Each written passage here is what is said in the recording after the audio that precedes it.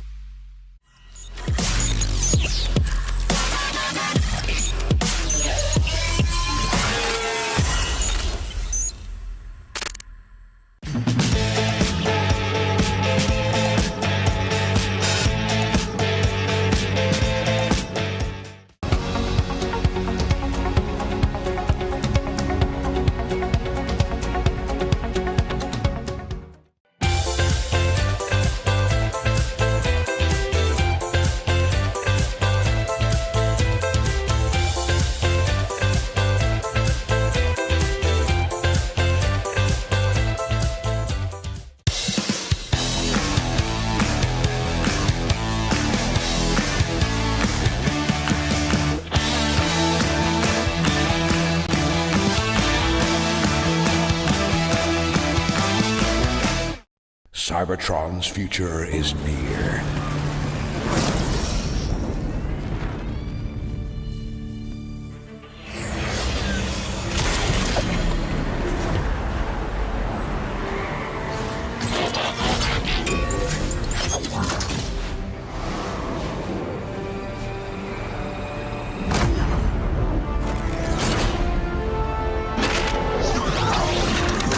Autobots, roll out!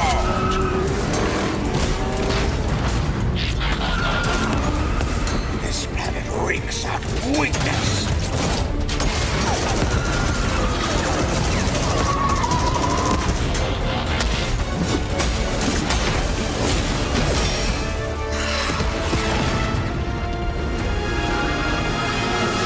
Your courage reignites my spark.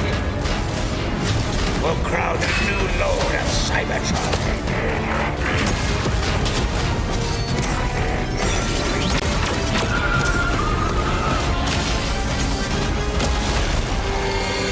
Roll for freedom. A victory for all sentient beings.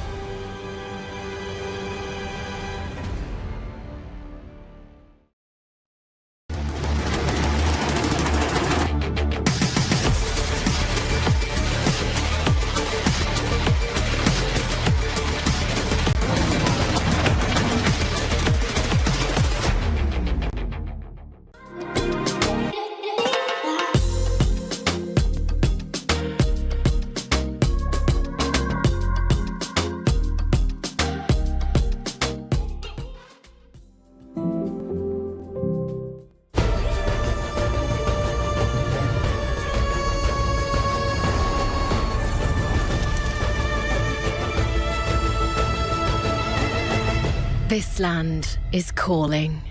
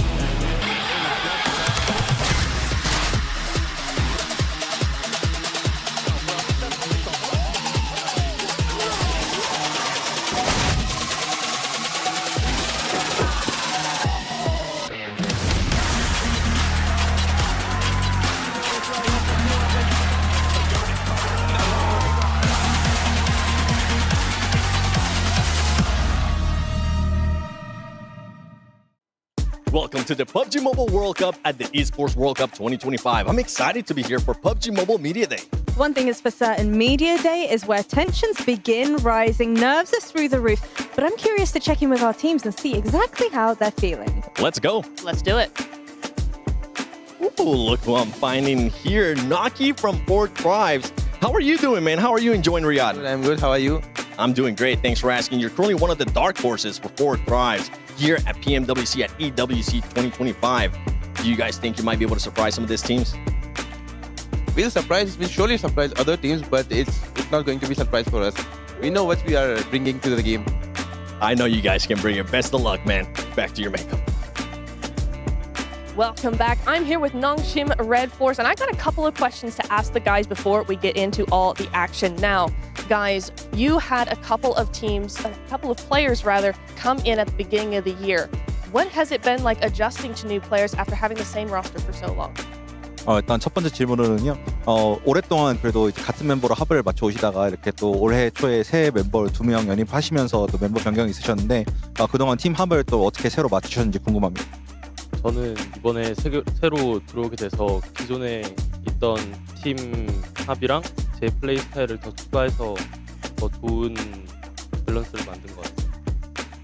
Yeah, I mean, I've been added to the roster this year, so what I did was actually playing and adding my own play style into the original play style of the team. So I think that's going pretty well. Awesome, fantastic. And one more question for you guys before I let you go. You guys have done a lot of analysis, of course, coming into this stage of the competition in a lot of the rest of the lobby. How are you guys feeling, and what is maybe your biggest strength compared to the rest of the teams? 이제 대회에 앞서서 좀 이제 다른 팀들을 많이 분석하셨을 텐데 다른 팀들과는 다르게 좀 이 점은 우리가 좀 더 좋은 것 같다. 그리고 이 점은 좀 더 우리가 더 준비해온 것 같다라는 게 좀 있을까요? 그냥 금전적으로 저희가 더 다른 팀보다 잘하는 것 같아서 그냥 싸움 더 잘하는 게 좋은 것 같아요. I think we're pretty much better in all the team fights than before, so I think that's going to be our key element. Excellent. Really great stuff coming in from them. I'm super excited to see what they've got coming over the next few days, and we're excited. So, guys, tune in and see them do their thing. Welcome back to PMWC at EWC 2025. I'm joined by none other than Hixie from Power Esports. Hixie, you guys had a little bit of struggles there during PMSL MENA Grand Finals. What happened? Actually, there was in the league stage, we were doing good because most of the team were giving us a lot of spaces. And we didn't find that in the finals, and we are improving that, and we spotted the mistakes that happened in the final, and I'm sure it will not happen in the PMWC. I'm hoping it doesn't happen here at PMWC. There's so much at stake. Now, going on to the group stages, what is the goal for the team? Actually, we want to gather as much experience. I don't care if we qualify from the beginning or not, but we need as much as experience to use it in the finals. Okay. All right, Hixie here with the strategies. Thank you so much, man. Best of luck. I went ahead and grabbed TT Global because I'm curious to know about what the fan support has been like for you boys coming into this event. 首先就想问一下 TT 战队这次来到电竞世界杯，你们粉丝对你们的支持是怎么样的呢？就是希望我们这次能够在世界杯打出我们自己的风采吧，然后我们也会尽力去打好每一场比赛。对。The fans are counting on us to be able to play our best to be able to deliver a performance to our own standards. So we'll do our best to try and not let our fans down. And who do you think your biggest competition is going to be throughout this event? 你个人认为这次比赛当中，你们最强劲的对手会是谁呢？我觉得这一次最强劲的对手是我们自己吧，因为我们之前在 PMGC 打得不是很好嘛，然后我们没有很好的执行教练给我们的决策啊什么的，然后这一次我们会战胜我们自己，然后把战术执行最完美。I'll say the most challenging opponent will be ourselves because, for example, in the last tournament that we played in, we didn't do so well. It wasn't so much that the opponents were strong; it was more like we didn't perform well ourselves. So, for example, when the coach gave a lot of instructions, a lot of strategies, we didn't execute them properly due to internal miscommunication and whatnot. So, I think right now we're focused on being able to perform better, being able to overcome ourselves and be able to deliver at a higher level of performance in the tournament. Is there anything specific that's being done to make sure that history doesn't repeat itself again? 那你们有没有什么针对性的措施或者方案来提高自己，来让你们这次在电竞世界杯当中可以取得更好的成绩呢？其实上一次我们其实是心态上面发生比较大的变化嘛，然后这次可能就针对说我们在对于比赛场上高压的情况下面，我们怎么样去处理能够比较好，然后教练也会给我们布置相应的战术，我们就是只要打好每一场比赛，每一场就执行教练所安排的，我觉得这样就可以了。I think a lot of it is focused on building our team mentality, building our personal, mental fortitude when playing at a very large arena, facing high pressure and in front of a large audience. So I think this was one area that we were weak in the last time, and it's something that we will be improving on. Whereas in terms of strategy, we've got our coach. He's going to be the one, doing all the homework, and he will be the one instructing us, and we'll do our best to be able to deploy all his strategies. Well, best of luck to you and the rest of the team. I'm looking forward to seeing you perform. Welcome back to PMWC at EWC 2025. I'm joined by none other than RA Esports Stars. This is the Saudi E-League champions. Are you guys feeling any extra pressure being the hometown heroes? No pressure at all. If anything, we are more relaxed since we are playing our hometown. And is there any teams that you guys maybe are a little bit worried of how they're going to be performing, or maybe interjecting onto your rotations when we get into the actual gameplay? There is no specific team in our mind, except that I want to give a good message to Vision. We are here to claim our title back. Ooh, okay, I can't wait for it. Best of luck to you, Stars in the team. I'm here with Yangon Galacticus, and I have to ask you boys, finishing back-to-back first place in your Challengers League, what is the secret behind your success? I think the biggest part for us is a mentality, because we have to prepare the mentality first to be able to achieve and having consistency in the game throughout the tournament, of course, yes. And how are you going to maintain that consistency going up against other regions here at EWC? Because we try to play, even though the training time and screen time, we try to play with more final. Because we put that kind of mindset in our mind on every games, and we try to be the champion on every screen. We try to be the, even though we couldn't be the champion, we try to be the number one or number two, try to get as chicken money as possible. So I think that made us preparing for throughout the tournament time. Yeah. Now, what do you think the biggest struggle is going to be for you and your team heading into EWC? I think we have our player is they don't really have that much experience. That's the only struggle there for us, I think. And how are you guys going to combat that? How are you going to fix that coming into the event? And we do our best. We'll try our best. That's all. I think that's all anybody can ask of you as a team. I'm looking forward to seeing you perform, so good luck and have fun. Well, that concludes our media day here for PUBG Mobile. Neptura, what an exciting and informative day it was. It really was. We got some crazy answers and some crazy questions. I'm excited for what we've got next. Well, let's find out, because PMWC at EWC 2025, it's about to get started. Oh, 2025 PMWC champions. That is a bit of a tough one, but if I had to predict one team, I think it would be... No, we can't let him do this. Yeah, cut. Right, now that we got all of that under control, we have some epic days ahead for the 2014 season. We definitely do. We have group stage, survival stage, and ultimately grand finals. $3 million prize pool. I think it's time, Nap. We start PMWC. Welcome to Riyadh, Saudi Arabia. A city where ancient tradition meets the future. And the battleground is set. This is the PUBG Mobile World Cup, one of the most thrilling global tournaments on the PUBG Mobile calendar. It's a stage where skill meets heart, and every match could be the one to change everything. 24 teams.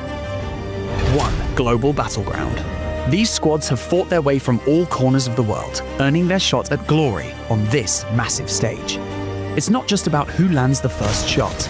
It's about teamwork, clutch plays, and keeping your cool when the pressure is on. Only one team will rise to the top, claiming the trophy and the title of PUBG Mobile World Cup at the ESPORTS WORLD CUP champions, and all the glory that comes with it.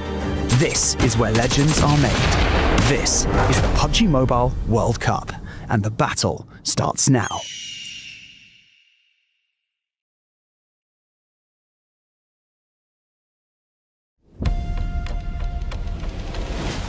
No competition is as ruthless as the ESPORTS World Cup. Its trophy system is no exception. The Club Championship Trophy, awarded to the one club that rose above the rest and reigned supreme across all EWC games. The Game Trophy, when a competitor closes their eyes, it's all they see, and it's not complete until it's sealed with a champion's key. Every participant earns a key engraved with their name. That's their right to compete. This year, returning champions hold a key unlike any other. Only one can place their key into the Game Trophy and become an EWC champion. The frame of the champion's key is embedded into the totem, a stone marker of legacy displaying every champion of the year. The keys of the eliminated will be crushed. The champions select 3 broken keys as a personal token, a reminder of who they have humbled. Beneath the totem, a resin block holds the remaining keys, a graveyard of fallen contenders. Will your dreams be broken or your name carved in gold and stone? At EWC, nothing is granted, everything is earned. Welcome to the PUBG Mobile World Cup at the ESPORTS World Cup 2025, live from Riyadh, Saudi Arabia. My name is the 7WG, joined alongside Neptura. Welcome in, everybody. We have 8 days of impressive gameplay coming in for you guys as these teams battle it out for one of the most prestigious mobile titles. That's right, and it's not just the glory of lifting that trophy, it's being able to get a prize. A piece of the prize pool, the $3 million prize pool at PMWC. Sure is, and in the meantime, we can expect some heart-stopping action, some impressive gameplay, and some top-tier strategies all to boot. So, 7, the pressure is on, but will they shine? We don't know who's going to win it. Could it be maybe one of the dark horses? Could it be the defending champions Alpha 7? I'm excited to find out who's going to be the champion. So am I. So prepare for this insane journey as we see all the global teams battle it out. But for now, let's go ahead and look at that format. Get ready. The PUBG Mobile World Cup is about to kick off. From July 25th to August 3rd, the best teams from around the world are heading to Riyadh, Saudi Arabia, for an all-out brawl in one of esports' biggest stages. So let's dive into how the tournament will unfold. First up, we've got the group stage, running from July 25th to 27th. 24 teams, split into 3 groups, red, green, and yellow, each playing on 2 of the 3 days. By the end of it, the top 8 teams storm into the grand finals, while the bottom 16 head into the survival stage for one last chance to stay in the game. The survival stage, happening July 29th and 30th. 16 teams, 12 matches, just 8 spots left in the grand finals. This is where every point matters. Every clutch can turn the tide, and every zone could be the difference between going home or moving on. And then it all comes down to this, the grand finals, the biggest stage, the final fight. From August 1st to 3rd, action-packed matches. It's a race to win it all. At stake, a massive prize pool, bragging rights, and the title of the PUBG Mobile World Cup at ESPORTS World Cup champions. But there's a twist this year, the Smash Rule, an exciting new way to claim the championship title. It's not an easy path, but a team can secure the championship through it. Here is how it works. After day 2 concludes, the match point threshold is calculated by taking the total points of the first place team on the leaderboard and adding 10 points. Then on day 3, the Smash Rule comes into play. Starting then, any team that reaches the match point threshold must win a match to secure the championship. However, reaching the threshold and winning a match in the same game does not count. The win must come in a later match. And if no team wins through the Smash Rule after all 18 matches, then the champion will be crowned the traditional way, based on overall points. So lock in your calendars, rep your favorite squad, and get ready for one of the biggest PUBG Mobile tournaments ever, live from Riyadh. Welcome to the Qiddiya Arena, the hub of all of the action here for the PUBG Mobile World Cup at the ESPORTS World Cup. This magnificent setting will welcome supporters from around the world to cheer on their favourite teams and, of course, watch history being made, Blank. But the drama is not done there. This mechanical contraption is the Key Crusher, the Key Devastator, the EWC Sandworm. And teams will be looking to throw the keys in here. Barney, will you be my lab assistant and show the people how this thing works? Of course I will be. This crusher is honestly spectacular. I can't wait for you guys to see how it works fully when we're live. First of all, we'll turn that key. Engines on. We'll flick that switch, Mission Impossible style. Yes, we will. I won't flick it right now, but it will open the iris and it will just devastate all these keys and reveal the teeth. And we won't be pressing that final button until we finish the survival stage, till we finish the finals. I know, I can't wait for that to happen as well. But just remember, 24 teams will enter into this arena, and the fate of 23 of those keys will end in the Crusher. But the final leg will not be done there quite yet. After the winning team has the privilege of crushing 15 other keys in that finals, they will have the duty of lifting the PMWC trophy, which is stunning. It really is stunning, and we cannot wait for all of you to see it. And we also can't wait for all of our teams to enter the arena. Only one will rise above it all. Let's take a look at the club championships. This is the Esports World Cup Club Championship, the ultimate cross-game competition that will crown the best esports club in the world. Let's break down how it works. Clubs will be able to compete at the Esports World Cup and as many titles as they can qualify for. The clubs will then earn points based on their placement in each title. To qualify for the club championship, a club will need a top 8 placement in at least 2 competitions. But to win the championship, a club must place first in at least 1 competition. At the end of the Esports World Cup, the 24 clubs with the highest number of points will earn a share of the $27 million, with the winner taking home a staggering $7 million. And of course, the title of the best esports club in the world. Who will rise above and write their place in history? Watch it all here at the Esports World Cup. Welcome, everybody, to the STC Club Championship update. I am Veracity, joined alongside the wonderful Reflection. The wonderful already gassing me up. It's great to see you, Veracity. And look, Esports World Cup is incredible, and history is being made each and every week throughout the Esports World Cup in 2025. And the reason why is because we got the Club Championship trophy on the line. And look, the teams are competing not only for that coveted trophy, but also for the tremendous bragging rights. You're darn right. You know what? We also have a $27 million prize pool throughout the entirety of our club championship, which is alone amazing. But first place walks away with a hefty $7 million to their name. That's insane. And orgs, by the way, from around the world are competing for that very prize pool. And one of those teams is in first place. We're talking Vitality. 2,200 points is where they currently stand. They did so in last week's tournaments by getting a first and third place respective finish. You know what, though? Let's not forget about Gen G Esports, who also walked away with a victory of their own. But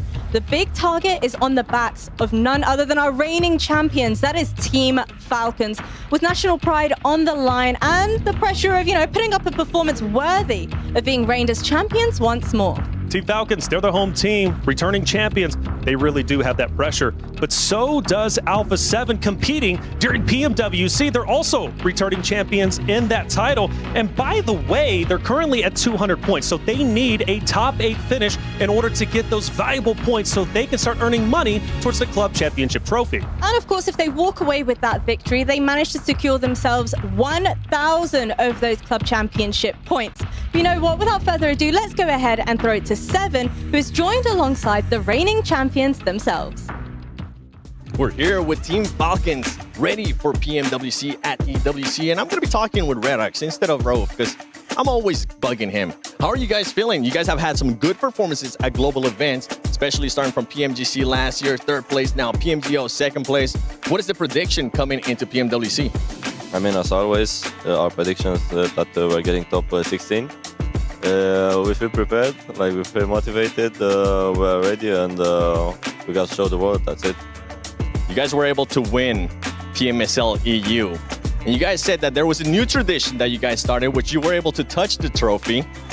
Have you guys been able to touch the PMWC trophy yet? No, Tencent didn't want to. Oh, okay. Well, we'll see if they are actually going to be lifting that trophy towards the end. Thank you so much, guys. Best of luck. Back to you guys. The energy in the building is electric, Max. But before we start to recap last year, let's have a look at how things are going to unfold this year. I mean, yeah, right here, Jackie, for 2025, it is going to be 8 days worth of action spread over the course of 2 weeks. So you better be there because the teams are here, ready to make history. Back to back, same time, same place, day in, day out. Yeah, and this time around, for day one, it is going to be Group Yellow versus Group Red to kick off the festivities here at PMWC. And Group Red, known as the Group of Death, is ready to bring the heat. Oh, they really will be. And for those of you out there that enjoy a classic staple map pool, you're in for a treat, Max. I mean, come on, Erangel, the bread and butter here in PUBG Mobile Esports, it is going to be the best to have it 3 times per day. Though, looking back at 2024, Alpha 7, your reigning champions here to defend the throne once again, but we know that here, Jackie, a lot of teams are ready to take that trophy away. Uneasy is the head that wears the crown, and with Japan coming so close to getting their hands on the title last year, no reject, who's the new challenger, Max? There's too many teams to count here. They're just going to be able to compete for it. But with that said, we should get right into the show. And actually, I'm a little bit late, so I'll see you guys in a bit. Get a move on. What's he doing?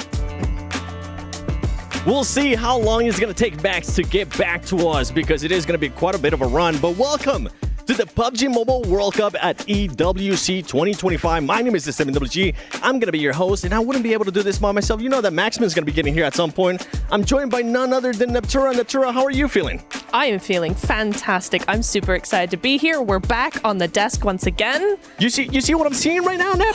Is that Max running? Oh my god. Here he is. Are you okay? Are you overheating? Did I miss something? Oh, start. Hello. We're ready.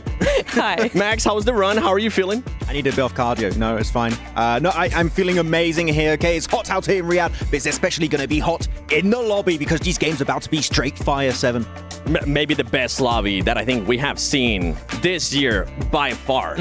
Not even close. But you know what? We're talking about the teams. Let's actually take a look at some of the teams that are going to be participating here at PMWC at EWC 25. And boy, we got some new teams, and we also have some teams that we have seen for quite a while, Max. I mean, yeah. You got a lot of teams here that came back that are going to be trying to defend their title, like Alpha 7, right? But other teams that are back once again trying to get himself a good run, looking at especially Alpha Gaming. I think a team that a lot of people are looking at here in Ipchura to maybe try and do well, but they're still trying to fix a few things here and there.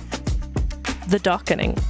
I'm just going to say it right out. We'll get to that. But you did mention it during that clip, Max. You were saying Red Group today, day one, we're going to be having Group Red versus Group Yellow. Red Group being the Group of Death. And then tomorrow, that's a group that would actually get a chance to sit out, and we won't see them again until day 3 of group stage. I mean, having that one break day is very important, Nipchura, right? Going into it, if you have a bad start, it's a really good time to have that 24 hours to fully reset, know, okay, what happened, what went wrong, try and fix it going into your final day of the group stage, because a lot of teams, I would say, are trying to avoid that survival stage. They want to qualify from the get-go to make sure they got that final spot secured. That's usually what we expect. Would they hear one player, though, saying, hey, we actually want to get a chance to go to survival stage, which that was a bit surprising to me. Right?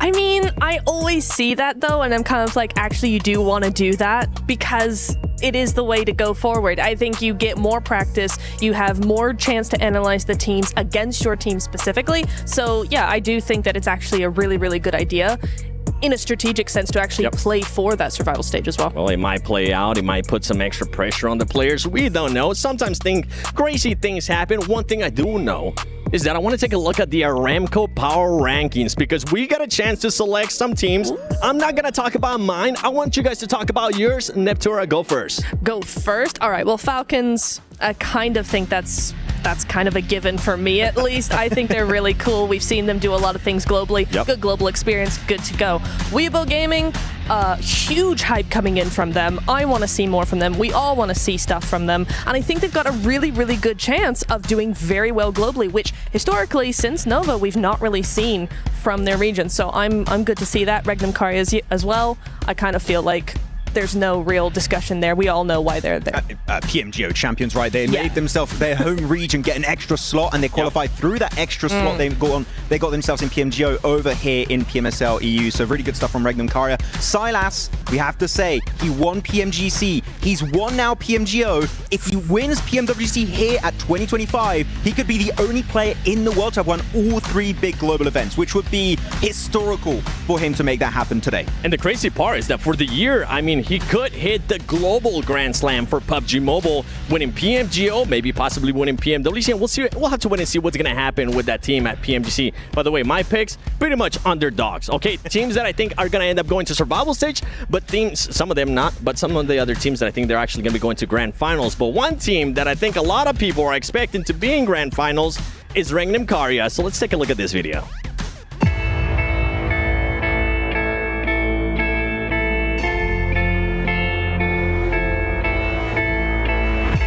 Regnum Carya esports have had one of the most emotional and unpredictable journeys in PUBG Mobile esports history. Just last year, they suffered a heartbreaking loss at PMGC 2024, falling short of the title by just 2 points. It was the kind of finish that sticks with you, the kind that can either break a team or push them to come back even stronger. And for Regnum Carya, it lit a fire. At the heart of this roster is Silas, who's chasing PUBG Mobile immortality. If Regnum Carya lift the trophy this year, Silas will become the first ever player in PUBG Mobile history to win every major global event, an unprecedented accomplishment. Beside him stand Wild and Loxy, the mechanical powerhouses with the ability to swing team fights in seconds. Tospic though brings consistency and calm in chaotic moments, often acting as the glue that holds the team together. They came into PMGO 2025 with something to prove, and they proved it. From the earlier stages all the way to the finals, Regnum Carya looked like a team on a mission. Their plays were sharp, their teamwork was on point, and when the pressure was highest, they delivered. They walked away as PMGO champions, not only lifting a trophy, but also securing an extra PMWC qualification slot for their region in the upcoming PMSL. That extra slot, it ended up meaning everything. In PMSL 2025, Regnum Carya started strong, but found themselves in a tough fight during the finals. And despite their efforts, they finished in 4th place, just outside the standard qualification spots for PMWC. After everything they fought for, it looked like the World Cup dreams were slipping away again. But the very slot they had earned by winning PMGO ended up saving them. Because of that extra spot, their 4th place finish was enough. They qualified for PMWC not through the front door, but through the one they built themselves earlier. From barely missing out on the biggest title in 2024 to becoming champions at PMGO and then scraping into PMWC through sheer grit and timing, Regnum Carya's 2025 season has been a roller coaster. And now, with a second chance on the world stage, they'll be looking to finish what they started. I mean, Regnum Carya has just been on an absolute tear. We saw what they were able to do at PMGO. Can they maybe follow that up here at PMWC? What are the chances looking like so far? I give them a solid 60%. Oh. So they need to share 40% between the other teams. That's quite low. Yeah. Yeah. I think they're looking really good. I think they're just looking very strong. They're feeling it. They're feeling that success, right? And so I feel like at this point in time, feeling as good as they do, that momentum that they've got, this team that they have, the synergy they've been able to build, it's looking very good for them. You want to jump in? No, I was going to say, because looking at this team, right, these 4 players have stuck together now for the entirety of 2025 so far. Yeah. They have that synergy, they have that trust. Wild and Loxy in particular, when they're doing a play, they know exactly what the other guy's thinking. So when they're going for a breach on a compound, I'm telling you, Wild and Loxy, you don't want to go against them, because chances are, if they have a shotgun, you're not living more than 5 seconds, okay? You better be careful and hide. Yeah, 100%. It's so nice to see that synergy come through, and that's really something that you don't see other teams have, and that's what you're always trying to get to. That's the standard that you're trying to get to, is having that synergy between players to the point of where you know what the other one is thinking. And that's so important in that late game. Well, I mean, we're talking about teams that you don't want to run into. One team that I personally would not want to run into is Hora Esports. I mean, this team has been an absolute dark horse for me. They were able to perform well in their PMSLs as well. So before we even continue to talk about them, let's take a look at this interview.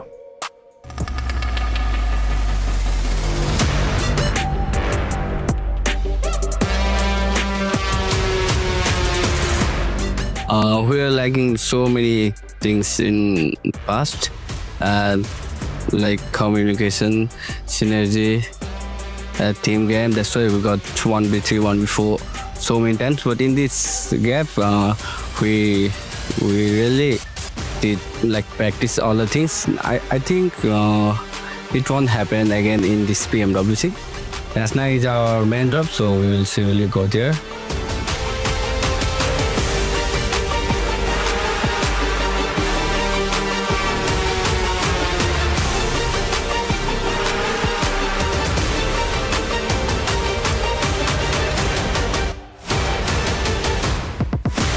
I never thought like I'm the star player of the team.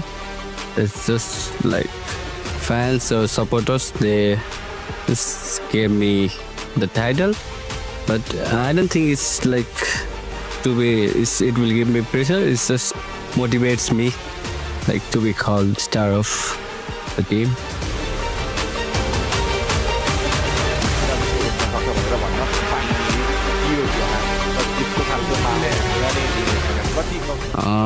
I don't like to say anything those who underestimate us, but I'll just show them in game.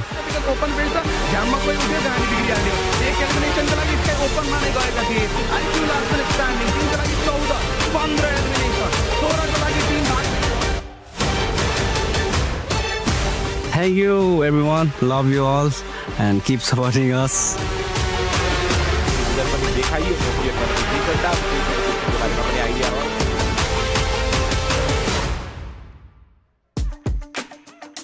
As I mentioned, a team that you definitely don't want to end up running into. They have turned it up this year, Max, and I feel like they could be either one of the favorites for some people or maybe a dark horse team for some other people. Yeah, I think you could see them in the two different options here going into this tournament. If you're Nepalese team, you're going to see them, of course, as a big squad going here for the entire tournament. Though, this is a team that's very rotationally smart, right? They are so good at getting good entry points here, and I think that could be something that sets them apart in this lobby. I mean, we just got a chance to see them there with the Jamil Motorsport player arrivals. They're looking confident, and I think they might end up shocking the world as well, especially in group stages, Neptura. I think they could, exactly. I mean, this team gets a lot of pushback from actually being able to be very passive. They get labeled as very passive, but they're not. They're a very aggressive team. They're just not as aggressive at the get-go as you would see from a lot of other teams. So they get called passive a lot, but they really aren't. Yeah, they take fights that make sense. They're not a team that, I see you, I'm going to push you and fight. No, they think about it. If we get something out of this fight, if we win it, this fight makes sense, we'll send it. And they're a team that's very smart about it, but I see them a lot more as a defensive team. They get in positions ahead of the lobby, play defensively, hold teams at bay, especially with Sleepy. That's exceptionally strong with the DMRs, especially the Mini 14, keeps everyone at bay, and that just gives them a lot of space to work with in the mid to late game stage. One thing that I've actually enjoyed and that you were able to showcase on Instagram at MassManCast, make sure you check it out, by the way, because it's the macro play. They have just improved that macro play, and I think that's actually going to end up helping them out here in a global stage. Yeah, they know exactly how to leverage positions to their advantage. At any stage, early, mid, late game stage, it doesn't really matter too much. They're very smart, and it's down to the IGLing, the fragging potential, the team coordination. But one thing we need to talk about, especially too here, Nep, is going to be Mafia Ninja. The man in the shadows, right? Was part of DRS in the past, one of the most experienced players you will ever find in Nepal for PUBG Mobile Esports, and this guy has been helping fix a lot of issues for the team, and they are now coming fully prepared for PMWC. And because of Mafia Ninja and how the team have been working so far, I genuinely would not be shocked to see them up in a top 5 position. I wouldn't be shocked either. No. I that's currently a team that I have going to the grand finals. Do you feel the same way for that team? Straight from group stages, by the way. Straight from group stage is a lot, because I think we're going to have a lot of teams that will put a lot more points forward. Okay. But I think if they can survive to that late game, they're very sneaky. You never know where they're going to be in the circle. If they can get that far, then yeah, I think they could do it. But it's kind of depending on how the rest of the lobby plays, I think. We had a meme during PMSL CSA saying if they get past a 5-minute mark, there's a 90% chance they win the game, because they kept hot dropping. But once they fixed the hot drop versus upgrading Yasnai Polyana, they just had no issues reaching the 20 to 25 minute mark pretty much top 3 easily. Yeah, that was Mafia Ninja. You were mentioning other teams there. I think one team that you might have in mind that we were kind of talking about is Kinotrope Gaming. Yes. That's a team that you really want to talk about. I am very excited about Kinotrope. I really, really am. I think they're such an interesting team. They're not one that I've seen a lot of. I feel like this is kind of one of the first times we're going to see them globally. For certainly many of the players, this is their first global event. They only have Ozzy-san, who we know from many years ago. Over the last few years, we've seen him a lot in the global stage. The rest of the players know. And when I saw them recently, it was like, hang on, who are these guys? Because they're actually really good. They're very aggressive, and they seem to hold their own against very experienced teams. So I'm very excited for Kinotrope. Me too. One team that I'm really excited for, and more than likely Max is going to agree with me, and I know you definitely agree with me already. Can you take a guess who it is? starts with a W? A B and a G? Weibo Gaming, baby, because that could be one of the favorite ones to win this whole event, PMWC, because of the additions that they have had. Since the Nova era, where they won PMGC back-to-back, right? Have we had a team from China really getting close to competing? Tianba, you could maybe say, but occasionally. I am so hopeful that if a Chinese team is going to win a global event, it is going to be this roster of WBG. They have been so impressive in the PUBG Mobile Hong Kong Invitational in particular. Sook with the bow is a scary fellow, and you're looking at 33Z, you're looking at Order, the fragging duo. Order in particular, this guy, he is experience incarnate, and I think that with the way they played in Hong Kong Invitational, chances are they could win this trophy here in Riyadh. Well, Max, we're talking about all these teams, but we're missing one team, the main team. And I'm sorry I have to do this, everybody, but we got to talk about the defending champions.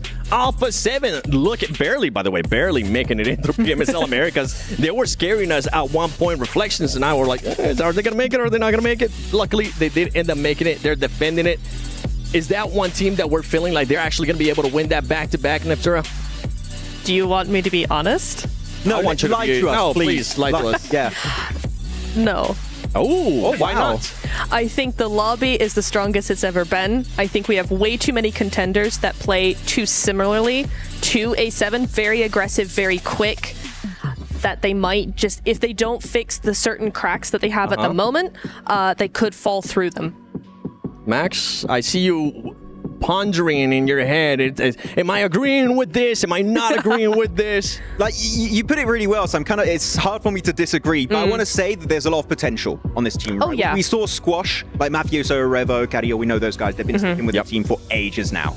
But Squash is the new addition, replacing McGrellin from last year. True. And I feel like Revo found a new best friend in Squash. Like, they are an incredibly good fragging duo, and their potential is incredibly high. We were talking with Reflections, actually, just a few days ago, and he said the team maybe looks a little bit weaker than the previous iteration of Alpha 7 in 2024, but their potential is so high. If they're able to fix those little issues with Squash and him be able to get more experience on the global stage, chances are they could reach that full potential and go 100% here on this tournament and make it work out. Now, this is one team that I didn't want to talk about that much, but I do want to put a little bit of input there for Alpha 7.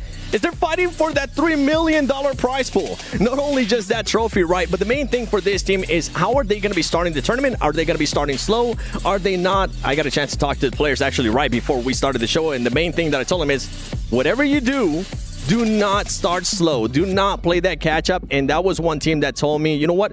We don't really want to go to that survival stage. We want to go straight to grand finals because we want to be able to have a little bit of extra research, and that could be something that benefits teams. Yeah, survival stage, yucky. You don't want that. Great analysis here on the desk. You know, like you want to try and avoid it. That would be my personal approach because you're putting your position for the finals at risk. Yeah, you would just want to get there as early as possible because otherwise, chances are you might not qualify through the survival stage. Oh, I mean, sometimes those teams like to have that pressure on their shoulders. They become diamonds. But then sometimes they end up crushing and they get exposed for just piece of coal for not really being able to do that. But for Alpha 7, we'll have to wait and see what that's going to be happening with that team. As you mentioned, this is one of the strongest lobbies, if not the strongest lobby we have seen, I think, in many years. And we can go on and on and on and talk about those teams, talk about which one's going to be challenging them, which one is maybe going to be surprising a lot of the viewers that they might have not seen before. I know that we definitely have a couple teams here and there, but I think the talk is done. I think I want to see this player. So you know what? Let's go to the introductions to the stage.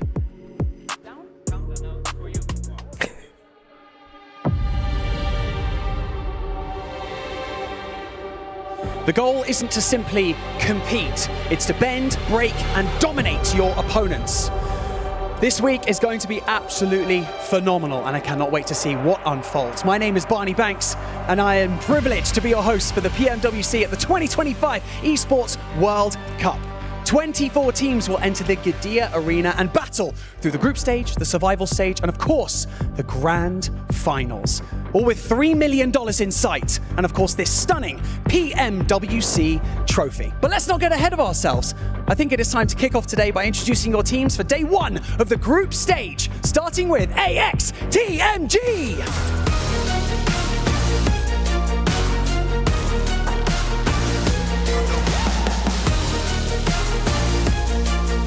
Nong Shim, Redforce.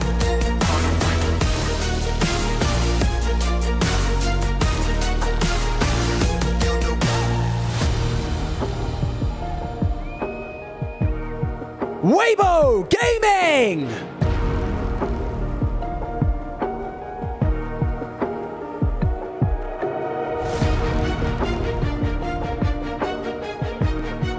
Yangon Galacticus!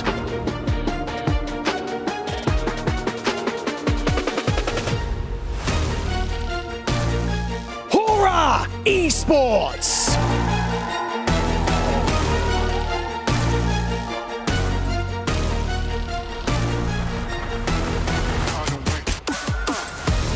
Power Esports!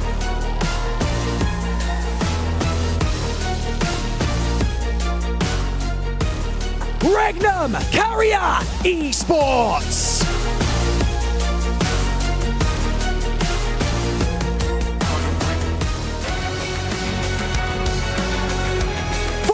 Thrives Esports!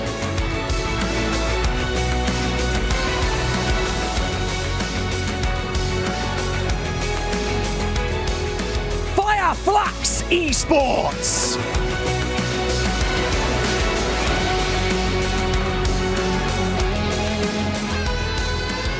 Team Vision!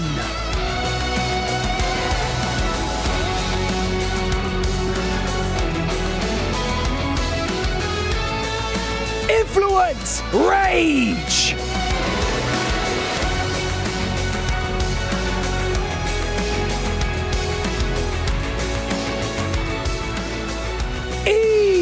Arena!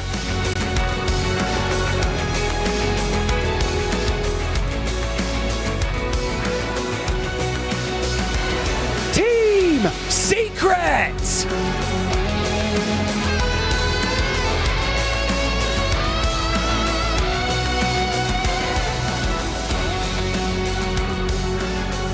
DRX!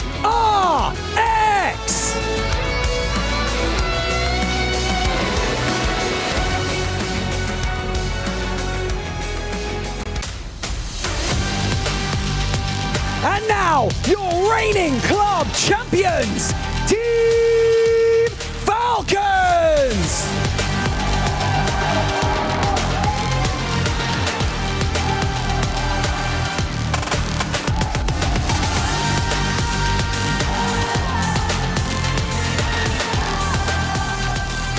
And finally, your reigning champions of the PUBG Mobile World Cup at the ESPORTS World Cup, Alpha 7 Esports!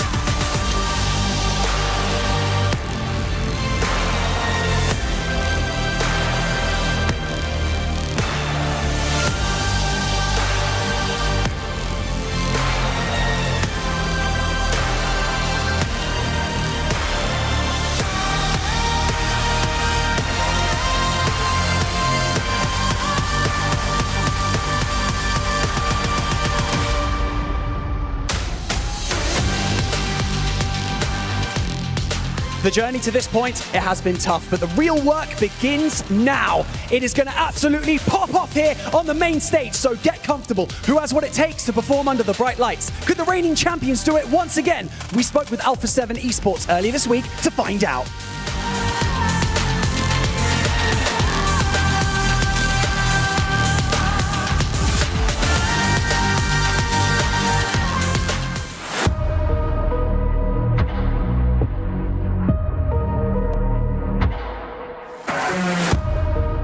Alpha 7 Esports have long been the kings of their region, dominating every tournament they enter, but on the global stage, close enough to touch victory yet always watching it slip away like under a curse, finishing second or third in the biggest events. Time and time again, they came close to glory, only to fall just short. That curse weighed heavy. The world saw their talent. They proved their strength regionally, but the ultimate global crown remained out of reach. Then in 2024, everything changed. At 2024 PMWC, Alpha 7 finally broke the cycle against all odds on the biggest stage in PUBG Mobile. They delivered the performance of a lifetime, champions, the first team from Americas to ever lift the World Cup. It was more than a victory, it was a statement. But since then, the roster has slightly shifted with McGrellin out. At the heart of Alpha 7 is Revo, a PUBG Mobile legend and basically an MVP magnet. The guy's consistent, clutch, and always in the spotlight. Reroll. Jumps out for 364, and that's the second as well. Revo. Then there's Carrillo, the team's IGL and mastermind who calls the shots like a chess grandmaster, always 3 moves ahead. Mafioso and the newcomer Squash bring the heat with insane mechanics and nerves of steel, ready to turn any fight on its head. And honestly, Carrillo's not just the brains, he's got the highlight plays to back it up, and he's hungry for more. But being a champion means the target on your back never goes away. Alpha 7 entered 2025 with a different kind of pressure, the pressure to defend, to prove that last year wasn't a fluke, that the crown belongs to them. In PMSL America Spring, Alpha 7, who have long dominated the regional PMSL, didn't just bounce back. They crushed it once again with relentless consistency and their trademark aggression. They maintained their undefeated reign at home while proving their strength internationally. A 3rd place finish secured their ticket back to PMWC. Not as underdogs, not as challengers, as defending champions. From South America to the global stage set in Riyadh, Alpha 7 isn't just back, they never left. PUBG Mobile fans, prepare yourselves, for we're about to kick off 2025 in style. Things are going to be explosive, exciting, and downright disgusting out there today, Blank. I cannot wait to see how this lobby's looking and how the first day of competition goes here live in Riyadh. Criminal roster of players across all teams here in the EWC, the PMWC. We've got Team Falcons coming in through here, coming off the big win over in PMSL EU, and Koa with his signature sunglasses on deck. Man, it's going to be a treat. So many teams that are absolutely stacked this year. I think that's the rhetoric we're all kind of looking at. Damn, all right, little bit of a flourish as well. Yeah, it works. I'm digging it, Blank. I'm digging the stage too. I think that's one of the fun elements that we're bringing to you this time around. Such a different style, the dynamic nature of it, it really embodies what the scene's looking like today. You know, even earlier on, I got the chance to, take a little step into the stage during scrims. You have players shouting at one another from across the room. It was good stuff. But the dance has already had some nice discussions about how they feel teams will fare. I think one of the more interesting discussions that was had was about Weibo Gaming. Yeah. Honestly, I think that they're absolutely right and correct in the fact that, China just hasn't been a powerhouse for a long, long time, despite, being straight off the mark very, very early on in PUBG Mobile. But that was a long, long time ago. Yeah, the optics for it, the potential chance, it's literally what me and Max were setting up back at the start of the day, right? Who's going to be that upcoming challenger? You've got a lot of X's on Alpha 7, a lot of targets. People are looking at them, right? They're aware now you're coming in. Everyone's looking hot, Blank. Other regions looking to try and have an opportunity to snatch at that trophy, rip it away from them. And we saw how motivated and close Reject came last year. Not in the building this time around. Someone else has to come up and show us what they're made of. And I think there really is a definitive chance that we get a different champion this year. I'm not actually even expecting the 2-time possibility, Blank. With how stacked this event is, I feel like it would be so much work for Alpha 7. They're going to need to give us their A game through and through. Well, like Yagami in the building. We do have a bit of an issue, right? In terms of the fact that Alpha 7 barely made it in. Regnum Carya barely made it in. Yeah. Team Falcons, they didn't look super smooth making it up towards that top spot. They still took it. But Regnum Carya, Alpha 7, those are your 2 teams that a lot of eyes are on them. And Max put it perfectly in the sense that Regnum Carya earned their own spot coming through from PMGO. But if they'd come second in that PMGO, damn dude, they wouldn't be here sitting on this stage today. So again, there needs to be some big improvements from both those teams. Alpha 7, I want to see them have that hunger once again that we saw them, where they were pacing all the time to try and pick themselves up a win. Forever second place, that team. Yeah, the Cinderella story, right? Forever the bridesmaid, never the bride. They were finally able to have that success story, and what a time for it. I do like as well, it's the way it kind of plays in, right, with the stage, them in the middle, risen up. But is that the true lay of the land? Like you're saying, the differential of how this year is going to be looking once we really start to kick things off. A lot of excitement, a lot of talent. That's really what we're looking at here. I mean, to be honest with you, I think everyone at home this year is going to be in for a treat. Day in, day out, back-to-back blank. So much PUBG Mobile, and you need to make sure you clear your schedule to fit it all in, because it's going to be world-class. All right, this is a feast. It's going to be calorific on the stage, and it will be treats back-to-back. Some sweeties for the PUBG Mobile fans. Oh, yeah. A couple of bonbons been thrown in there. Sugar Rush gameplay. But yeah, I think the interesting thing here right now is you can see it's quite pensive in the room, quite pensive. Yeah. Where we're all on 0 points right now. You know, no one's got that head jump start where they're feeling a little bit more confident at the position in this tournament. We're just waiting to get into our first game here. I believe we're very, very close to go, so don't worry. Headsets It is coming. Yeah. Man, it's exciting as well, because I think, you know, you raise a good point there, Blank, where kind of the bookends of the entire event, right, having that nature of opening game, where everyone's on same points, nil plot, nothing to play with, right? It's why it feels so intense, because there is those moments of like, all right, we don't actually even know the full reverberations of some of the outcomes from this map for quite some time. It's why it makes it kind of fun, makes it exciting to see how it's going to go. I'll tell you what I do enjoy as well. Seeing quite a few mascots this year. People have got like the little teddy bears out. People are feeling it, bro. I'll tell you what, the mascots are out, the jerseys are starting to become a little bit more creative. It's quite nice to see, honestly. I think Alpha 7 did have like a little bit of a part in that. I think that they would, with them having the holographic jersey for so long now, a lot of the teams decided, you know what, we gotta bring the faction game up just a little bit. Gonna make the most of it. Strapped up, getting themselves ready. Yeah, it feels like the competition's starting to heat up at this point, but who's going to be able to beat the heat? That's the question. So much to play for here. Ridiculous lion's share of prize pool on the line. The glory, the legacy, the opportunity for so many of these teams, players, regions, all building to all be an explosive 2 weeks live.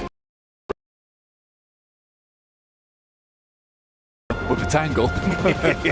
That's the worst way to start things here. Make sure you get the left in the left here. Don't get them muddled up. You're locked in as soon as those headphones go on. Quite a few of the teams that are coming through from Americas. I do worry for Americas a little bit, honestly, just because they're quite an aggressive region.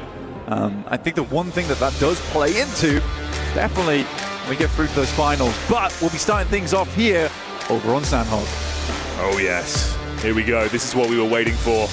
The anticipation building, the environment, the stage, the fight, the clash between all of our teams. Day in, day out, the PUBG Mobile World Cup. It starts right here, right now. We got the honey plane, so we certainly bring in the sugar, like we were saying. And this is the first treat of the day. And all our players ready to go. Al-Haji, you can spot him straight away down the bottom left. He is a big powerhouse inside of PUBG Mobile. Excited to see what he can do. Constantly coming back to the big stage. Oh yeah, fan favorite for the region as well. Everyone was going absolutely ballistic in the crowd last year whenever they'd see Al-Haji popping off. I can't wait to see what he'll do this time around. Power gaming, never disappoint, buddy. And there's Silas, top right. One of the best players in the world. I think that's an undisputed fact. To throw that one out there. We'll see if he can lead his team to victory. As Max was saying over on the desk, a very consistent roster so far overall. We're jumping straight into things though. 4th rise over towards Hatin on a hot drop to start things off, Jackie. And Nong Redforce also down towards Ruins. Well, let's see how this goes once we get into the action here and see what things are going to be developing like, obviously with those early hot drops, Blank. It's always exciting, mate. This is one of those where we get a little bit of a telltale sign as well if teams are going to pull off of some of these more default drops if it goes wrong. We're already losing one. That's over towards Power. So 4th rise currently thriving over towards Hatin. We're on board with AX and Nong Redforce in the Ruins. Scrambling to grab themselves some bits and bobs to fight with. Nong Redforce taking a bit of a dink towards the backside as well. DBS is in play. They start to make their move. This is real rough as well for Power, Blank. I mean, down to just one man left standing already.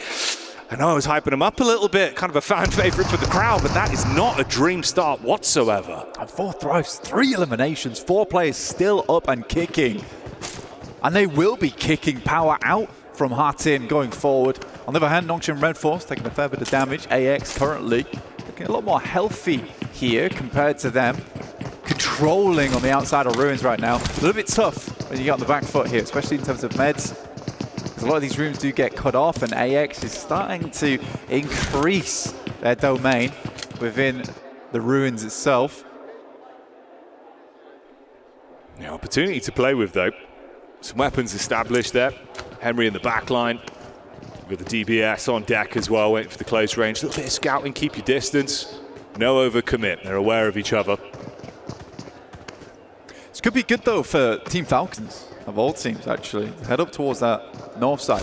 We know that Ralph does like to scout out towards Ruins in the first place, and with the circle going over towards the east, if you can cut out 2 teams from Ruins, you open up a very consistent, easy path over towards Painan.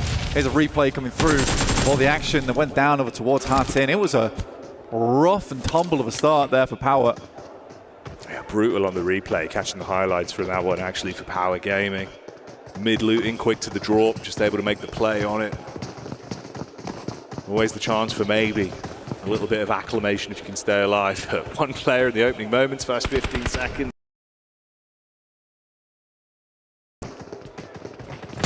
Beautiful peek on it, Blank. Yeah, good catch. Very, very good catch. And again, to be honest with you, AX, with the amount of control they've had throughout the entirety of this fight, they want to conclude this soon.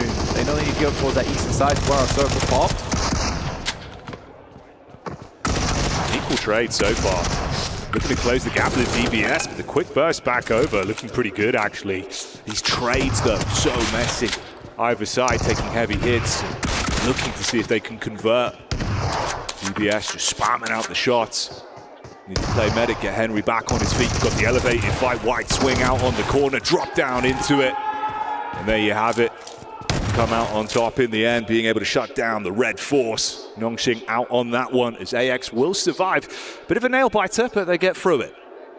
I mean, for AX, fans of that team will be very, very pleased with that one. And honestly, it's not what I was expecting. I'm happy to be surprised in that as well, because the control they had on that fight was spectacular. A lot of teams, when we see like this kind of an improvement and then heading over towards EWC, it was sort of a surprise pick for us coming through. Yeah. I was excited to see it.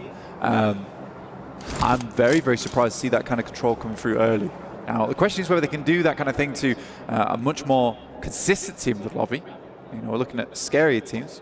Alpha 7, DRX, Regnum Carya, Weibo Gaming. Can they kind of have that success versus them? We'll wait and see. But to start things off, that was very, very clean by the books.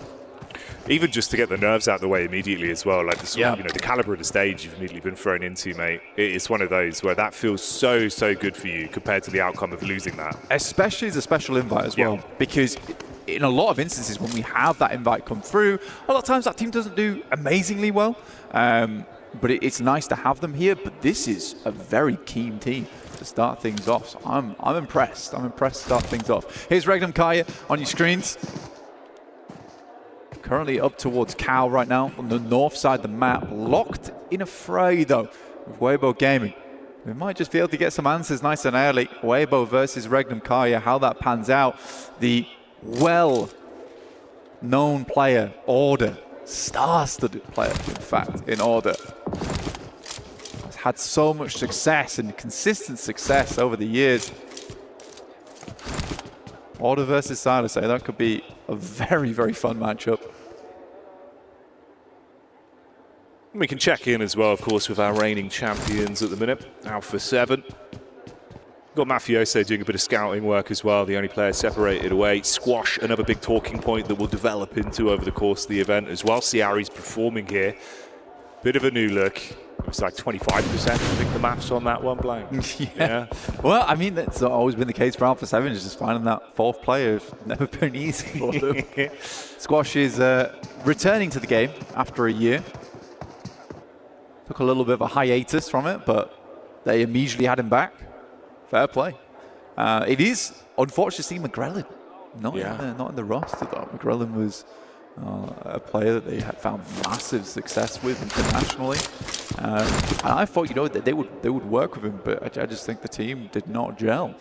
despite the ridiculous amount of success they were able to find over at EWC. So yeah, weird. Weibo Gaming is going to give up the chase here though.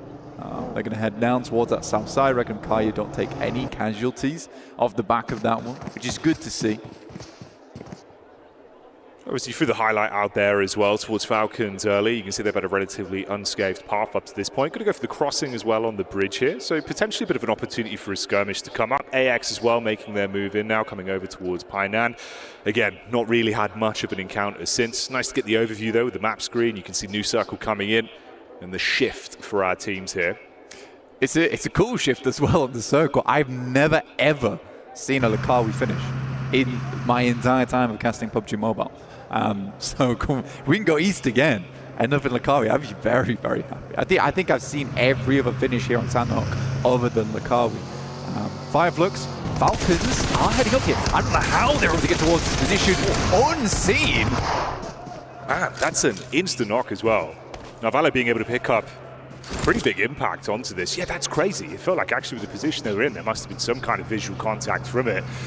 Really not ideal. 3 grenades on the cast out. 2 knocks. Got one back over onto the Falcon side blank, but for what it is, a bit of a messy encounter here. I think the Fireflux, if I was looking at it, I think they tried to regroup from that northwest side and then come back down towards Cave to get together.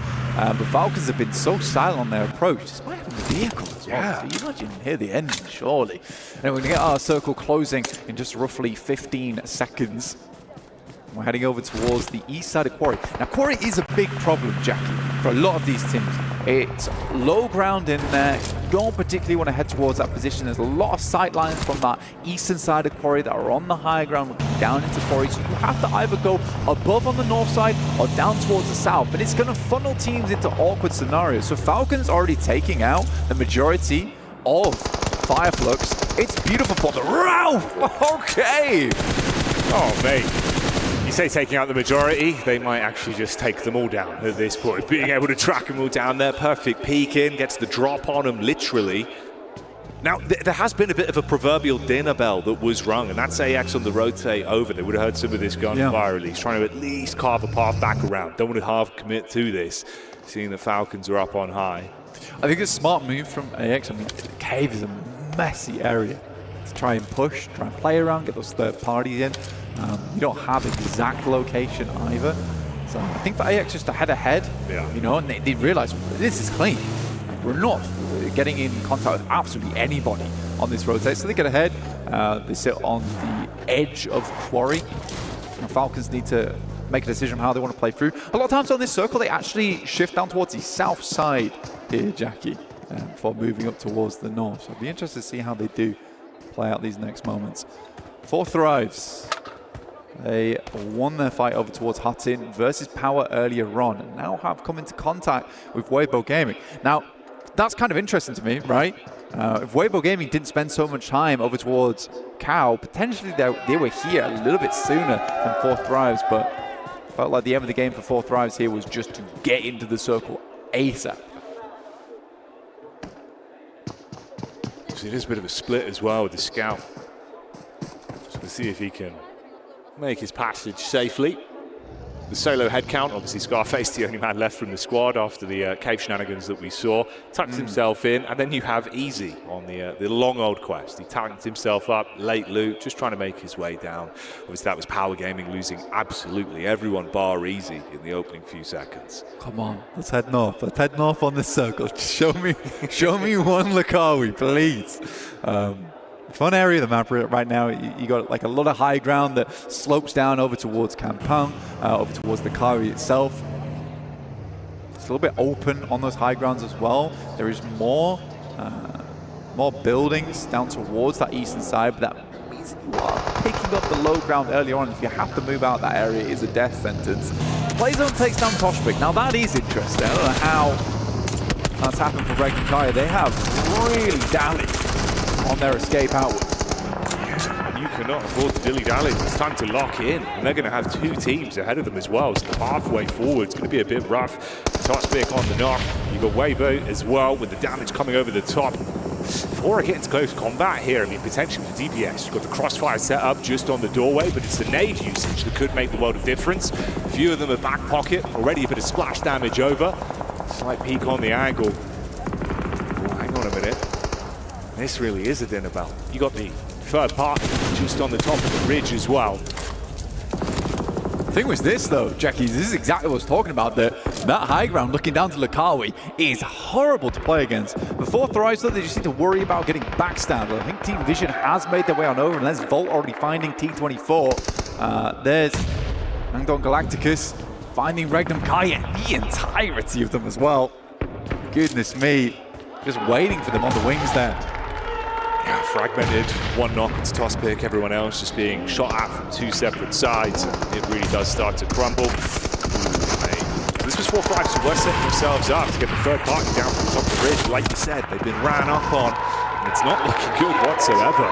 Quickly, they are dispatched. Mopped up like a spilt drink, Blank. It was a great push through from Vision. Honestly, Volt does a huge amount of work in that instance. A surprise that 4 Thrives fell for that so suddenly, and I think that's because they got a little bit too aggressive down towards the position early. And that is always the difficulty with taking that high ground, that your back is not protected. Hora though, no fear. Certainly feeling it now, it's a little bit. Soaz from DRX, of all teams, down towards the south side of this, actually getting slightly involved. And it's nice to see, you know, Hora getting aggressive, because it's exactly what Neptera talked about on the dares count. Teams maybe see them as a bit of a passive team, but no, they've got a little bit of a bite to them. Oh yeah. Don't want to get those hands too close, they'll bite back. It's rough for Order as well, how he set himself up. Actually quite nice with the cook on the nades. You can see he was trying to just go in for the knock, didn't expect the shot from the side, instantly downed, and then fully committed because of it. Yeah, DRX might actually have a little bit more to say about this one, the longer it develops as well. You've got a good read on it. Oh, hang on a minute. Alpha 7 count, dropping over. Mafioso trying to bail out. Damage comes through. Quick damage on the Carrillo. There's the pre-nade as well. Oh, nearly, mate. Couldn't get it through the window. Yeah, I mean, that's a nade you should not be missing here in EWC, right? I don't think you should be missing those kind of nades. For Alpha 7, now they're surrounded. Revo, Mafioso, keep things under wraps. Team Secret, they're coming over towards that building, over towards Revo is. He's got a big task ahead of him. It was a cook on the nade, cast it out, doesn't look like it's going to be on target. Vision as well, scrapping. Meanwhile, on the left-hand side of the feed, it's all kicking off. Damage back down onto 4 Thrives. That was the replay that we had there with the real action here. Let's see how it goes. There's 4 teams in this compound, dude. This is unbelievable. You've got Yangon Galacticus, Alpha 7, Team Secret, E-Arena, all battling for control here. I think Team Secret picked their moment very nicely. I think Team Vision maybe missed their moment there.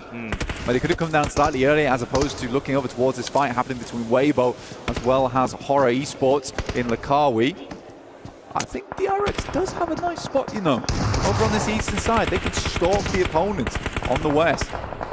Yeah, it feels like they've been picking their fights nicely as well. You know, the one pick they were able to find was good timing on it. They're not overcommitted if they're playing the long game on this one. With everyone being so closely grouped, there's a lot of potential for a big point earner the longer it goes on. A lot of chip damage being thrown out between these teams as well.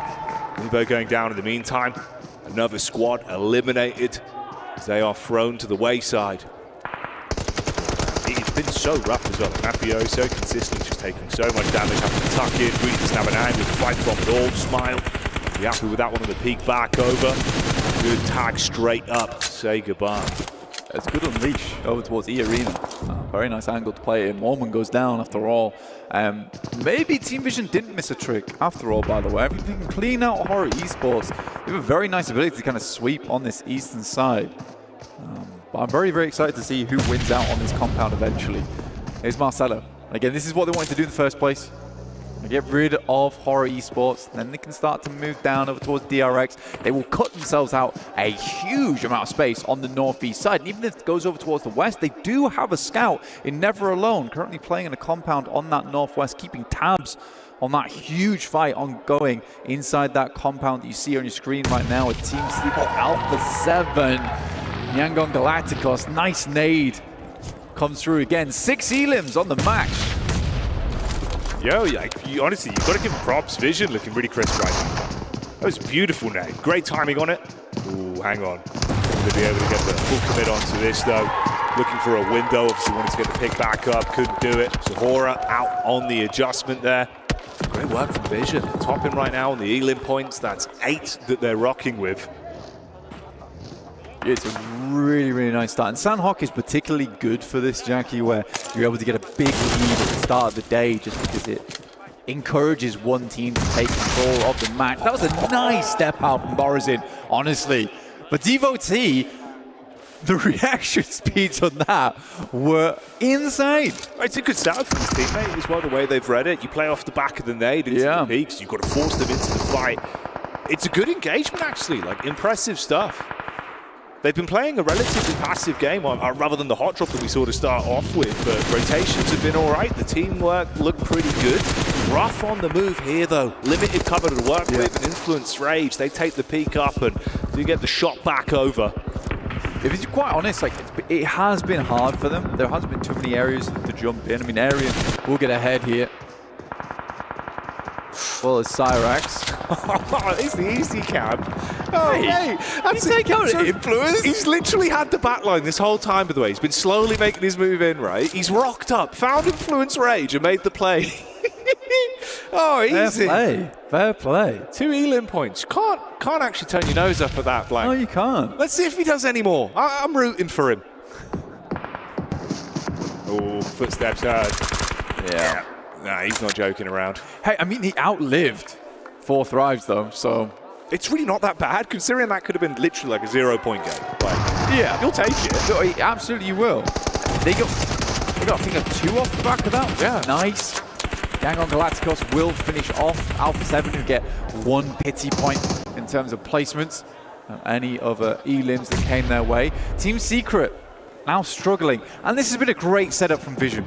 Honestly, this whole time. Look at this line that they've got. You can see it right there. Looking out over towards Team Secret as well as Yangon Galacticos. As they leave that compound, not only will they be trying to tear shreds out of one another, but it also will be Team Vision having some pretty deadly vision their way.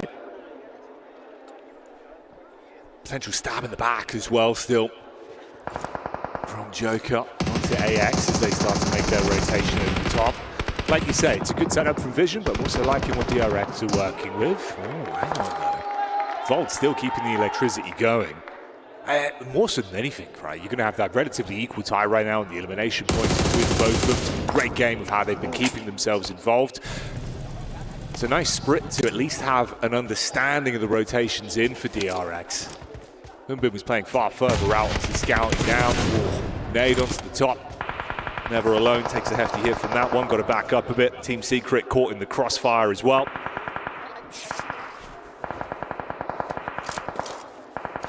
Smile finding a lot of Team Secret there, so stolen away, a lot away from Vision, honestly, on their exit. You can see there that Yangon Galacticos 13 Elims this game. An absolute galactic performance from them. Irina goes down.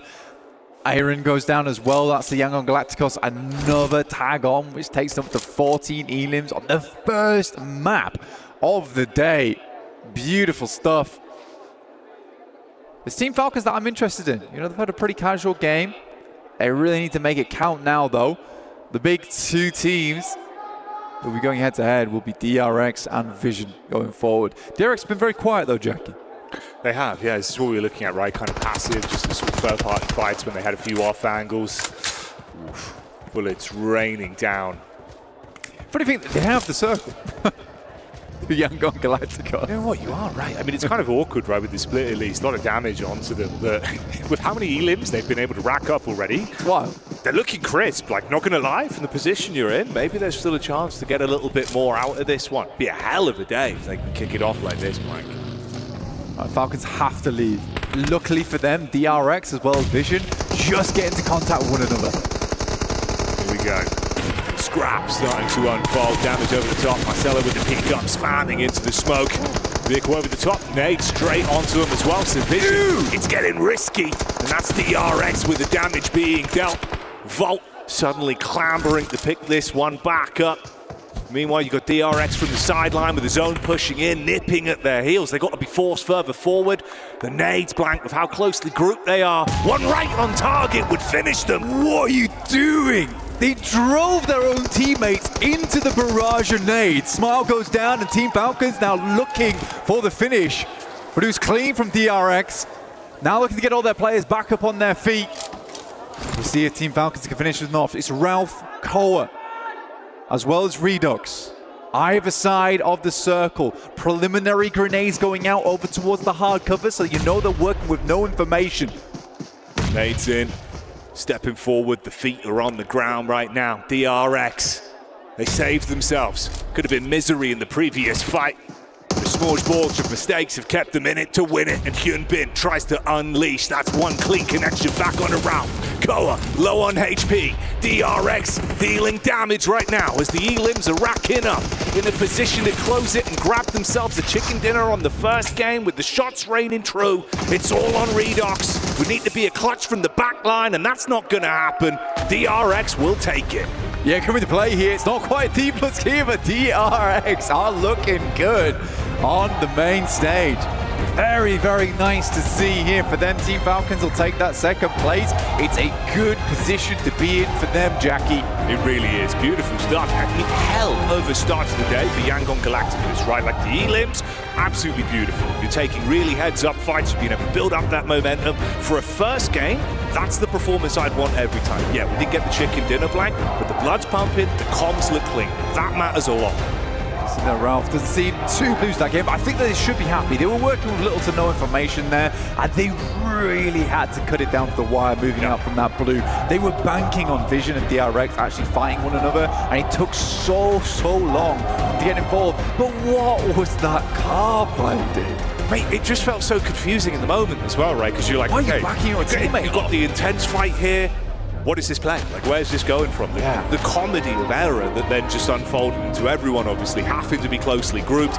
You eat a nade, no spacing, nothing you can do. The difference of one nade is just completely removing them from what was otherwise a really great sort of mid-flow of the game. The game was unreal from Vision, and to end in an embarrassing moment like that does feel rough. They still get themselves a lot of points off the back of it, though, Jackie. They really do. They really do. And a lot more action to come. So join us after the break.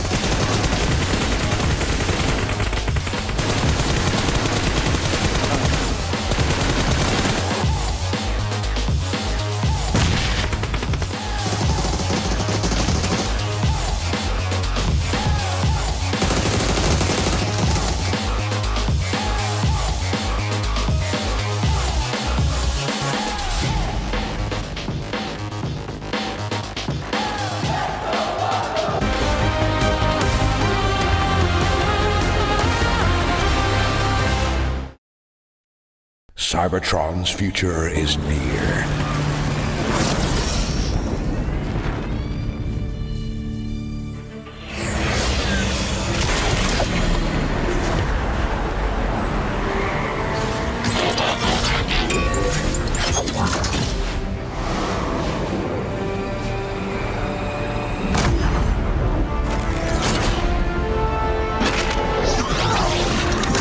Autobots, roll out!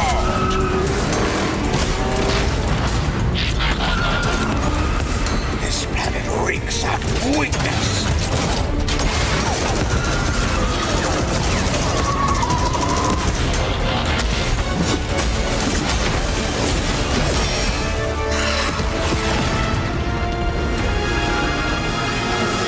Your courage reignites my spark. We'll crowd a new load of Cybertron.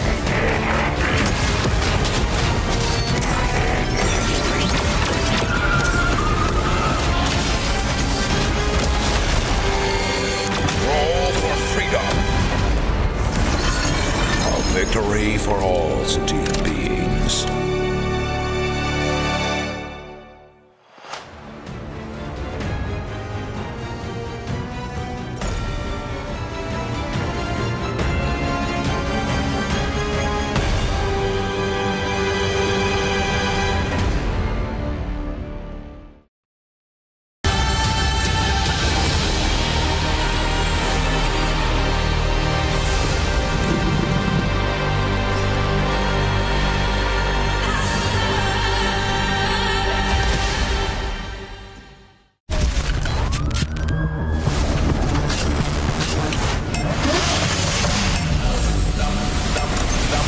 I'ma get.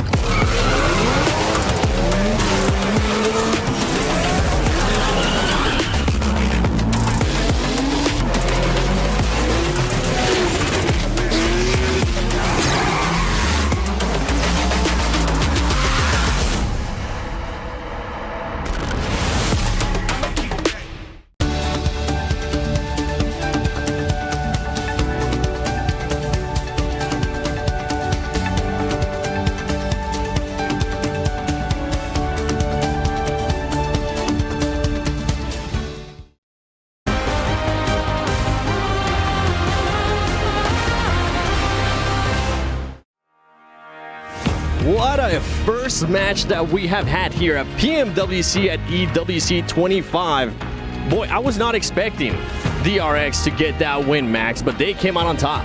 I was like, there's no D plus Kia R, but DRX are the new D plus Kia. Does that make sense? I don't know, maybe. But South Korea here to play. It feels really good. And a really good entry point to the East, playing it pretty safe, waiting until the very end. Got a really good nade onto Vision that really just unlocked the potential for them to win that match. It felt a bit like an underdog type of game, right? You were telling me that a lot of these teams, I mean, big teams that we were expecting to do good, they didn't end up performing that good. One team that actually ended up surprising me, and I feel like it surprised a lot of us, was Yangon Galacticus. The amount of eliminations this team got.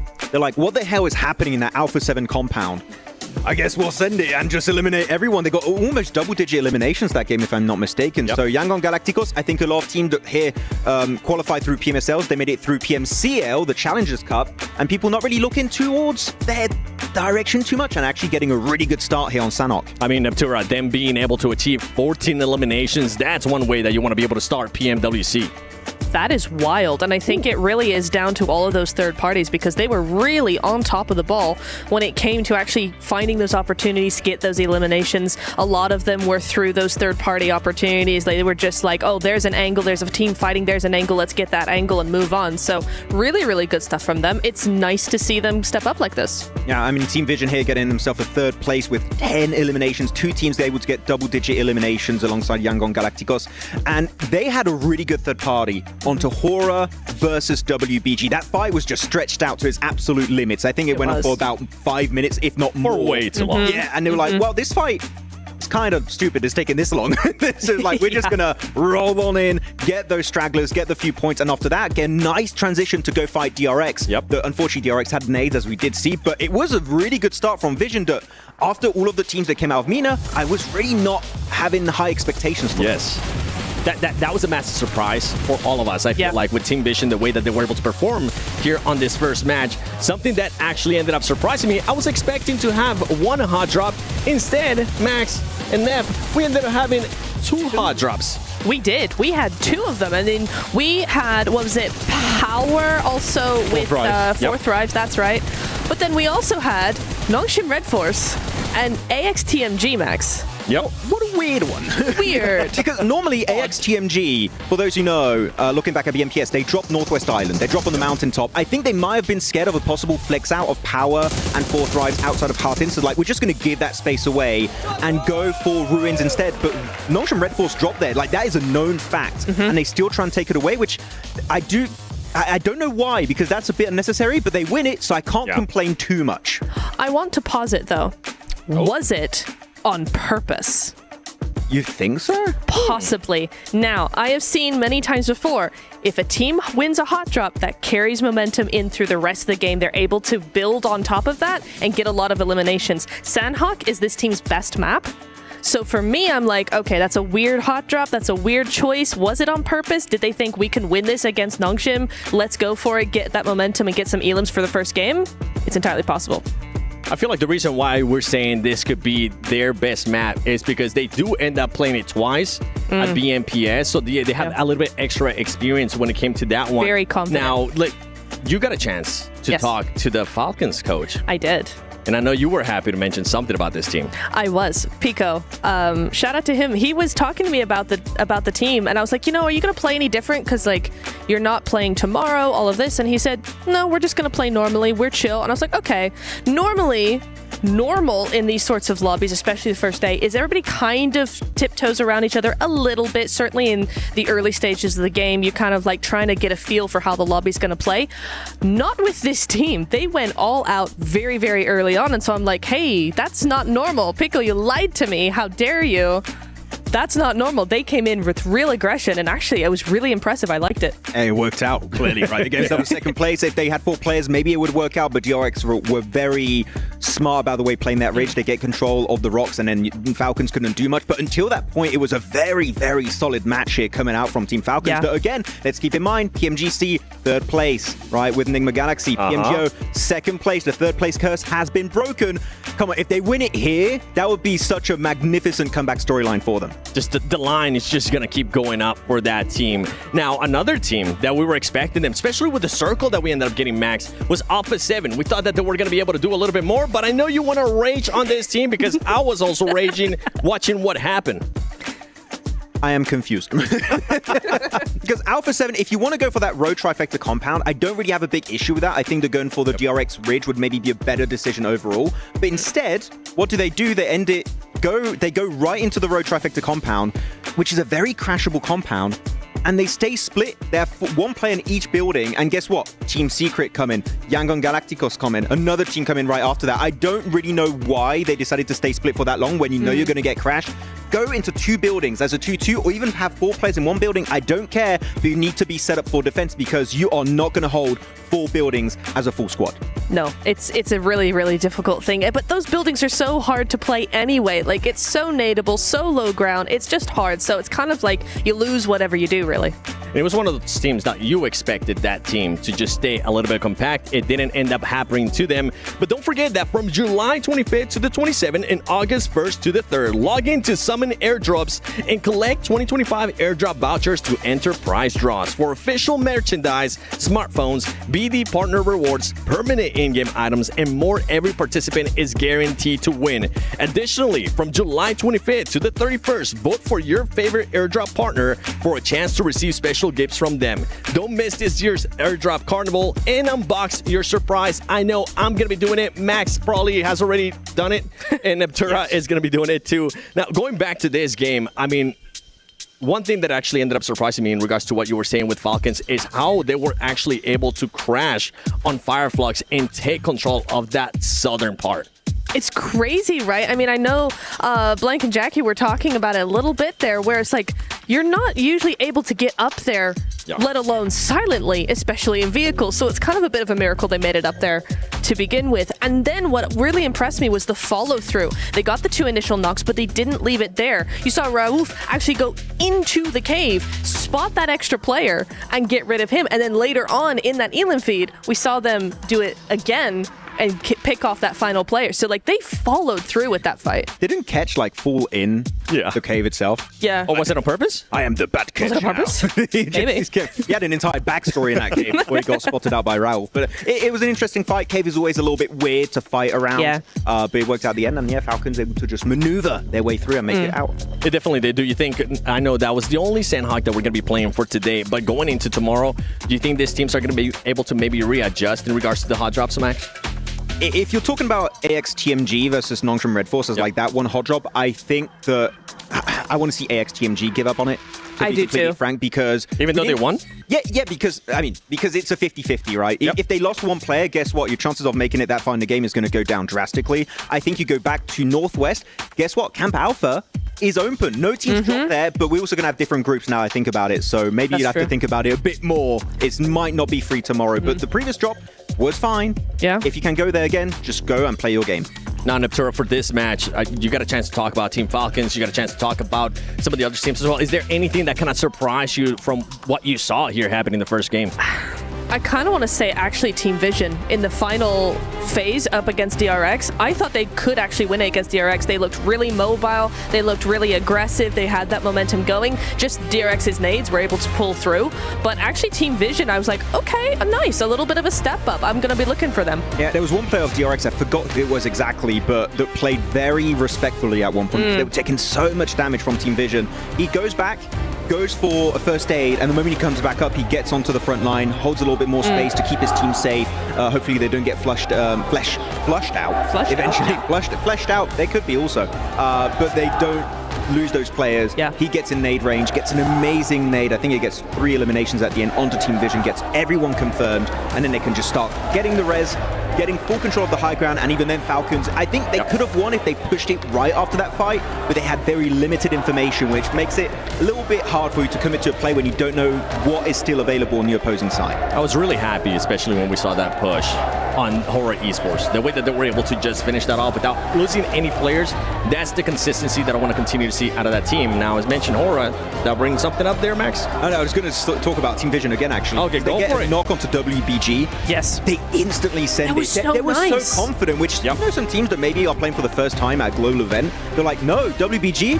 Who the hell is that? We're going to send it regardless. So I love to see a team like that, they're seen as an underdog, be confident. That is what you need if you want to go for the trophy. I mean, the crowd is hyped. I'm hyped. I'm glad that we got a chance to see Falcons, and kind of like, in a way, some of the top teams as well, being able to at least put up some eliminations under here. Now, I want you to give me just a quick name. Going into Erangel, which team are you going to be looking at, Natura? WBG. Ooh, okay, Max. Regnum Carya. Okay. Well, you know what? Let's send it over to Blank and Jackie, and let's see maybe which teams you guys have in mind. Hey, thank you, Seven. I'm excited for this one, man. You know what? It's a spicy question. I'm liking it. He's not only desk hosting, he's cast hosting, he's doing it all. Go on, Blank. Who do you think? Who's going to show up here today? I think what I'm looking at least. I'm kind of looking at Power, to be honest with you, and their drop over towards Yasnaya, right? Yeah. Because there's a potential chance that they drop alongside with Weibo Gaming, and I'd be interested to see how that hot drop happens, because a lot of times, you know, you can comfortably control Yasnaya on both sides. I do wonder if Weibo is going to be a little bit unhappy with a team dropping with them. We'll have to wait and see, because a lot of these drops can change. Also, Team Falcons in PMSL EU, they really struggle with Papada Supermassive actually dropping on top of them in Pachinki. It really hurt their league stage.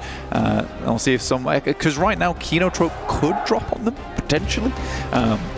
But we'll see, because I do think Team Falcons needs that spot on the map to succeed, especially with Erangel being 3 matches a day. No, I'm liking it. I like the setup here. You give some sort of good thought there for some of the storylines, Blank. I think it's in. Yeah, no worries. I got you, homie. But I think it's a good storyline as well in the sense of power, because that is actually literally like a power struggle. If you think about sort of the opening result from the first game there, you do squeeze out 2 points with Easy being able to get the backstab off late onto Influence Rage. But outside of that was a hot drop that obviously was a heavy hand straight to the face, right?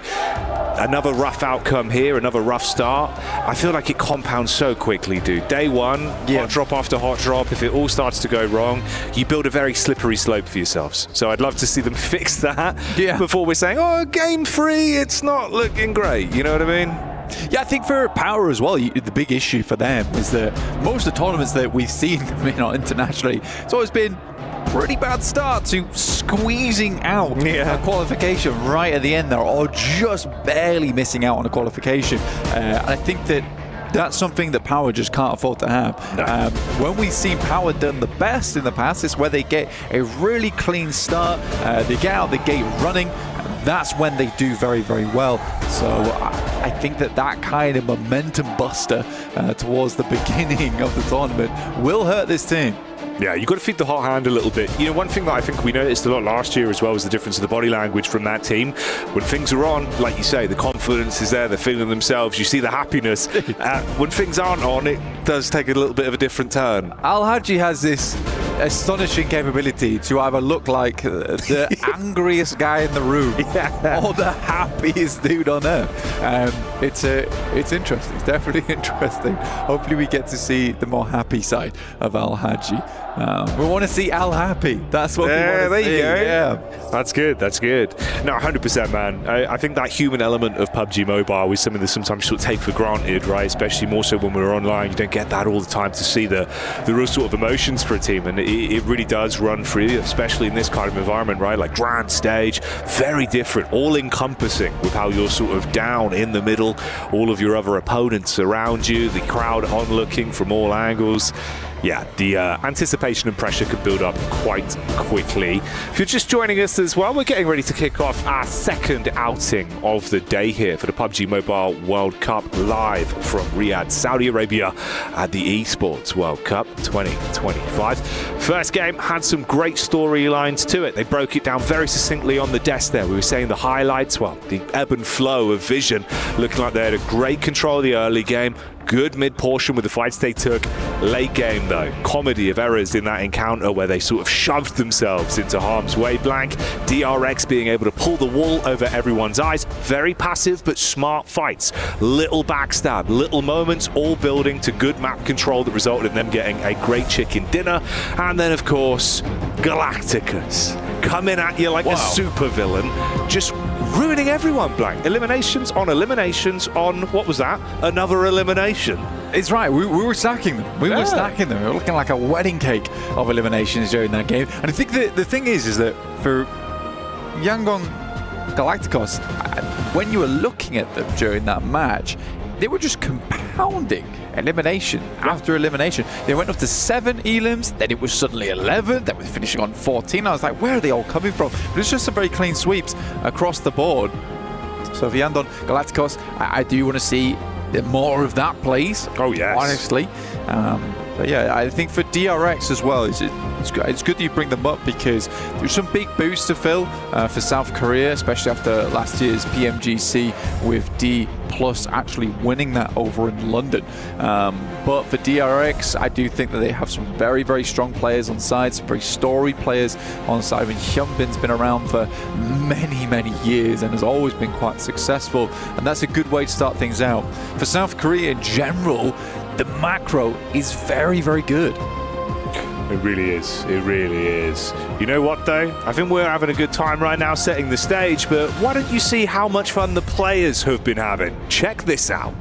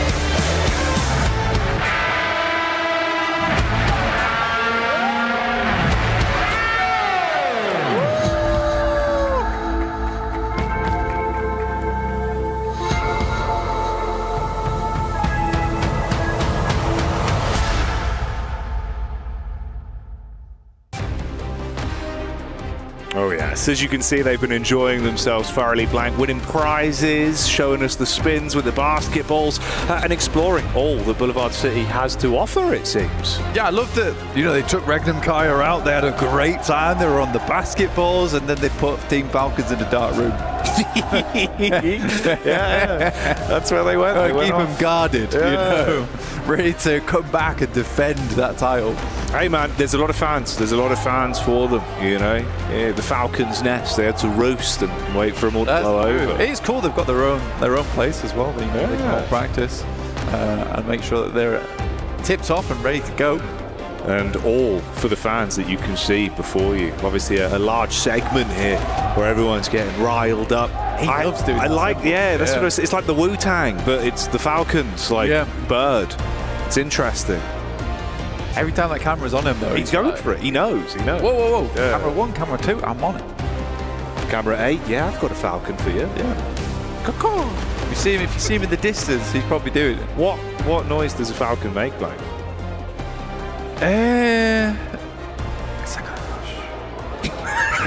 What's it like glides through the air? Yeah. All right, pretty good. You've owned me there, actually. Obviously, you know, trying to get you to do a bird noise, but I'll take it. It's pretty accurate.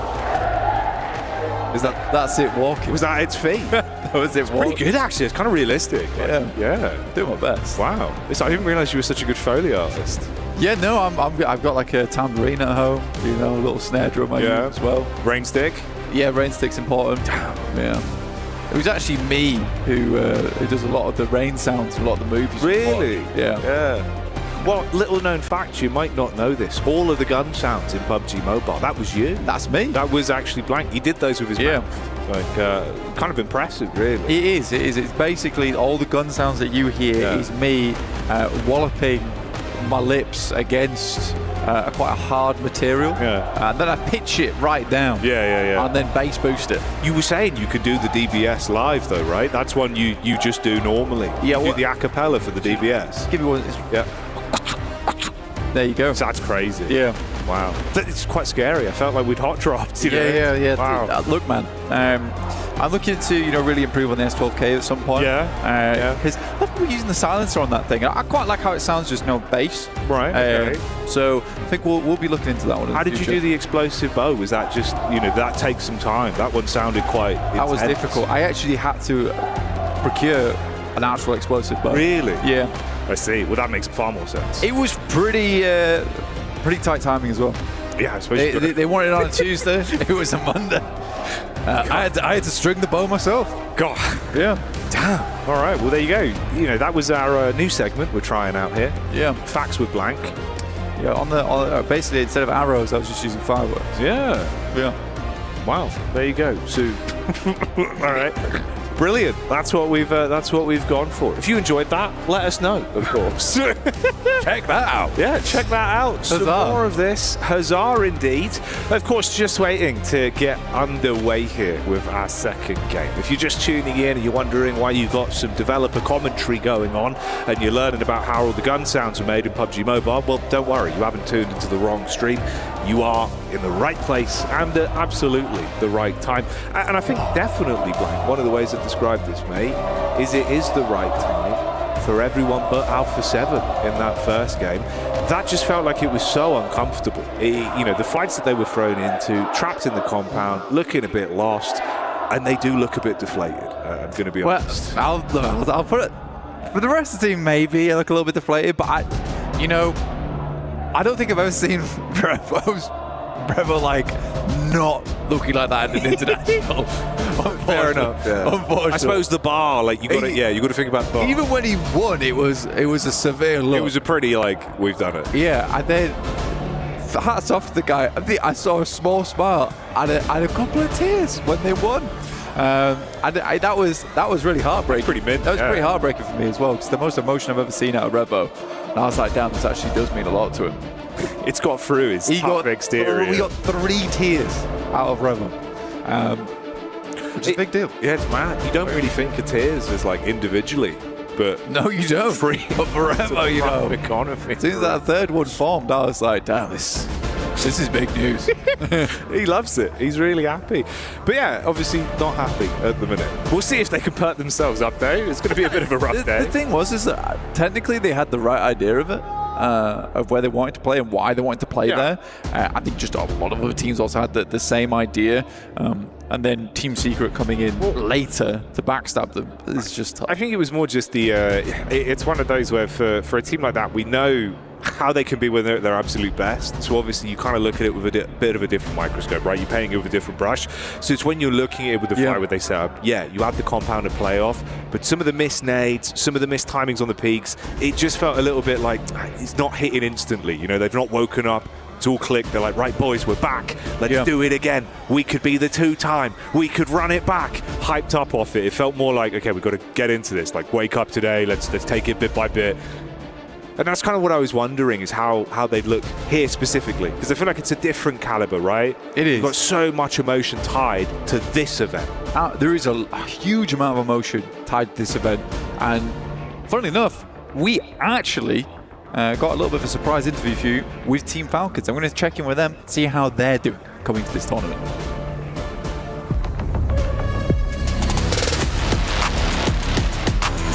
I think I adapt really fast because the team is hardworking, same as me, and then that's the result of us getting like good plays. They will fall in second here, most likely Asara being battered back. Hora doggedly in pursuit. I will stay in Team Falcons for now, and then I would describe it as hardworking team. But are they a funny team? Good team.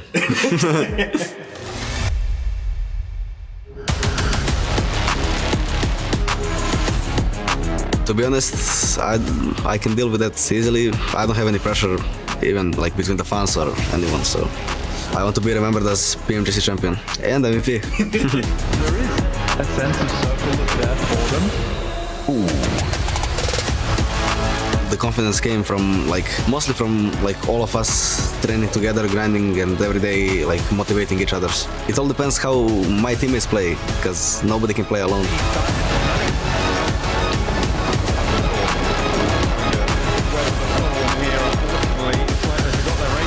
I think the biggest challenge is going to be Alpha 7 on PMWC. Thank you all for following us and for supporting us, and see you on the next tournament.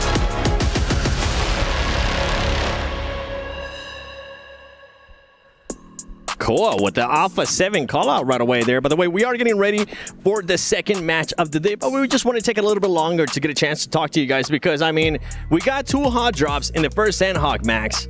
I wonder if we're going to be getting a little bit more hot drops here going into the first Erangel. Theoretically, 2 could happen, right? We got one in Milta that's going to be Influence Rage versus Power. Power did already fight versus 4 Thrives in Houghton last game. I don't think they want to do 2 back-to-back. They lost versus 4 Thrives, so hopefully they can avoid that one. But the very important one here is going to be Regnum Carya versus AXTMG in Rozhok. You said, Niptura, last game, maybe they want to make a statement, start hot, have a little bit of momentum. Do you want to hot drop as AXTMG Regnum Carya? Absolutely not. I thought you were going to say just absolutely. I was like, are you crazy? As much as I love Nong Shim and Regnum Carya, 2 different breeds of cat there, especially on an Erangel, right? Sanhok, it's all up for debate really anyway. You can drop somewhere, but it doesn't really matter. Erangel, these drops have been decided, have been practiced time and time and time again. It's just the map that is the bread and butter. So you better be really confident that you're going to win if you're going to hot drop Regnum Carya on an Erangel. Especially Rozhok. When I think Rozhok, I think Regnum Carya. That is the first team name that comes to mind. So if you're AXTMG, if you want to go there, you better have a game plan in mind, because that is not going to be an easy hot drop like early on Ruins. I mean, if they're going to go for it, we know that they can win a hot drop. They were able to showcase it, but I want to refresh everybody's memory and just take a look at the match ranking from the first Sanhok, so we see where everybody's currently standing. I mean, DRX coming out hot there with the win, 19 points. Yangon Galacticos, we mentioned it earlier too. Just what a massive surprise for me and Niptura, being able to just collect those 14 eliminations and then you just keep going down that list. You do indeed. And actually, I think there's a lot of teams on the top of that list, 1 game in, but that we didn't really expect to see. As you said, Sanhok was kind of the underdog game coming into this. I mean, Yangon Galacticos, you've got Team Vision, you've got E-Arena, I think, has got a lot of hype, but not necessarily a lot of sort of backup with that. Necessarily, there's a lot of people who don't know who they are, and so I feel like they have actually come into their own. Something to keep in mind too is look how top heavy that first match was. Oh yeah. Like 6 plays, you go from 10 all the way down to 4, and then you just keep going down 2 and 2. So this is something that a lot of these other teams got to watch out, because if they do have pop-up performances, I mean, we're talking about how insane this lobby is. It showcases. If teams pop off, they definitely pop off in a massive way. Oh, we got so many 0 points. Yo. Don't look at those. Those are the 4 teams not don't playing look at the today? donuts. No, they are playing today. Please, sir, can you spare some points? We would love some at the bottom of the ranking. But it was, as you said, some of them very top heavy. actually we saw some decent points coming in for Team Secret and E-Arena. I had a very funny chat with all of the SEA talent lineup. And the Indonesian talent, I asked them, do you guys think there's any team from SEA that could win here at PMWC? And they instantly, I'm talking not even a second to think, all said no. They think no. They said E-Arena, maybe they could win, but they said Team Secret no, and the side of Alter Ego no. So that's quite surprising because they have been favorites in the past, but they have. Even the local talent said it ain't happening, bro. I mean, it does seem like it's gonna be just one of those things of we got to be able to get to see more from them before we start putting our faith in them. Well, we've been talking about Sanhok. We wanted just to do a quick little recap there on what happened and just show everybody what's happening in regards to the match ranking. But I think it's time. I think it's time we send it back to Blank and Jackie for the first Erangel. Oh, yeah. We'll run it right back, 7. No one will even know. They'll think it's the first throw. They'll think they're tuning in, ready for this, because they damn better be. The game's going to be intense, Blank. First map, first outing. It was beautiful to see. A few mistakes made for teams, and like Max alluded to, a rough start for the many. But it is the few that have been showing up here at the Esports World Cup for the PUBG Mobile World Cup in force. Beautiful eliminations, some great teamwork, but what will we be seeing here? It's exactly what we want to have happen on our stage right now. Over on Erangel, we're going to send it back over to the old classic. That was good, I like that. You did? Yeah. That was decent. I told you, decent Foley artist. Yeah, man, I got it. Sounds down. But match number 2 out of 18 here right now. This is Group Red versus Yellow. So we'll have the groups shifted up a little bit tomorrow. Look at this, down towards the south side of the map, coming from Primorsk all the way over towards Milta Power. Weibo Gaming down towards Primorsk, a really nice spot to start off in as well, to be honest with you. I think anyone that can start off in Primorsk on this kind of playing path does have a big advantage, especially because you can line this western coast as well, pick up a lot of vehicles, have control over towards Quarry, a massive amount of loot to have over down towards Primorsk. So yeah, very, very good beginning there for Weibo Gaming that have suck over towards Sosnovka. Yeah, quite a wide split for the scout, mate. That's a groin-splitting split. I don't think like what was his name? Jean-Claude Van Damme? No. Yeah. Was it Van Damme? Yeah, with the jeans. Yeah, it was Van Damme, wasn't it? Yeah.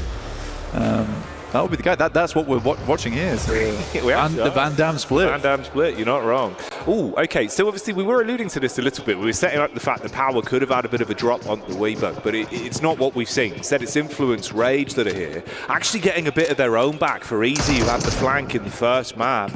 Obviously being able to instantly get the damage out. Al-Haji, not ideal. A big man for the team, but not able to deliver on that first encounter. For Dan as well, you have eaten that nade. Ooh. But hey, Dan, just down. And it's unfortunate to see, honestly. I think what typically happens with Aiden is that when Al-Haji goes down, he really struggles. When he's up, he plays kind of the centerpiece to that role where you do need him on the off angle to support Al-Haji when he goes to those pretty insane rollouts. But yeah, now just Ragnar and Easy try and make it happen. Got the doolies. Trying to bait on a peak. Wild spray of bullets, but teamwork's there for the close quarters engagement. It's not ideal. And again, literally the same story, bro. This is the worst outcome, right? Just Easy left alone as the solo, if he even makes it out. But everyone's gunning for him. Want to confirm the full wipe on the squad. And that'd be Power Gaming going down as effectively the first full knock in both of the maps. Elevated angle over the top. Looking to dive onto him. Will eventually clean up. Took a bit of time to find it, but Easy's gone. You can get the save back onto him there. So Power out. Spat out his chewing gum. I'm so happy about it. Success. That's a successful push. They chew down over towards Power. I'll tell you that right now for Influence Rage.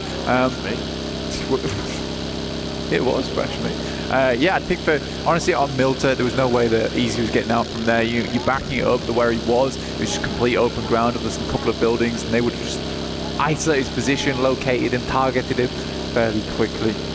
But it's a quick cleanup over towards Milter as well. It was. Obviously, we were kind of setting this one up with a bit of a breakdown on the split situation there. It's 4 Thrives that would be in the middle of the group reconnecting from that side if you're making the late rotate in from Sanhok. I am curious to see how we will actually end up playing over the course of this one, because they're setting up the idea like, oh, a bit of a chance there. We'll see if Power Gaming can start things off better. Didn't go that way. It wasn't the storyline we got. Again, results them going down first. You've got potential as well. I think the longer these games go on, Blank, the longer the day goes on, potentially even for them. I think this is where we're going to see more and more of that team being able to deliver. So much talent on there, you can tip of everyone's tongue saying that this could be the chance for that side of the region. They can start showing up again. So I'm curious if they're showing us a bit of innovation for some of these plays. Yeah, I sort of understand it where you send Sukat down towards Sosnovka on the eventuality it is the south circle. But even then, like, you could make an efficient rotation across, and maybe it's a case where Suk in that situation just takes some pot shots over towards 4 Thrives as they make their way across the bridge, and then they can group up. But I think that the risk doesn't outweigh the reward here, honestly. It's going to be difficult to get back together. There's potential that Suk can take some vehicles, take a boat back around towards them, but by then you have delayed your rotation by a ton. For Falcons, on the other hand, no hot drop over towards there. Though my main takeaway from this game is because it's such a southern playing path, it doesn't really tell us too much about the drop spots, because these were a lot of backups being used. Yeah, it's fair enough. It's fair enough. It's a good point to keep in mind, obviously, in terms of how it's going to affect things here. Give us some different results over the course of the day. I was stressing going into the next match. They're like, do we want to drop Yas now? That's what I'm saying, right? That's the awkward part, because obviously once it kind of is forgivable and it feels a bit rough and you can fix it, the second time it happens, that's when it is instantly like, we're at the halfway point of the day, boys. Like, yeah. It's already creeped up on us, you know? So, how do you fix this? You have to get the screwdriver and kit out, figure out where the loose screw is. I suppose at least the only blessing, like Max was saying, there is a decent gap. If you look towards, obviously, what, 6th upwards, it's not that much of a difference with points, right? So, like, obviously, if you just actually start to build your way back in, and everyone else doesn't have a crazy spread, then maybe it's not the end of the world. But the likelihood of that obviously has a lot of bells and whistles attached to it. Yeah, and as we know, Jackie, for the group stage we're starting off with, it really isn't that unforgivable to go down too early. We're going to get 8 teams going through towards straight through, and then we have 8 teams going through to the survival stage, battling it out, right? That's what we want to see here. So there is still a lot of chance for our squads to remain in this one for a long, long time. So it will be 16 teams in that survival stage. 8 of our top teams will be heading straight through towards those finals we'll be playing later. So we won't really see any teams or their keys being crushed until after that survival stage. Yeah, you've got to wait for the spectacle. Like Barney was teasing, when the iris opens, sparks will be flying. So you won't want to miss that as the action develops here.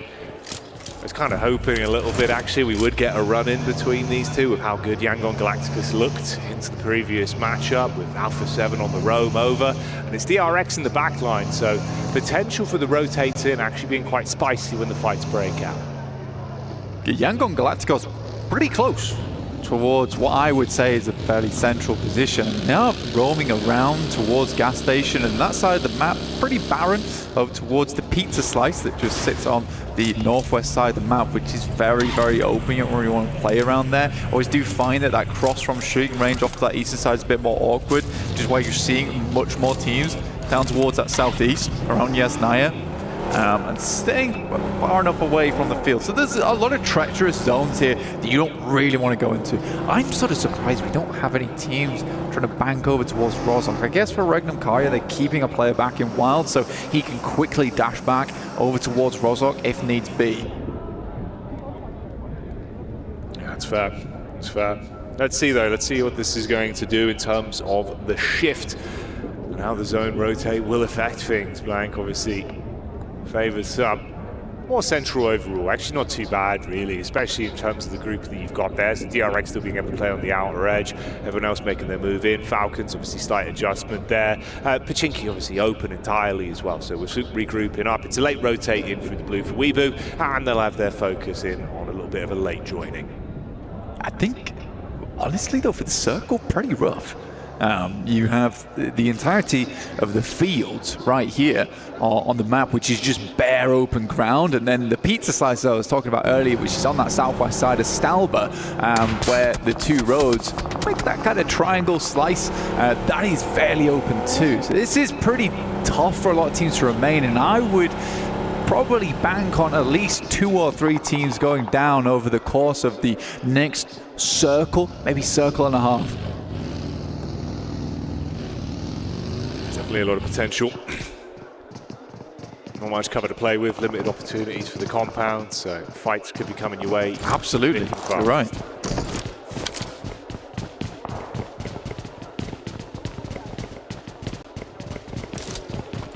Team Falcons down towards the southwest edge. Like you said, Chinky was free as they'd left it quite early, but they're going to have to get past school right now. They're over towards apartments. A little bit more difficult to see because we are cramming 15 teams into a small space because they're all avoiding that fielded area. They're trying to take up space around some of the remaining compounds. You have the river that cuts through into the lake. It's a weird circle. It's a very weird circle. I do like this position DRX has, though Alpha 7 is waiting in the wings. Mafioso underneath. This typically is a really good spot to catch teams playing on those outer shacks and outposts just over towards the western side of Yasnaya on the lake. You can control a lot of area from this top side. Now, how will DRX handle Alpha 7 though? Because the rest of the team is making their way on over with Creo, Squash and Revo just off towards the west. It's Mafioso just playing on the lip here of the rock face. He's had the vehicles approaching, the engine giving that away. Just tucks in, has to play on the off angle realistically. If they peek into him, he seems like he's got a good read on the situation at least, but spacing from the teammates relatively far. DRX trying to get a lay of the land, assess if anyone else is coming in from the other side. Didn't actually find him. He pushed up towards the rock face as well on the peak.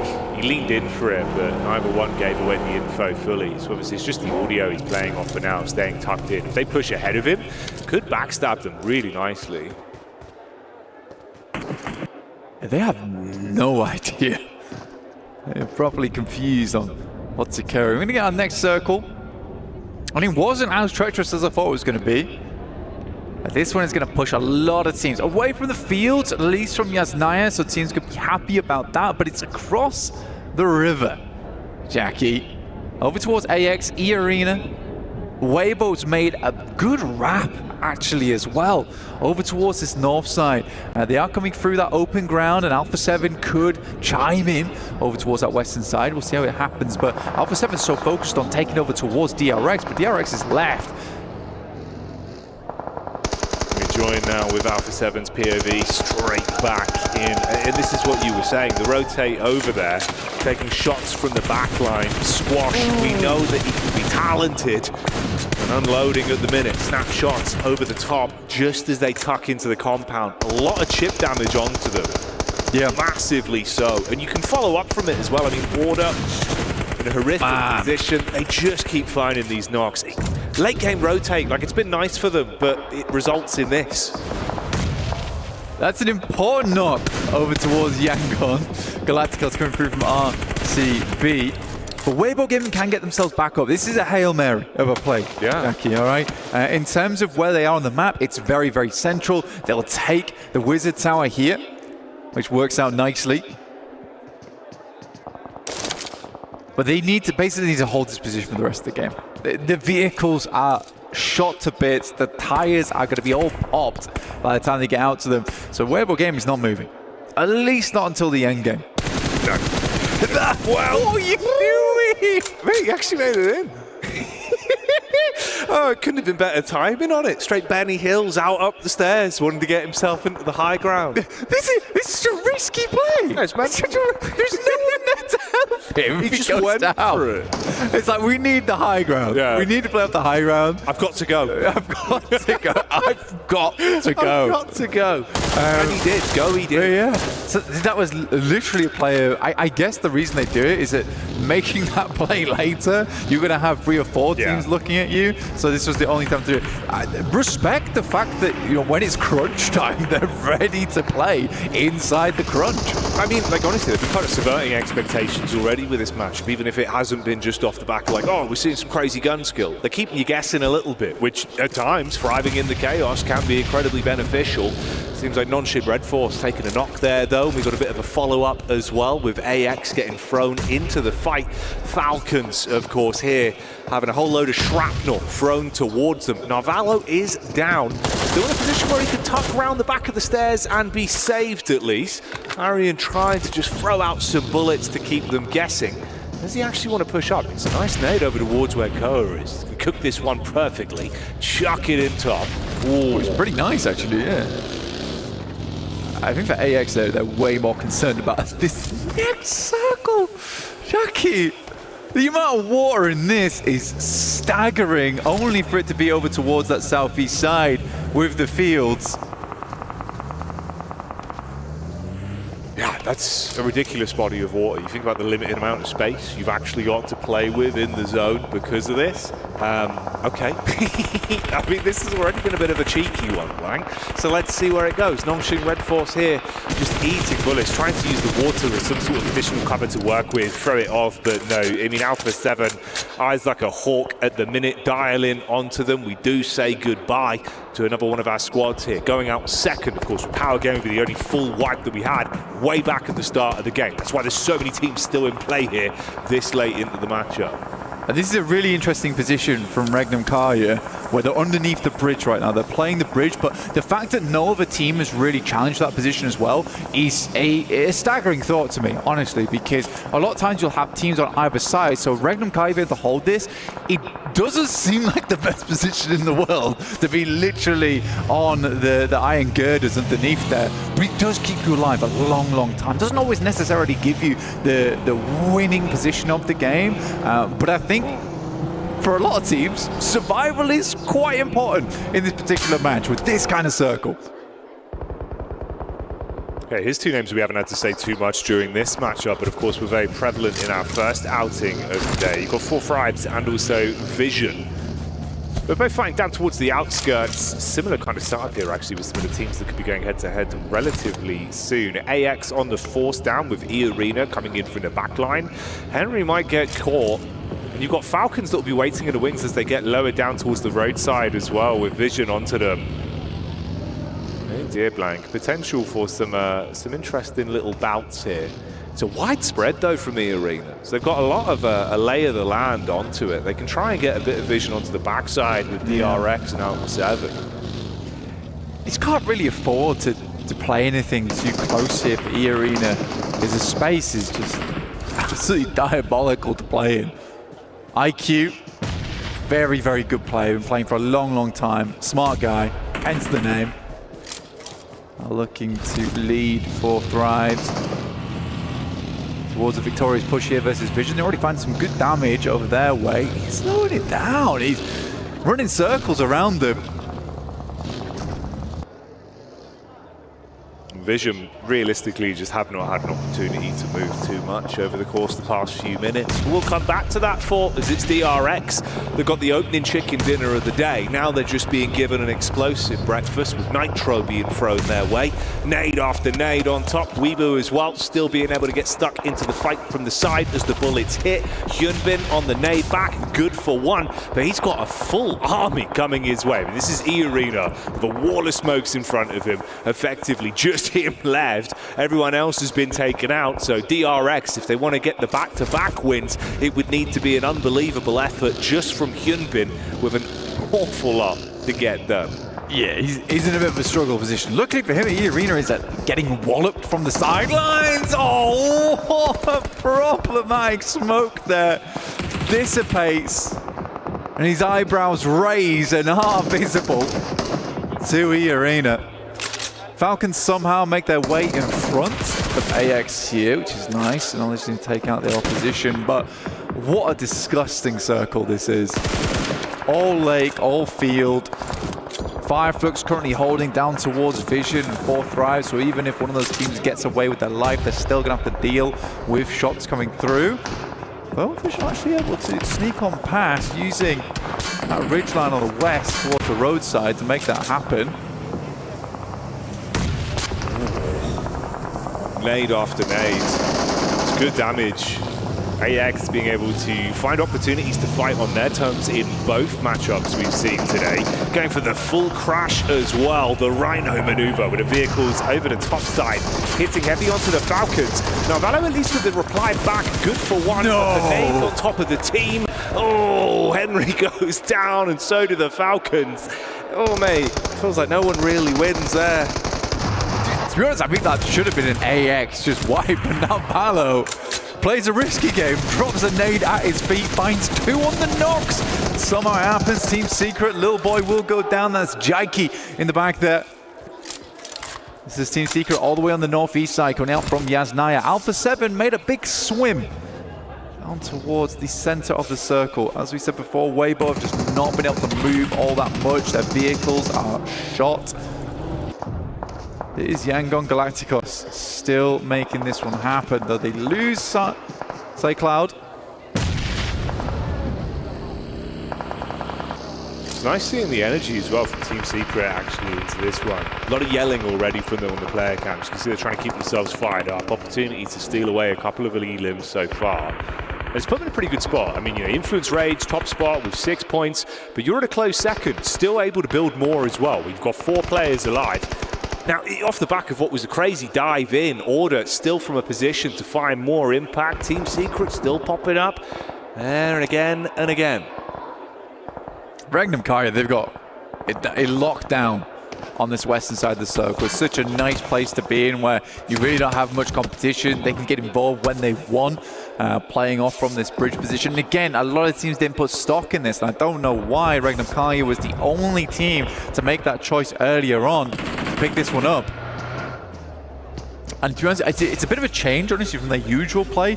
I think that they took their time moving from Rozhok a little bit further across towards apartments. A fair few times on these kind of circles, they've been caught out where they move too far and too fast. The circle ends up coming back their way, and then they struggle in the future because of it. And it should have been an easy pickup. Order attempts to make the cross, and that will be one. More in the pocket of Regnum Carya. Yeah, the man himself, Silas, on screens, looking to find some impact on this one and build up the elims for him from the position they've got with the cover to play off. Now, Weeboo been taking their time. Feels like they've been, you know, given a bit of plot armor with some of the fights they've survived throughout this map. Maybe that's about to change.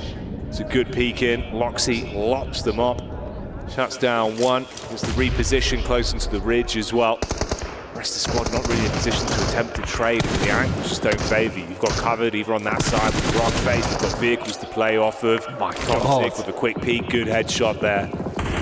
Yeah, that was nuts from Toshbek. So low though, but you need to get that headshot coming through from the Mini 14. Sec 3Z going down, just Sook remaining, our slightly more unorthodox player coming through from Weibo. On that big split they had earlier on. Alpha 7 do make it across, by the way. They did a heavy amount of damage, but managed to make it happen. Toshbek looking now, but you can see from staying in this spot for a long, long time, resources aren't looking all that great. Yeah, running low. That's the factor that could come back to bite them the longer this one goes on. I was curious to see if things would keep developing in a good manner for Team Secret as well, as they had a nice little bit of choreography there for a while. They were finding fights where it looked like it was working well. I mean, up to 6 elims, but they've been shot in the back. They do at least still get the knocked player back up, so it's going to be okay to reset from it. That's the last remaining member of E Arena as well, just down towards the coastline there in Joker. Meanwhile, Alpha 7 low here on resources, but can they build back up from forcing out? What are you doing, Carrillo? Oh, mate, what's happening? Naded him. Hey, his initial fight from earlier on versus Influence Rage, and Drang just holding it down in that front line. Diego goes down as a popper from Lil Boy, and he just holds the angle apparently. Yeah, I guess so. Kind of setting this one up where it's like, oh, this could be big for them, force them out, take the position off them, get some gear. Nade to the back of the face. Love that. But let's see if they can save Revo, get him back in the fight. Meanwhile, they're being collapsed upon though. So this is Hora coming in from the top as well, looking to really put the pressure on here. No fear, living up to his name. Nade over the top, burst in air. Hora with the first knock back over. Seems like Silas as well, taking that one straight to the dome. It's a free-pointer. Oh, mate, beautiful work done. We move out in the meantime. Sleep, he has his legs blown out on the nade back over from Alpha 7. If he hits this. It's so close, bro. That second nade was unbelievable, but Forever was able to make his way down and hit the shot. Regnum Carya will go out there. 6 elims. I think that was a good game from Regnum Carya, all things said. They just got themselves into a position where couldn't quite figure out a way to remove themselves from it. Again, I don't think the circle favors them at all here. So I do think it was decent. For Carrillo, yeah, head down focused. Definitely should feel a little bit guilty about what he just did over towards Revo, who was revving up to get a good nade over towards Regnum Carya earlier. Yeah, I mean, that's the thing. Like you say, if you can at least recover it individually, then it'll be all right. We can forget about the bad times and the possibility of it maybe being better than it should have been. But we'll go from here. You forced out the team underneath, so no one blocking your path. It allows at least a bit of a reset from Hora. A lot invested into that, though. Unfortunately for them, they were hoping it would be way cleaner, right, on the dive in with a third party. You get left with just 2 players. It is going to slow you down. So many nades used as well from them. So back pockets relatively empty, and there's not much to pilfer from what was underneath the bridge. Yeah, this is such a weird circle as well. You do not see this kind of circle for many, many months at a time. It's a very, very odd one. I don't think I've seen the circle end up around here for a long, long, long time. Pretty much for Thrivesource, Fireflux do have a big position here purely because they have the ridgeline to play around between one another. It's going to be Hora, No Fear, Alpha 7, Team Secret, and potentially Iarinu is going to be getting themselves involved with one another. Obviously, the big difficulty though for Thrives and Fireflux is that eventually that ridgeline is going to be useless to them because they're going to have to move over towards that north side.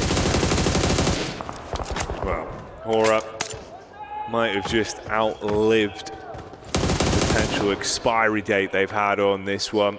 No Fear, the last to fall, as Revo will get revenge for the damage back over into the previous encounter towards the bridge.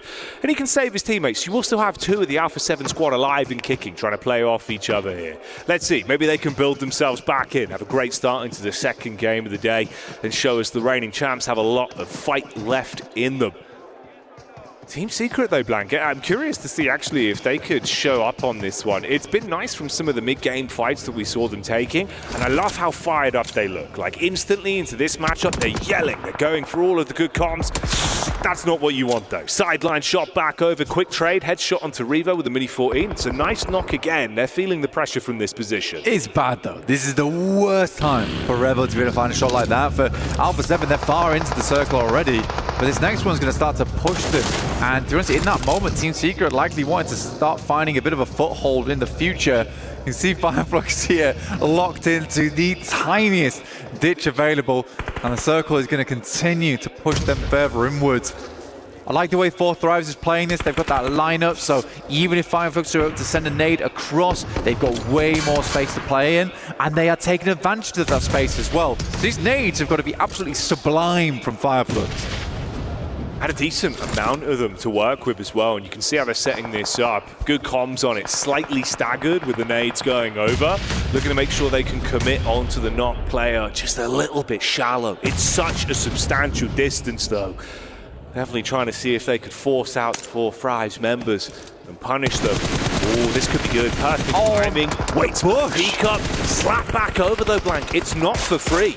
They're actually able to at least get a quick trade onto him, so good heads-up play. The Bush had a framework made of metal, stopped that buggy in its tracks. The Fireflux ruined by that moment. They really just wanted to get across and start taking shots at the 2 players remaining from 4 Thrives. In the meantime, though, Madcap will go down, as will Scarface, and it's looking pretty grim right now for Fireflux. Alpha 7 and Carrillo, as well as Revo, I mean, that is a dynamic duo and a half, and they could make something work out of this game. Potentially so. There's always a chance. There really is. Fortunately for 4 Thrives, now it's just one that has to thrive. That's all that's left for them. And like you say, a bit of a split there. 2 teams in terms of the battle of attrition that do have 3 players alive, but limited resources to play with, and the cover really isn't there for most of these squads. So closing the gap between one another, it's risky. It's all or nothing. You've got to peek in, off your teammates' contact, and commit to those elims. You can't mess around on this one. And Secret looking very agitated, obviously aware of the Alpha 7 position, knowing it's do or die on the peak. For Team Secret, the lucky thing for them is that they have a lot of hard cover in front of them, and those rocks, as well as the tree line. This is wild from 4 Thrives, but they knew where Ketch was, and they're just looking for 3rd place. It's a smart maneuver. They're going to confirm points. I actually like a team that does that, that takes it into their own. What? Okay, goodbye Team Secret. That's how that goes, mate. The damage over the top with an aid, and the absolute aggression from Alpha 7 that throws us back into a head-to-head 1 versus 2. Revo looking to let it rip on the shots over the top, and there you go. Alpha 7, your reigning champions. They might have struggled on the first game, but they're back. They mean business, and they take that one home. I mean, that's an apology and a half from Carrillo. I'm going to win the game for you. I'm going to win the game for you. Trust me, trust me. Yeah, I don't know what happened there. I mean, I was praising 4 Thrives for the fact that they knew where Ketch was, and they were like, we're going to just secure a 3rd place. We'll leave Noki behind, and then he can try and go for a 2nd or a 1st if he's lucky. And in that moment, I think Team Secret gets so flustered, they just get torn to pieces. But there was so much opportunity, in my opinion. It's 2 guys from Alpha 7. They're more putting presence and everything behind those rocks. You just send out over towards that hard cover, towards that tree line, instead of sitting behind that vehicle. You have a much better chance towards that late game. And I think it was just that menacing characteristic from Alpha 7 that kept Team Secret in an odd spot. Yeah, it felt like Secret into that matchup, you know, they had some good knocks from the sidelines where they were able to play off a bit more of a passive position. But by the end... Talking about the grenade! Yeah, I know. He's just giving it. He's just giving it. Yeah. I mean, it is ironic, right? You That was the only outcome. Like, you gotta just win it. If you just win it, doesn't matter. We'll be fine. And that's what he does. That's what Alpha 7 do. And you are going to wait until we're back in a few moments' time. We'll see you in a sec.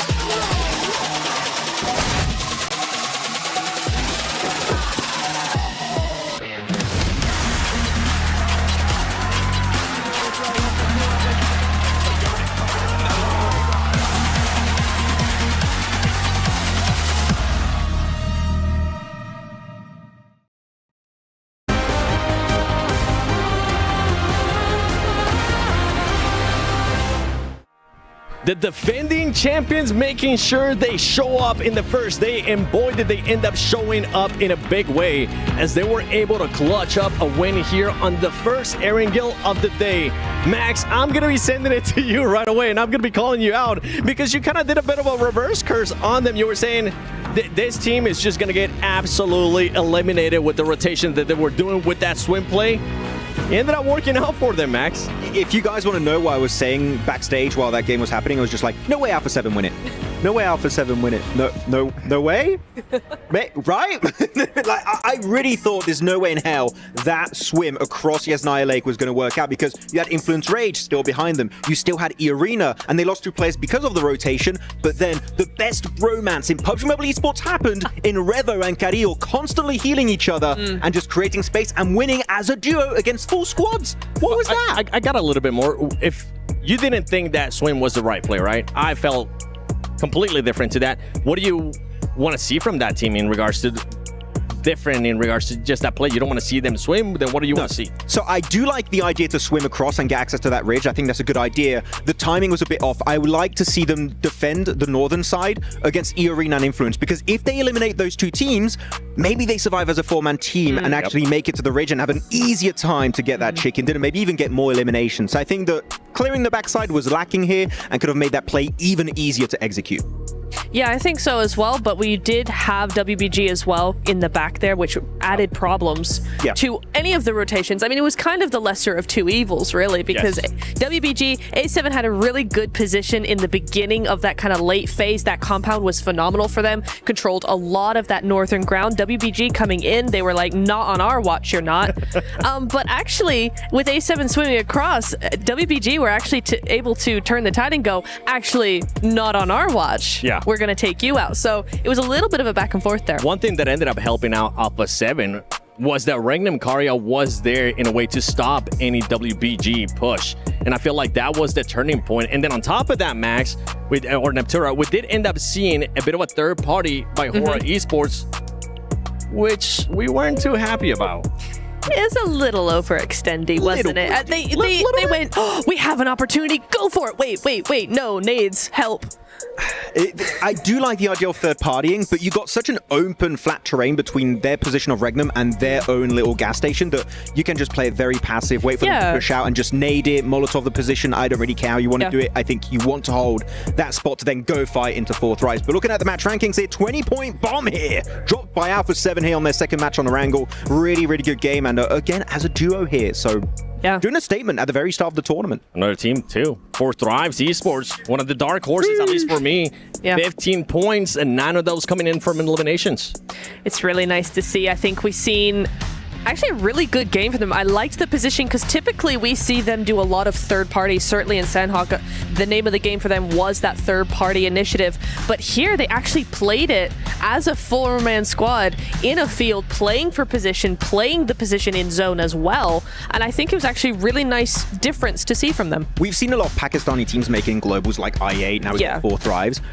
Do we all agree that this is the best chance we have of a Pakistani team winning a global? Because this team is looking amazing. 100%. I fully agree. I think we're also seeing one of the best players ever from Pakistan in Falcon. Oh, yeah. The 1-second nade specialist, you know. He's been having some great times in PMSL CSA. They're going on to the second page. DRX not quite able to follow through with their initial chicken dinner over on Sanhok and getting 0 point the bubble here on Erangel. That's not good. There towards the second page, one team that didn't get any placement points, but did end up getting some elimination points. AXTMG, Natura. Yes, they did. I actually really liked how they played that against Falcons. The initial fight over onto Falcons in the guard tower, they tried it, saw that it wasn't going to go through, and they went, okay, cool, we're going to back off. Awesome, love that. Then Falcons actually took a position that was down on under a ridge a little bit. And I think it was really interesting that AXTMG actually took that and went, we're going to approach this as a third party. They did not full send. They didn't do anything. They used the ridge to scout around, to kind of run around the ridge, throw some nades. Once they got like a double knock, then they just full sent in. That is more like a third-party play than an actual 4v4 confrontation. So I thought that was actually really interesting because that is AXTMG strength. And then no survivors. And then no survivors remain in that like wasteland of that fight. But I think actually there was another option available for AXTMG. I wish they would have opened up their third eye for a second and just like saw that option, which is maybe third-partying Vision versus Four Thrives in the southern side could have been a decent play. You go onto that bridge east of Rozhok, play it passive, you don't have to fight Falcons, because guess what? Even if they do win versus Falcons, later on you're going to have to cross Regnum Carya and WBG and Hora, so I think it would have been a good fight to claim a position at that point. Before the chicken dinner, no way was going to happen after a big fight versus Falcons in that specific spot. Well, with what I'm seeing so far from AXTMG, I feel like we got to go into Dr. Suleiman Al-Habib hot takes, because my hot takes is, with what I'm seeing from AXTMG, I feel like they might end up going to the grand finals, and I'm hoping it continues on. Max, do you have any hot takes? I'm not sure if it's a hot take. I think it is, personally. I think hot drops have no place in a global tournament like this. Agreed, especially after day one. Nep? I think A7 are going to win the next match. Back-to-back, day one. Let's go. Is that a hot take? Excuse me? That's a hot take. All right. Well, you know what? I'll let it slide. It's for me. I wonder if Reflections is going to be maybe changing his hot take. I want to end up finding out. So you know what? Let's send it over to John Allen and Reflections. Okay.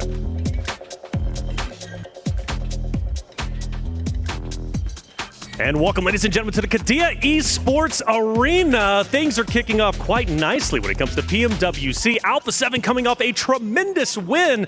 We got to be watching out for them, the returning champions. But since we're 2 maps deep, I think it's now a perfect time to do our Dr. Suleiman Al-Habib's hot take, because things are starting to get spicy. I'm Taylor Reflections Noble, joined by John. And what are we seeing so far, man? Because Alpha 7, that win was huge. That was absolutely brilliant. 2 players against so many full force squads. They held their nerve when it mattered most, and they came out on top. Let's get into these hot takes, though, all right? And I'm going to kick things off nice and strong. Maxman is going to say Team Spirit instead of Team Secret at least 10 times today. Guaranteed. That TS abbreviation, that's tricky. It is tricky. That's why we're casters. He's not. I do question, though, why is Maxman getting so much hate? He was tied up, thrown on the couch before the pre-show, and then now you are also bullying him yourself. What's going on, man? Hey, look, the man needs to stay humble, otherwise he'll predict teams more and more, and we all know that we do not want that to happen. Humility. I think we all could use a little bit of humility. Alpha 7, though, I was actually coming out the gates before that win. I was going to say my hot take was they're not making it, or they're going to the survival stage. They're not just going all the way through to the finals. I got to change that. So now I'm going with Revo. I think he's going to get 50 eliminations, but can he surpass it? We'll find out. Let's head back over to the casters. Hello guys, we're back. You know what my hot take is that we're all really uncreative, and I agree with Reflections. We've got to stop bullying Max. Here's my hot take. I love Maxman so much. That's such a cold take. Everyone knows you love Maxman. Yeah, but you know, what else am I going to say? You're freezing right now. You're freezing cold. Look, I just want Max to know. You're -5. Max, you're amazing. All right, Stop this it. is specifically for you, Max. I'm talking Stop to you fanboying right now. He's so cool, though. The style, the grace, the way that he fills up the place when he walks in the building, Maxman. King of the nades, Maxman. But you know what? Let's talk about another team that delivers almost at the same caliber of Maxman. Alpha 7, that was a hell of a comeback from them. It was a good show up. Yeah. Right? I was worried. I was saying, like, game 1, right, looked kind of sluggish. Everyone looked sad. Sad on camera 8. Least now, kind of happy on camera 8. Reminiscing about the misplay with the nade, but in a positive light. All blown over, all still mates. I just threw a bit too short, you know? Oh, it's fine. We won. My finger was a little bit sweaty. I'm sorry. Yeah, it's all right. Yeah. But he did clutch it, came home big with it, hit the straight slick 3-pointer. Everyone's living. Although, how's it going to go from here? Obviously for us, third game of the day, last game of the day for us, only the halfway point. You recap some of the things we're seeing, right? Again, global trends on this one. Point differential, not that crazy. Mid-portion cap, right? We still got a good half of the lobby that can get a bit of a shift on in this matchup. Power gaming, though, not looking great, Blank. I'll be real, and that's a shame. They're unshimmied right now. Yeah. It's bad. It's bad. And again, there are some teams here that are looking just as clean as the Mr. 7WG himself, but others, they're just not doing so hot. And I think that's going to be the base of this whole cast. We're going to be really nice to everyone and everyone. Yeah, it's super friendly. Yeah, we're just super chill cast. It's nice. As we head in towards our third match of the day, there was a big point that we wanted to bring up, which was on that first Erangel that we saw there. It was a very southern playing path. Yeah. Forced a lot of teams to head over towards some of the backup drops that they had. Now, I do want to see something that's a little bit more central, you know, even a vertical playing path would be pretty happy with. I want to see a clear-cut decider of where the team's going to be playing, because it is not unlikely that you have a day where all of these playing paths are really awkward towards the side of the map, or not allowing you to swing far off towards the west or the eastern side because of where they're situated over 3 matches today. And not only is that difficult for us to get a read on the players and the teams and where they're dropping, but it is really tough for the teams who are going to go home tonight and put a lot of that analytical prep that you see the caliber from Neptura, for instance. No, it's true, dude. It's true. You know, I think it's one of those, Blank. We're already at this point today. We're seeing some squads that are being able to thrive with more passive gameplay, some of the heads-up reads where, again, actually a good callback, like Naturo was saying, right? Like the idea of kind of getting over the hump early, where you go in, maybe force yourself into some aggressive hot drops just to see if it gets the blood pumping. You know, obviously, that I think the term is from Moneyball, Blank, it's feed the hot hand. It's one of those that makes a lot of sense in this kind of environment, because obviously, other side of the coin, you see what's happening with Power. It ain't working right now. Yeah. It feels like they're cooling off. Colder than those takes about Max Man. Other side of the coin, you had DRX there that bided their time into an explosive finish. That's nice. It's going to amp you up. Sure, game 2 wasn't as great, but then what happens? Alpha 7 starts saying, let's play a bit more aggressive. Let's actually take fights. One of them was very aggressive. Extremely so. Yeah. I think that, yeah, for a lot of our teams, like just going for things at the moment, and there's little to lose here. We've already discussed it in the case that, you know, no one's going out right now. You're either going through to the main tournament or you're heading through to that survival stage where 16 teams will be taking part. So the 24 teams will be going through. Right now is the best place to be when it comes to experimentation as we head into our match number 3 of the day. It is Erangel. We're going to have one more Erangel after this one, followed by 2 Miramars over on those Dusty Dunes, and it'll be Reflections as well as John taking you through that one. But for now, let's get right into this third match. And look at that play path. Yes! It's far more central, mate. This is what we were hoping for. Obviously, last time around threw us off a little bit with some of the hot drops we were expecting and some of the rotates we were seeing. So the secondary drops were called out. Things should be a little bit more cleanly cut here, and we'll see if there is overlap. In a weird way, again, it does actually kind of scare me if we do see Power going for the potential play that we could expect here with the hard drop. We'll see, mate. We'll see. Heading straight back down towards Milter, but Influence Rage is going a little bit further here, so Power should be able to hold on to this one. That feels bad. Yeah. The Influence Rage is not going back to Milter Power despite just demolishing you in it, so it's kind of like a pity play that you've been sent your way. I am curious to see if Pachinki is held solely by Team Falcons this time around.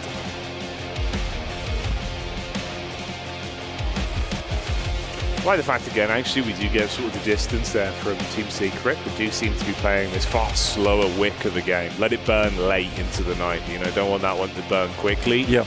Although I will say the problem was the minute they were actually thrown a bit of a broader sword, it was panic stations. That's where it went wrong. Well, there was no parries. No. There was absolutely no parries involved there at all. Even the dodge roll looks sluggish on the side of Team Secret. Heading over towards the Popka as well, and I do have something to say about the Popka is that although decent position, it's all right. You do actually see a lot of pro teams these days like moving away from the Popka as a spot. If you can get somewhere further in towards the circle and comfortably play towards that, you take that. Even if that means holding over towards one of the west or eastern side of Yasnaya, that's fine. But yeah, we'll see how teams play this now. It is a pretty packed map already. But I think that Team Secret, after seeing that, playing in the Pop Cup means you have to push through a lot of teams just to get towards the initial circles, and those initial circles are over towards the southwest side. It cuts a lot of Sosnovka in, which is a bit of an awkward one, where you're not sure whether you'd be heading across or not. It would be cool to see a Sosnovka this early into the tournament, though, Jackie. Yeah, it'd be fun, man. It'd be nice if we actually do get it thrown into the mix. I do love these wide splits. Sorry, just a highlight there. I know, obviously, map feed-wise, just looking at how Weibo are going to be able to rotate on this one. Nowhere near as drastic. Backline of the DRX late. But anyway, we'll focus up with what's happening here. You've initially got the POV of Alpha 7. Alpha 7, for those of you tuning in, of course, I'm sure you're aware, they are currently the crown holders, the kings themselves, who took the trophy last year in a rousing affair. Some incredible plays, back-to-back games where they were popping off. And really, it was a bit of a nail-biter towards the end of last year. Like, you know, you're thinking sort of them and Reject, like who's going to take it, which region's going to show up. Coming into this one, I was a bit worried with the result in the first game. Glad to see a massive show up, even with it just being a duo that had to get so much done. Some diligent PUBG Mobile shown from them the previous outing. How's the rest of the day going to go, though? Will Neptura's hot take become a reality? A back-to-back chicken dinner for them would instantly be the landslide of, all right, maybe it is going to happen again. Like, that's the sort of hype you want on a day one.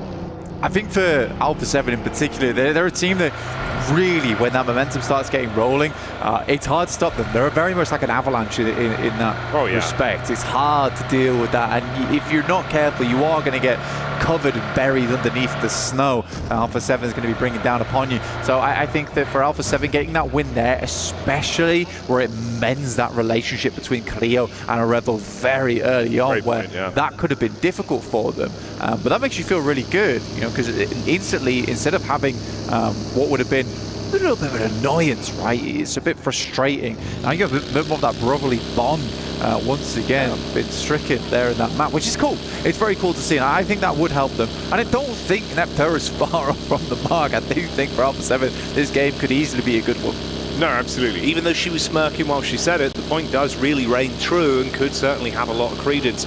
And you're right, bro, you know, not cutting the cheese with the chalk. I think absolutely it's one of those where you would have been fuming with each other had you gone down on the back of that nade with two key players as well. Right? Being angry. You won it, and like you say, it's brotherly love. Everyone's having a good time. The boys are back in town. DRX, they were in town for a second there, but one of them has instantly been shut down. You've got the drive in from Falcons that have spotted a weakened target. Solo and isolated. Blessing from that, you do grab another vehicle off the back and get the 1 point. Yeah, unfortunately, DRX went to town. You know, it's like a boys' night out. You're going to lose one of them eventually. Where's he gone? You find him at home later. So I actually never came out. I was at home the whole time. Sorry, guys. Stayed in the plane. The DRX down to just 3 players there. They had a good start to the day, but if you look at that, 19 points, that's all the points they earned there on Sanhok. True.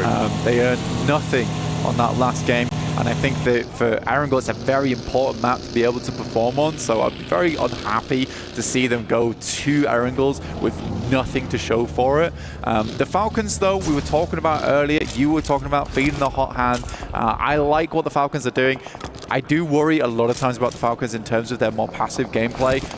I think that there are definitely moments where I think Redox and Narvalo certainly need to take a leaf out of Koa's book and just be a bit more aggressive. And it's funny that one of those passive players on this team, historically at least, Ralph is one of the players who I think has been the most influenced by Koa's gameplay. So yeah, I think that that's what I'd like to see from that team, especially here where they have the ability to experiment a lot. But it's nice to see them having just continued success. Yeah. It's hard as well because it's a double-edged sword when you have such a really infused fan base like Falcons do, especially when we're here, right? Like we're in Riyadh, we're in Saudi Arabia, and you can see the excitement that's going on there. Everyone's cheering after they get an elim, after they make a play. Yeah. That goes both ways. If suddenly everyone goes quiet, you notice it, and you know it's for you four alone. Dude, even in PMSL EU over towards Turkey side, right? When they were playing there, they looked stressed on their bad games. All eyes on you, bro. They look stressed on their good games. And I think that there is a lot riding them. There is a lot riding them here. I think personally, if they can at least get to the top 8 after this group stage, I think they'll feel so much more comfortable. Just going straight through to the finals there and not having to deal with it, that will be the ideal scenario. I mean, even if you think about just the fact, we were saying like, oh, everyone is literally forced to stare at Alpha 7 on a pedestal, on a plinth, literally in the arena. They were called out by name. They were there. Everyone else sees Falcons as well, separated from the rest of the squad. It makes you kind of have that animosity of, we should take them down. We should make sure, you know, that extra oomph on the other teams where some people thrive on that. Like those little elements come into your mental game. It affects how you play PUBG Mobile. Suddenly it starts to change a little bit. You see those targeted fights. it gets spicy. This is more of a story we'll develop over the course of the event. We'll see how that starts to ebb and flow, but it's just something to have in the back of your minds for the viewers at home. Weibo, I think it's been, I'd say, nice, at least in terms of the way they have been playing to their strengths. They've had some really crazy dives, crazy rotations, but they've made it work, so I can't fault it too much. It's obviously just not been the best in terms of converting it into actual placements or eliminations. I think that there's one region that just will make those kind of plays, and it's something that I always massively adore about that region, especially that play from Suk as well, just running up the stairs. A lot of teams just won't take the opportunity. They won't make that play. But Weibo and that region in general is one of the few regions like Americas where it's a case of we need high ground, but it's like a 90-10 scenario where I will get eliminated for doing it. But they will take that risk because they know that if they don't do it, they may as well be throwing away the game anyway. So they'd much rather take those risks early, which I think does put those teams in a much better position. And I think it's a type of squad that could get a very, very high elimination game over the course of this group stage. We'll have to wait and see. AX currently very central. We're heading around Gatka at the moment and just south of Pachinki. It's a bit more flat around this area. There is fielded area 2. You don't really want to be heading down towards Ferry Pier because you're cutting yourself off the sight lines. There's a fair amount of water in this one. We were worried that it was going to go down to Sosnovka. It didn't do that, so a lot of teams can now consider coming back up. Power, I think it's reasonable to head towards Sosnovka. It was one of the few plays they had in the back pocket on the happenstance we did go down towards that part of the map. They would have had a fantastic position. Now they've got to figure out how to get across.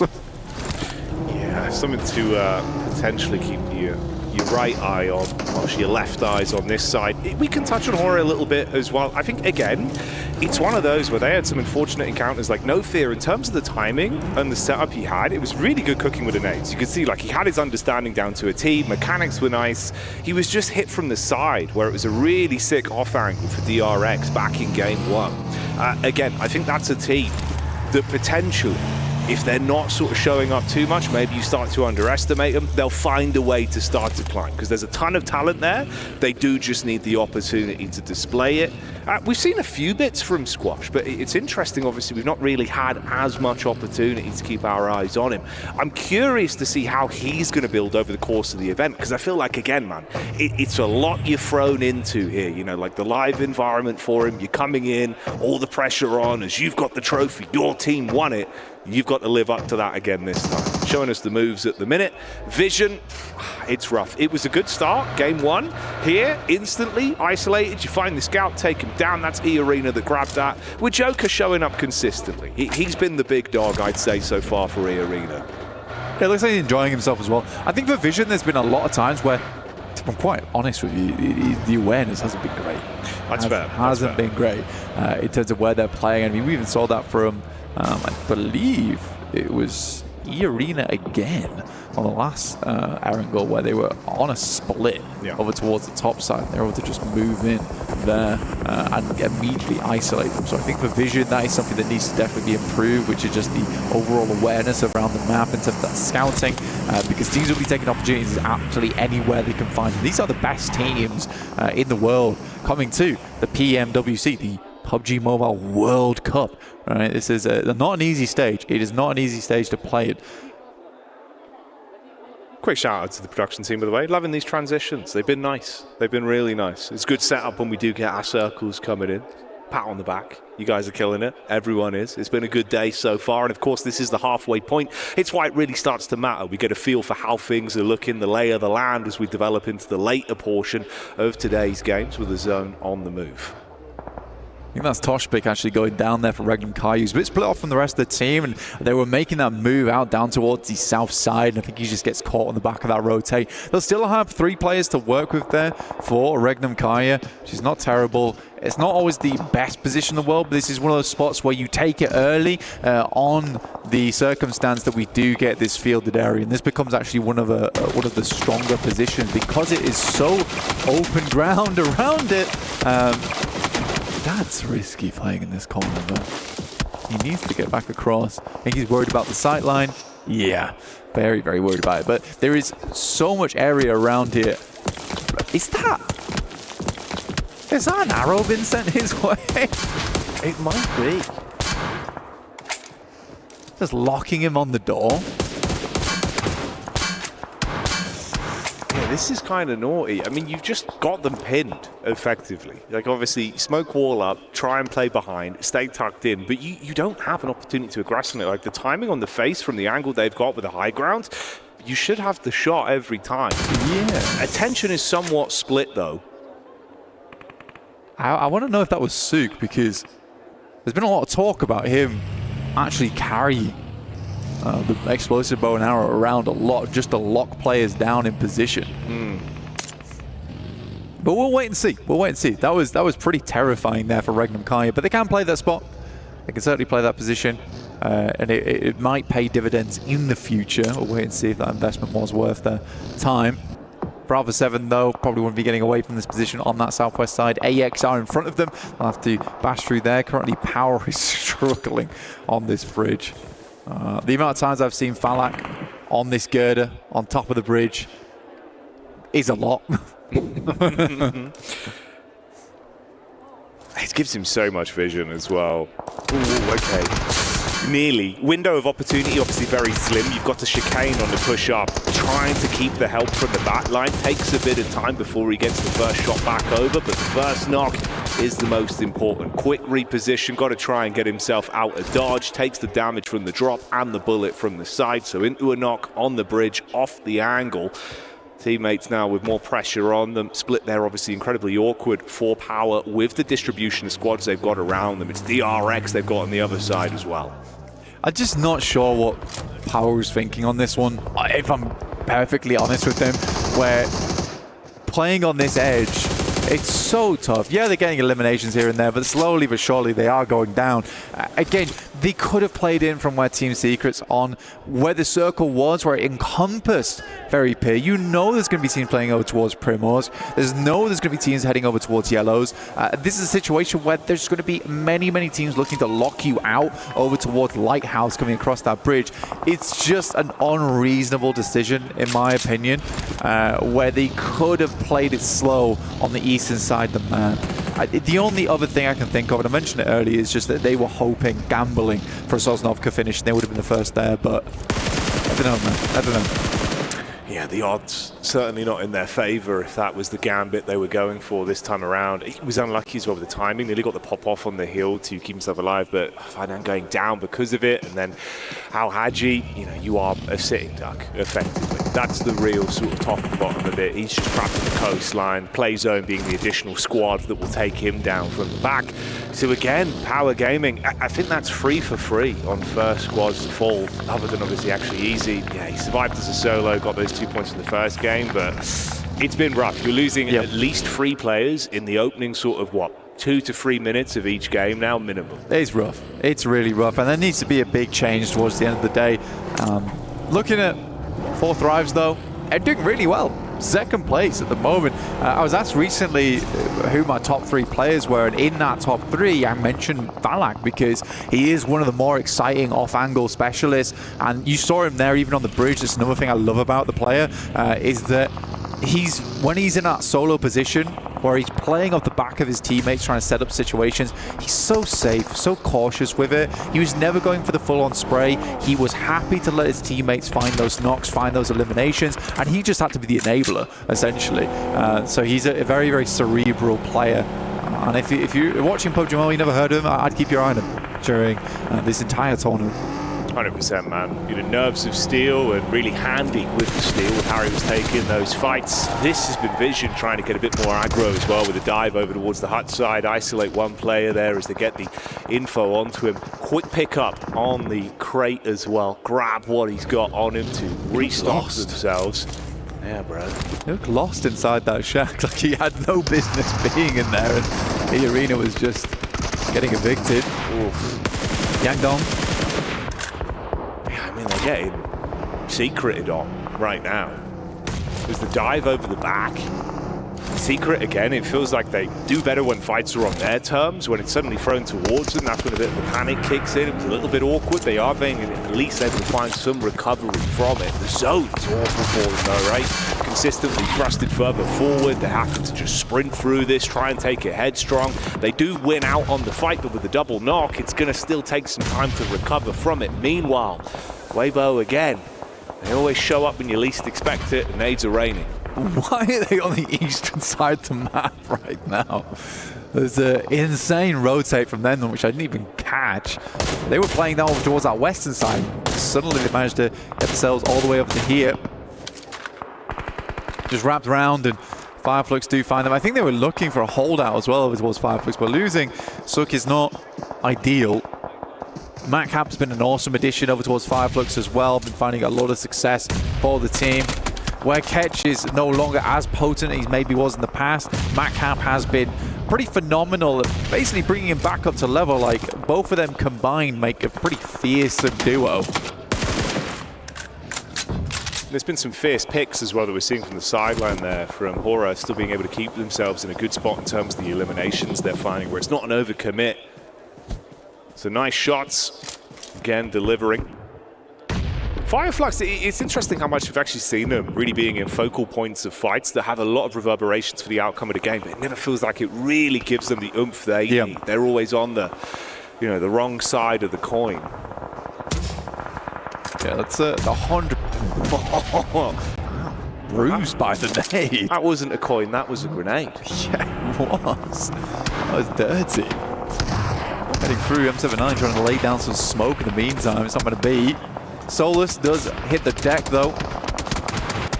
So does Scarface, and this is looking more and more rough. So very good shots coming through from Regnum Carya, by the way, from that position they were talking about before. They're currently holding over towards that north side.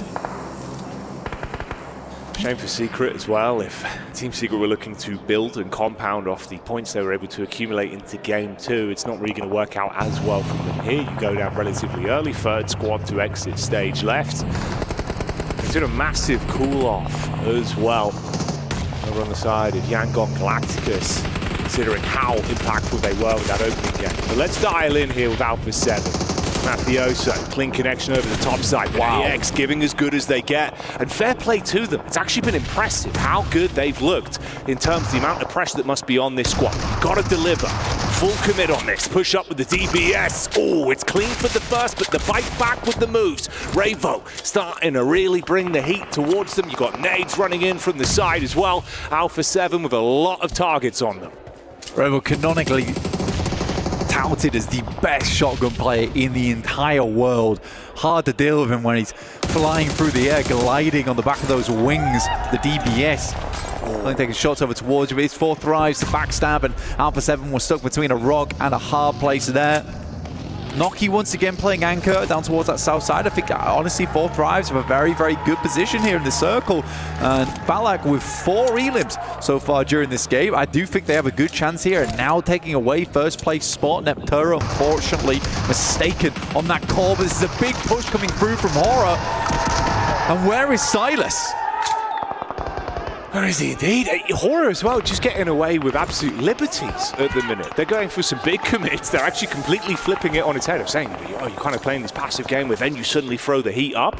The tempo control's really good for them. They're keeping the other squads guessing. It's been great fights. They're starting to find themselves opportunities for eliminations. And again, like you were saying, as much as this is great for 4 thrives, you've already been able to build up some points. Rest of the squads that in the overall rankings for the day, they're all gone. Anyone else that actually accumulated a nice amount have already been taken out. You can see it's the bottom end that is still alive with the overall points here.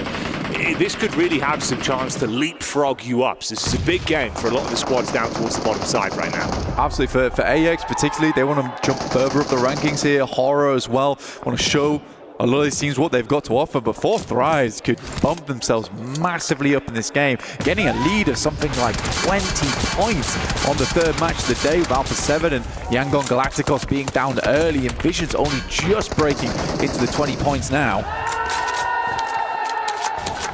Hora's still going. I mean, that's Vision being completely removed, blinded by the power of Hora Esports again here. No fear living up to his name. as the rest of the squad's playing with that Sleepy and Sky back-to-back. 8 eliminations combined between the two of them. Some impressive maneuvers. And we've been obviously sort of touting, you know, 4-5s, they're in a good spot. If AX were able to find an opportunity to get the drop on them here, sort of pick them to pieces from the sidelines with the scout setup they've got, it could be a bit of a change of pace. They've not looked too bad over the course of the day so far, but taking down a team like that would be huge for them. There's been a nice reset for 4-5s to get back up to all 4 players. That's unfortunate. You're trapped on the edge, nothing you can do. That's the last man going down, so we do wave goodbye to Fire Flux. They've been stuck out on that eastern side for such a ridiculous amount of time. It was not easy for them, but Weibo, despite showing off some pretty cool moves around the map and having some decent rotates into position, they've just not had the staying power in these matches at all. Not been able to dig those boots in to the ground. Felt like we'll be taken down by Sky, which is, to be honest with you, the speed at which he went down, that was an unbelievable spray coming through from Sky. Yeah, Sky's looking crisp today, dude. Like, some of the shots he's being able to find are really impressive, but it's the setup from them as well. The way they're actually sort of jiggling and playing off each other's contact, comms look really clean. Yeah. Absolutely. And Sky's got a massive amount of pressure on him. And we had a nice interview with him at the start of the day where he was saying that I don't really see it as pressure. I just see that fans being just loving us as a team, and I'm going to try and do them as proud as I can. For Sky, he's always been a phenomenal member of multiple different teams. Now, I think he's found a very nice spot here on Hora. Yeah, he is the star figure on that team, but by no means is he not backed up by some of the other players on that squad. I mean, No Fear's been around for a huge amount of time, and Sleepy and Jiggle here really feel like they have melded into the team very, very well. Yeah, Hora's definitely a team to keep your eyes on. I think maybe that's working for him as well, where it's not, you know, the whole squad sort of playing against each other whilst being a team. Yeah. Being set up where there is sort of, you know, no need for the ego. Everyone's happy to just set each other up, and it's working well, dude. Like, they're passing that baton brilliantly. It's funny as well because Sky is played on like quite a lot of highbrow squads, let's say, where he has not always been the player that everyone looks towards and is like, that's the top player on that squad. So it must be quite nice to be on a team now where he is that star player, but he's still quite a humble dude. So, you know, getting set up, and he's always there looking to capitalize, help his team find that success, and this is an unbelievable position. I talked about earlier where Regnum Carya tried to pick it up early into the game, and it would have had massive success for them should they've been able to hold it versus Hora, but they just came in very, very fast over towards that position. It was super difficult. They're on the outside of the circle now, though, with Nong, Shim, Redforce. I think that's Binny and Tizzy currently playing in a shack of their own, and likely Hora's going to struggle unless they can start finding picks on the outside of the circle over towards AX or Influence Rage. Yeah, it's been good shots, but it's the fact that they're not really being fully able to convert off the back of it, with the cycling of those knocks being really just stalemated. Henry here, you get the POV from the man, spamming over towards the side. Good split as well for the backside. Sleepy still gets the tag back in. That's an instantaneous shot onto Henry. And they really do just take him out instantly. Good read of the lay of the land as well. So Arian's trapped behind the vehicle. Bullets coming in from the side. 4-5 still trying to keep themselves involved in these encounters and snatch points where they can. Zarek tried to edge his way down towards 4-5, but was immediately shut down there. Henry, I think, was on 12 bullets left in the next magazine, so wasn't a lot at all. That's 3 loot crates, by the way, that I can see on the map there. And those could comfortably create some cover, but the speed at which Hora's going to have to set up this flying V is going to have to be very, very quick. Hora sends out, though, and no one's currently taking shots. Binny and Tizzy are currently encapsulated in smoke. One goes down, but it will be Arian to go down next. And Hora efficiently gets themselves over there, but can they get their player back up again? 4-5s have been doing what they've been doing for so long here as well. The minute there's an opportunity set up by someone else, that's when they capitalize from it. So AX open up the fight. You see the weakness there on Hora. They come in for the sideline sweep, get some damage in. Nonshin Redforce as well, finding an opportunity to get one shot in from the back, and that's all they really needed. It's fragmented the squad. They go down from having 4 members looking really clean to just 2 isolated split on them. I think it's good, though. Honestly, if I'm fully analyzing this, Hora makes a sacrifice and it pays off for them. Yes, they lose 2 players, but given that moment, it gave time for both No Fear and Sky to get further into the circle. Such an important moment for them where it actually could have gone really, really wrong. And that's what you want from teammates. Teammates who are ready to make the ultimate sacrifice for you in-game to allow you to get a little bit further, a little bit more points on board. Beautiful stuff. That's what I mean, the lack of ego. You see it there. Everyone's playing for the big picture. They're not worried about the stats, they're worried about the placements, they're worried about how it results overall for their tournament run.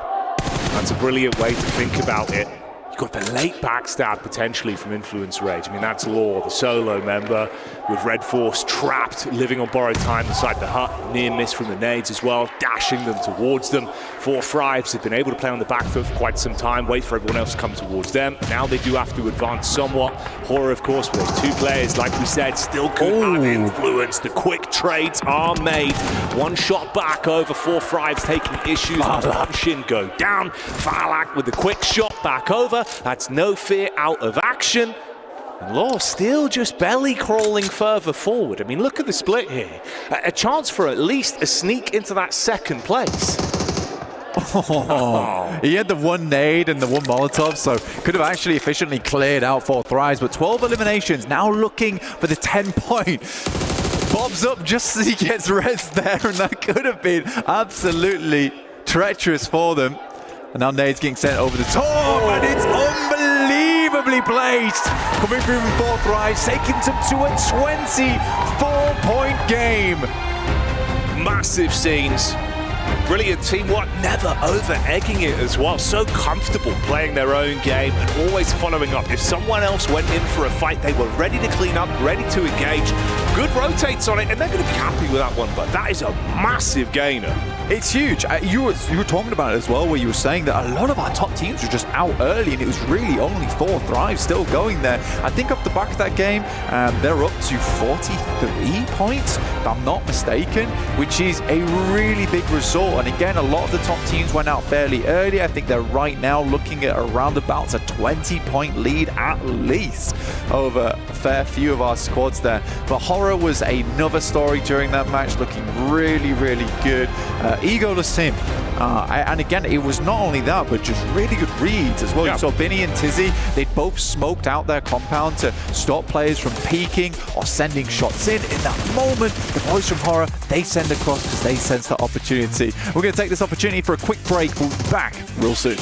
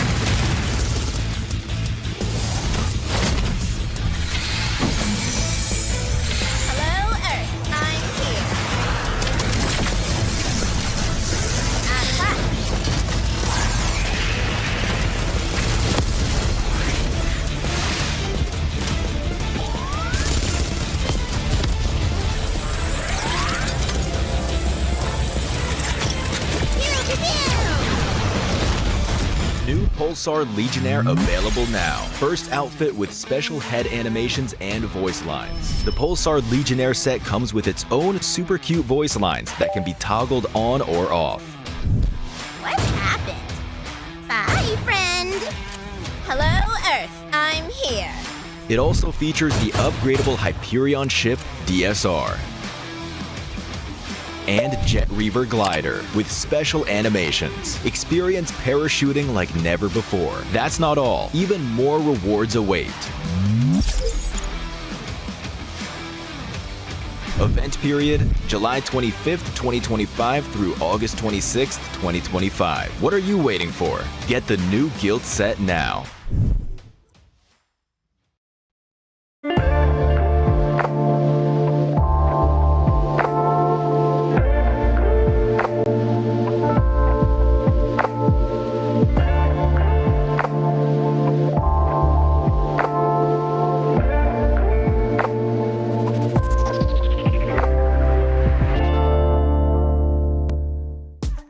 We start off our day in the Qiddiya Players Lounge, where they come for rest, relaxation, and refueling. And we have this gorgeous Qiddiya photo booth, of which we have a replica of none other than the key itself. I'm going to take this one with me. Across from us, we have a reaction royale, where players can test out all of their fantastic reaction speeds. Doc C, by the way, from Nong Redforce, is only at 15th place. I don't know about you, but I think he could do a little bit better than that. We also have a lovely viewing station for all of our esports players to enjoy and bask in some lovely, lovely PUBG Mobile. But what would a player's lounge be without a refueling station filled with caffeine, juices, healthy snacks, and maybe some of the unhealthy ones too? Speaking of which, I kind of want a snack of my own. Sorry guys, squeezing through. Thank you very much. Iced coffee, my favorite. We then head on over into none other than the Heroes Club, where we end our tour. The Heroes Club is exclusively reserved for EWC victors of the past, last year, but also the ones still to come. Only time will tell which one of our PUBG Mobile teams will have the glorious pleasure of joining us in there.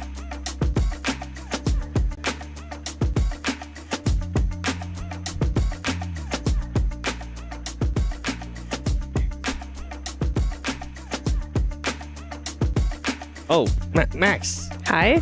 Thank you. Hello, Sorry, guys. I was mimicking there what Alpha 7 did, but you know what? We're going to talk about that last match because, boy, did Pakistan show up with 4 thrives, being able to just take advantage of APG not being here and getting that win, Max. Hey man, Pakistani here for the win, really. The best Pakistan has looked in the global. Such a good win here this time around because from the very word go in this match, Alpha Gaming's not playing this match, right? So they're not going to be dropping a military base. They're not going to be contesting the western side. So 4 thrives, this game was pretty much from the start put in easy mode.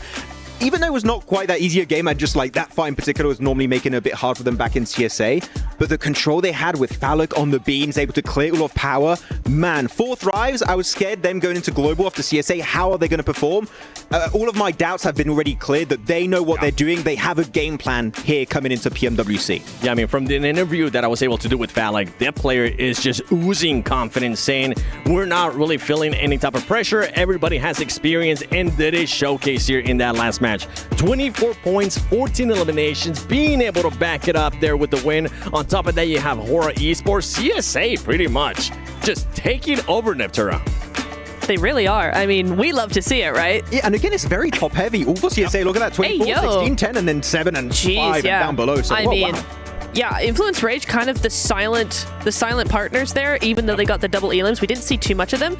But yeah, 4 thrives and Hora coming in clutch there. Some really, really strong performances. Hey, I thought Hora were going to win the whole thing. I really did. But we can get onto that later. No. Let's get into it now. Get into it now? Okay. Hora overextended.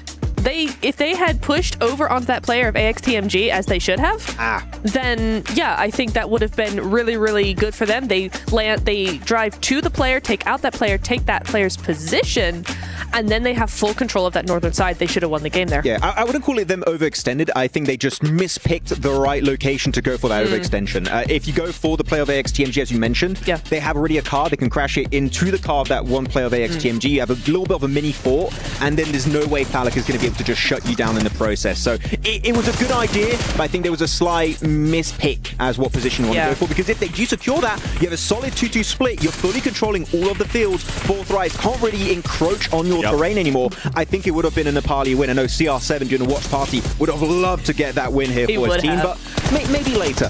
Okay, I'll happen. He's going to be happy. You know what? Match ranking, they were second, being able to clutch up a lot of points too. That's what you want to be able to do for some of these teams. Because remember, there's going to be one group at the end of day 3 for group stages that's not going to be playing. So you might as well just be able to do as much as you can. Now, I want to rewind a little bit, Max, towards phase 2 of 4 Thrives. They were doing that 2-2 split. You were mentioning them. They're taking advantage of APG not being here. Yeah, really, they're just, oh, well, we know we're not going to have to fight Alpha Gaming at the start of this match. Let's just go for this very passive 2-2 split. No one's going to really try and contest it early on. If it goes back to military, we regroup south. If it goes north, which ended up happening, we'll send it back up north, have a very easy transition, hold on to Lighthouse, hold on to the gas station, hold on to the warehouse. They almost had too big a split, but because they're so experienced around this kind of terrain, they're just like, we know what we're doing. I mean, 9 times out of 10 in CSA, what we saw from them was them holding that exact position. So they absolutely know what they're doing when it comes to that. But I actually really liked the split. I can see what you're saying. It was like almost too much, but I think the control they had, the control that they garnered from actually doing that, made sure that they had so much info, they knew exactly how to play the next few phases. Yeah, I mean, talking about the next plays they did after, I think you want to talk about their third party on Alpha 7 and XTMG, because that was a beautiful play from 4 Thrives. Yeah, it was. I thought it was playing to their strengths. If you're a team, as a team, you want to play to your strengths. Not every team knows how to do that. So for me to see that, to see them go, oh, A7, AXTMG, they're popping off. They're going at each other really heavily. We need to third party that, use that our strength, and then to not overdo it and not go over to AXTMG. Just take A7 and go, okay, we're done. We're going to go back. Really, really well thought out from them. I mean, one player that absolutely popped off for 4 Thrives, and I mentioned it. I'm glad I mentioned it right before. I was like, the best player of Pakistan ever, Falak, popping off with 7 eliminations, 1,000 damage. Okay. He's cooking. More than that. Jantasho. Oh, yeah, that's got big time. We'll have to learn how to say in Pakistani. We might need to need it for Falak in particular. Yeah. In the chat, tell us. We'll need a little bit of help, guys. But 7 eliminations, playing early on as the gatekeeper of the bridge, on the beams, trying to eliminate all of power. Luckily enough, he did get rezzed by one of his teammates, who was able to play until the late game. But he was not giving up any angles. If he saw you, chances are you're living for 5 seconds maximum. Falak is being ruthless here in PMWC, and we're just 3 games in. He's off to a great start. Absolute eagle eye, right? And the thing is that this is usually what you want to see out of your star player, Neptune. You want him to be able to put up stats just like that. You absolutely do. I think it was a really, really good thing coming in from him. You know, we were talking to him. He was very confident, as you said. That confidence is starting to show. It's not being the overconfident. It's just really confident. And his team is backing him up like a champ. I mean, they have got that synergy down. So it's really, really exciting to see them coming out of here. Yeah, and you say they're confident, but they're also very respectful of this lobby. You talked about the third party with Alpha 7 and XTMG. They take Alpha 7, eliminate them. XTMG, that's maybe a bit too much. You know what? We're just going to take it back. And a lot of teams might have just fully committed and pushed in like, oh yeah, we're just feeling pretty good after eliminating Alpha 7. No, they go back. We have a strong position. We're going to play it safe. I like when a team can be both respectful and aggressive. That is the true mark of a champion in my eyes. One team that I do got to give a shout out to that you just mentioned was AXTMG. This team is not shying away from fighting top dogs. That was the big question mark. Is AXTMG, with the lack of global experience that they have, are they going to be crumbling? Is everybody just going to be stepping over them? That's not the case so far. No. They're willing to take those fights, and they're willing to take them quick too. And one thing that we saw is whenever they go into close range, it can actually go their way too. It can absolutely go their way. My big concern with them was their speed. I thought that they are actually a very slow team compared to the rest of the lobby, and that actually they've stepped up massively. They've seen that, oh, this is where our weak point is. This is where we could fall down and get overrun. They have stepped up massively in that regard. So really, really nice show from them. Yeah, you were scared about the rotates. I was a little bit more scared about their DBS game because as a region that hasn't played globally for a long time, he has the special invite team. I was like, is your DBS and S12K game on point? And I was talking to Ocean Sharma. He said, it's good, but I was like, is it good enough? Well, clearly it has been good enough for some of the fights, like in Ruins on Sanhok, for example. So that's a doubt that's kind of gone away for XTMG. Seems like they can back it up. And I do also enjoy how they played this game. They knew they weren't going to win this match. Yes. After that encounter with Alpha 7, we're not going to win this. We're going to play it passive. Let's try and aim for top 3 with a few eliminations. That is really nice to see when a team understands we're not taking this. Let's just gather as many points as humanly possible. I mean, and that's the player, right? Just gather as many points as you can. But let's take a look at the overall as we're halfway what a through lead. day 1. 4 Thrives, 43 points. Hora Esports, 25. Sports Thrives, chill. I'm cleaning my glasses just to make sure I'm reading that right, and it is. That is a healthy lead for Four Thrives.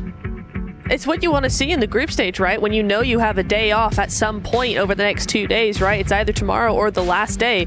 You want to get as many points as possible today. Yeah, I mean, I'm looking at DRX in particular. If we're going to go on a negative quickly on the first page, they got 10 placement points. They have 1 chicken dinner. Quick math, that means 0 points back-to-back on Erangel.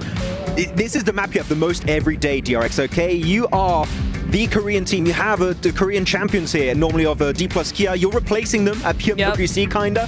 We need to see more, and unfortunately, outside of Sanhok, nothing's been happening as you go to the second page here. Quite a few SEA teams in E-Arena in particular. When we're talking about teams that we need to see more out of, one that just pops into my head right away is Weibo Gaming. The hype that this team had, I was on that hype train too. Right now, they're just not being able to put up any points, Neptura. I think it's just kind of odd, but I do wonder if maybe, I mean, day number 1 is all about kind of adapting, so maybe we're going to see some better rotations, but also they've just not really been in play at all. Sook didn't find a bow yet. That's wait. Oh, Just that's wait. right. You'll That's find true. it. Yeah. Okay, all right. Well, you know what? I can't wait.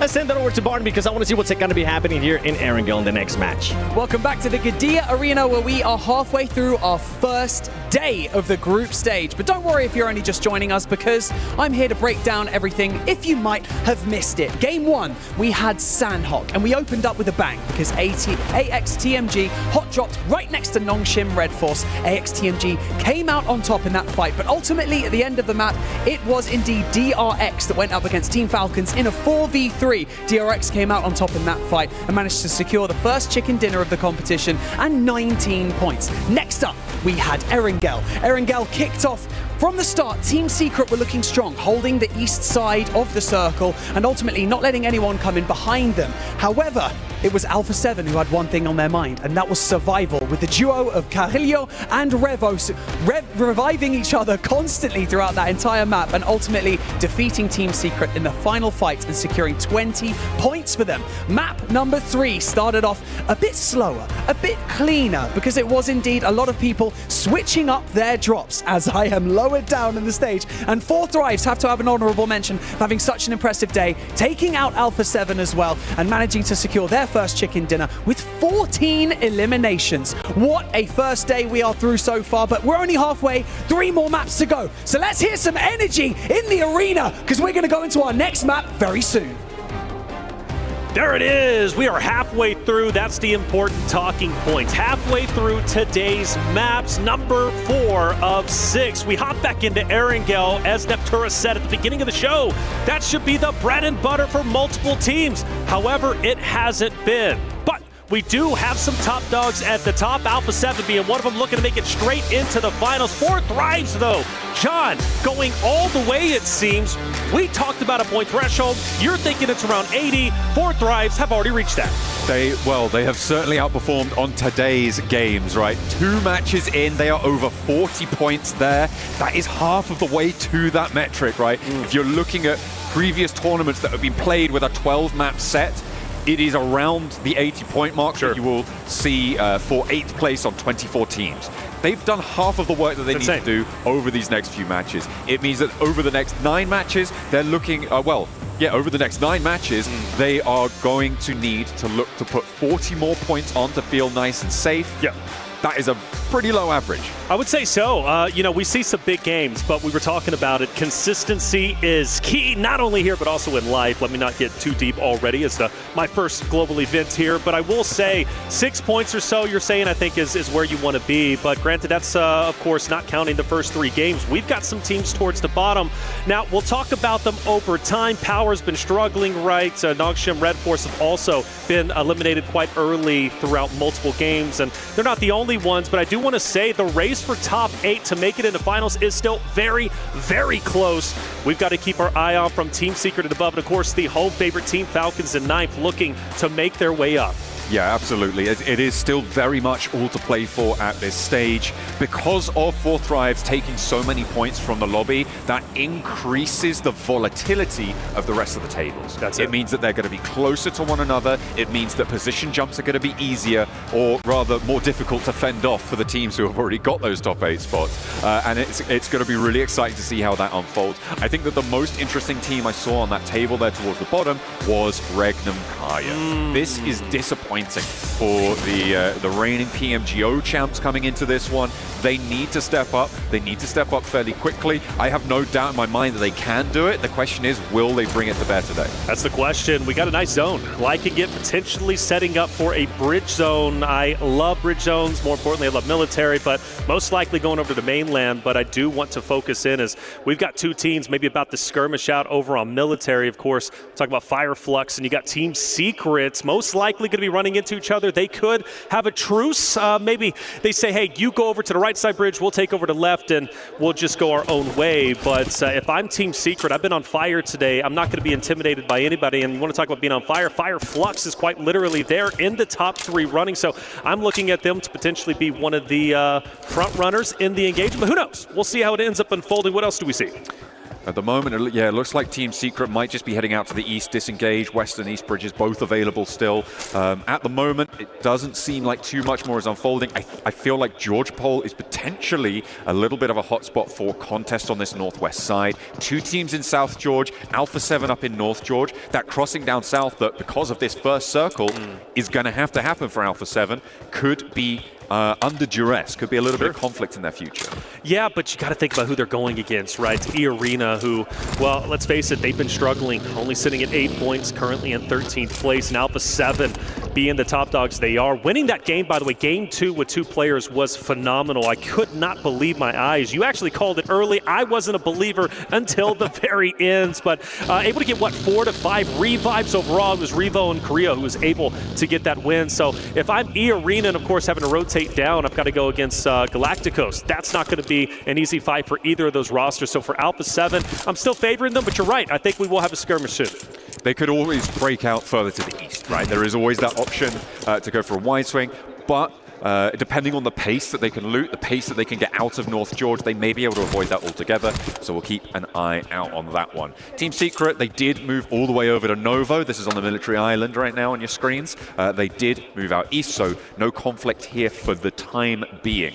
The question I have is, where are Fireflux going to rotate? I expect Team Secret to be going over the east bridge. I'm wondering if Fireflux are going to try and join them, because you're going to be aware that 4 Thrives are going to be on the other side of that bridge. And right now, I don't feel like you want to head towards this team. I don't think so. 4 Thrives, they're obviously the top dogs for a reason. Will they be the top dogs by the end of this tournament? Who knows? But right now, they are undisputably the best with more than double the points, even over second, which is Hora. But I would think so, though. You know, for Fireflux, I would go to the right side bridge alongside that at Team Secret. But then you have Power over there, too. And Power, I don't know. There's no reason for them to go too deep into the zone as of yet. Bridge camp potential, you think?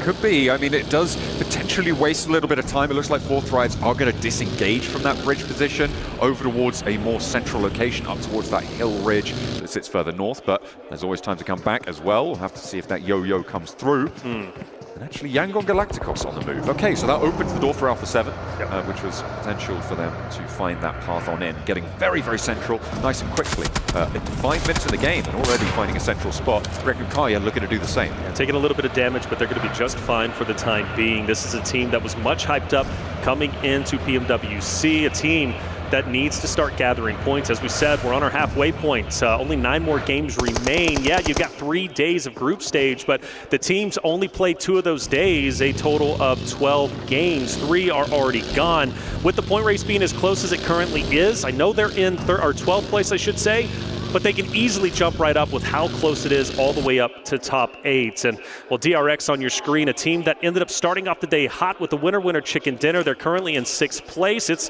going to be nice and quiet for the time being. Yeah, just bunkering down right now. Early circles, keeping it chill, keeping the nerves in check. Something that I would love to see is like heart rate monitors coming. Yes, we need that. That would be really sick. Although to be fair, 64 heart rate monitors, that sounds like a nightmare. Absolutely. To be honest. But either way, I mean, it'd be so interesting to see how these players are affected by it. Obviously, early game, you're expecting some low tempos, but you can imagine it goes through the roof in those final moments. Oh yeah. Unless you're Revo and Carrillo in the final moments, just super chilling. You know, Alpha 7 is one of those teams that are just always so relaxed, it seems, and you got to appreciate that. I think that owes to their success. Falcons getting active, which good on them, the home team. I know the crowd's been going crazy for Team Falcons, as you would expect. A lot of the crowd set up actually right behind the Falcons roster, so they're hearing the loud roars every single time they pop off. For Team Falcons, they were center zone. Of course, they've got a lot of teams around them, but I do believe where they're currently at is, again, they're going to be chilling. Not a lot of teams want to fight at the moment. They'll do it if they have to, but for now, it's all about positioning into stage 2. Absolutely. For the Falcons, they came into this tournament obviously as the winner of their region, coming in from Europe and qualifying through there. They won via a smash ruling. So if you want to take a look at that, make sure you go and check it out. But not yet, because we've still got more game to play. Unfortunately, it felt like some of the time, especially during the earlier stages of that tournament, they weren't quite as cohesive as they need to be to take on the global levels. They moved into the finals, and it felt like they had pieced it together, right? At the moment, they've got Redox, Koa, Narvalo, Ralph playing on the roster. It felt like sometimes there was a little bit of disarray in and amongst the roster, but right towards the end, they did show up. I was worried coming into this tournament that those early stages would come back and that performance would recur.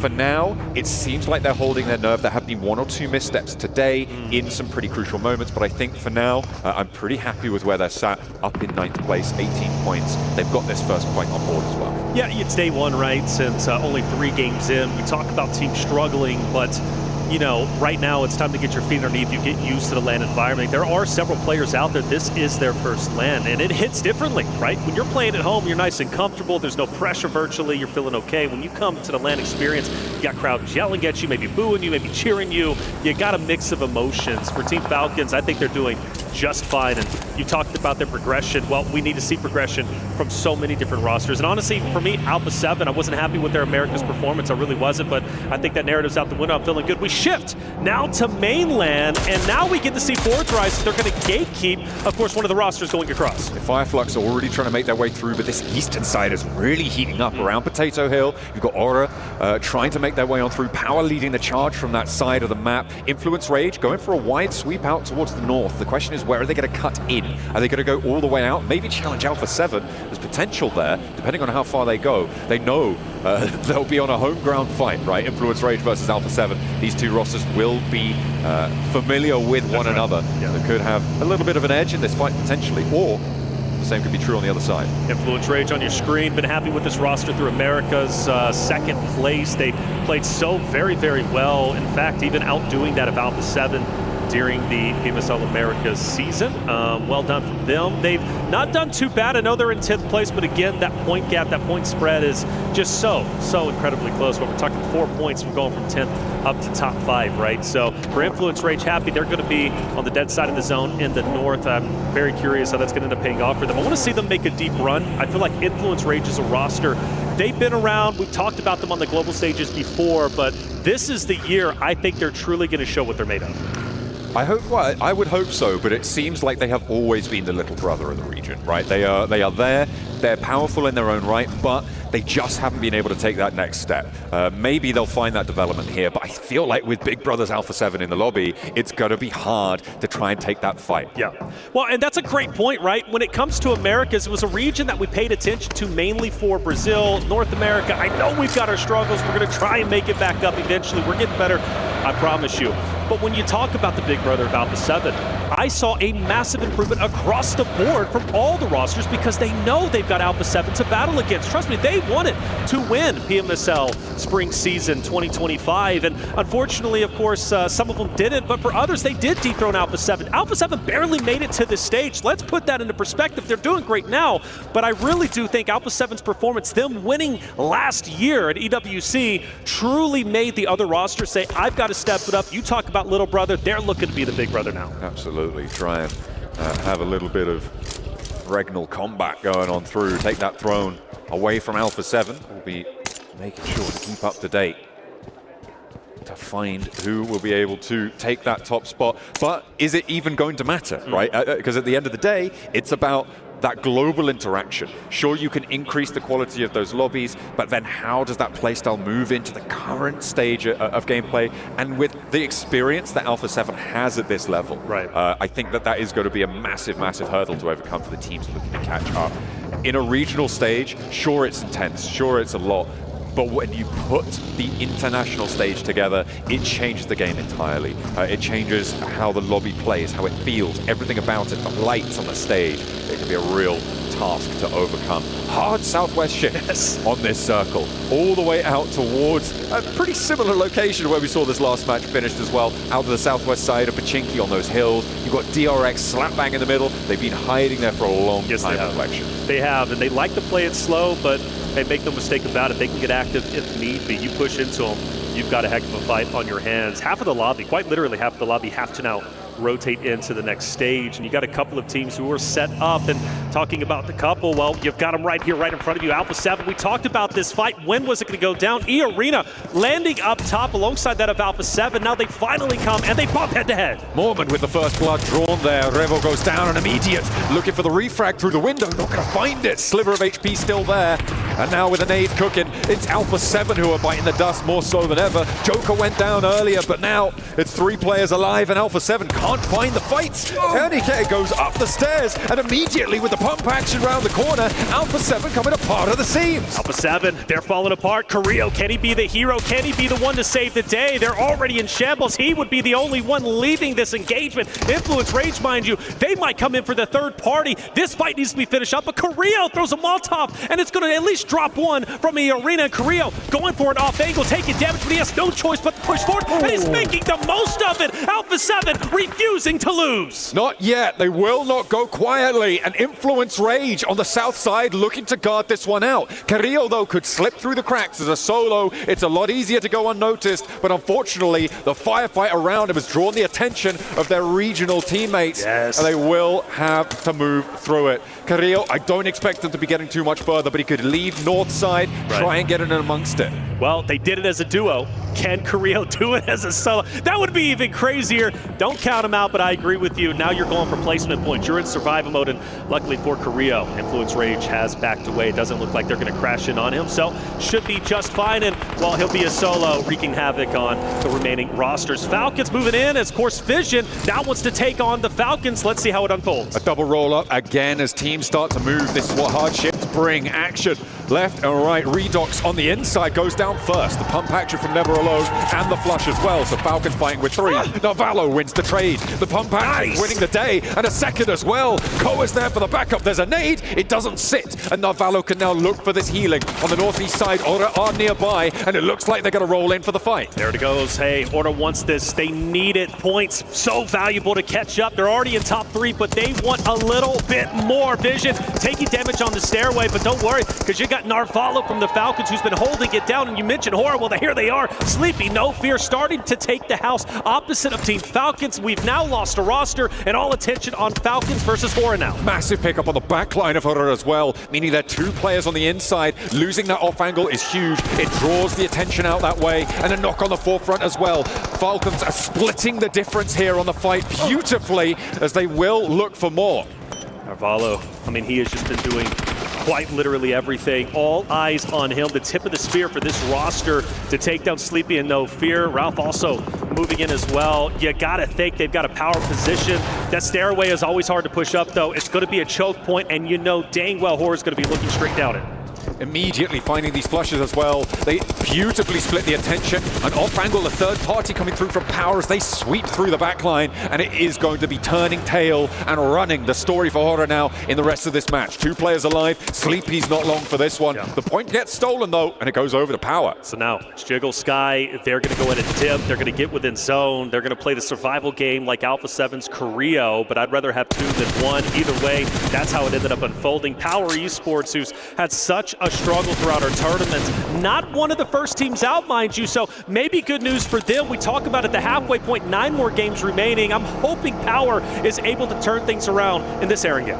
We didn't really talk about it too much with all the fighting going on, but the circle shift was another hard southwest side shift, which means that Falcons had to move fast and early. Unfortunately, they weren't in the best of shapes to do it, as Hora do finally bite the dust. It means that Falcons are going to have to crash in a suboptimal situation to the north side. Same story going to be true for Power, as they have now wasted a little bit of time, I think it's safe to say, on this northeast side. So Falcon, he's going to be the scout, kind of breaking away from 4 Thrives, who are going to be just up to the northeast of where he's currently at, and maybe calling out Solus, who I believe is down, if I'm not mistaken. We do have a bit of a crash, though. Falcons continuing to get into engagements, and this time it doesn't work out. Regnum Carya, the ones to receive that in the ditch, in the divot. It's got to go down for the Falcons, and I don't think that their lone player is going to get to, hang on a minute, take it back. Koa with a drive-by onto Romeo, hits him with a runaround, and we'll be able to survive a moment or two longer. But really no safe ground in this central area. These hillsides are littered with caltrops. Yeah, for Galacticus, we obviously tuned in with them just a little bit, but they got teams all around them, including Power, but Power is not having a good time. Galacticus are taking them down left and right. Falcons also eliminated some heavy dogs already out. Yeah, that was the final player, Koa, going down. He was not able to find any respite in the middle.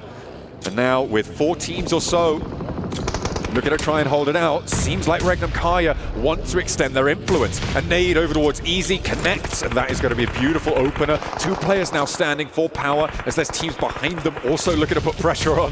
Rolling on out, Regnum Carya not going to let Easy go down, and the 2-2 roll around will be good for it. However, there is a sideline that they need to be worried about. Get the cover in. Wild low as well. The vehicle's going up in smoke, and Loxy's down all of a sudden. Yeah, he's down, and I believe that was a third party from DRX way off in the distance, getting some shots out. And well, we got Team Secret also trying to survive. I mean, you got so many teams in shambles, and when you got to go to these shacks, I call them the Death Shack, you're in a lot of trouble. But the teams have spread out quite a bit. I'm actually surprised we've lost so many rosters and players at this stage of the game. This open field situation, this open hillside that sits to the north of it, these 2 hard southwest shifts followed by a northeast shift, may be giving a little bit of pause for a breather, but still those 2 hard shifts that we saw in a row have really changed the tune here in the lobby. It's forced teams to take fights where they wouldn't have wanted to otherwise, and now at 18.5 minutes in, we're down to 10 teams, and a lot of those teams not looking healthy. Take a peek at Fire Flux racing against Papa Blue. Influence Rage just above them. Talk about Fire Flux landing over on Military. Would they have a bit of a skirmish with 4 Thrives on the Western Bridge? That doesn't end up happening, so they're still alive.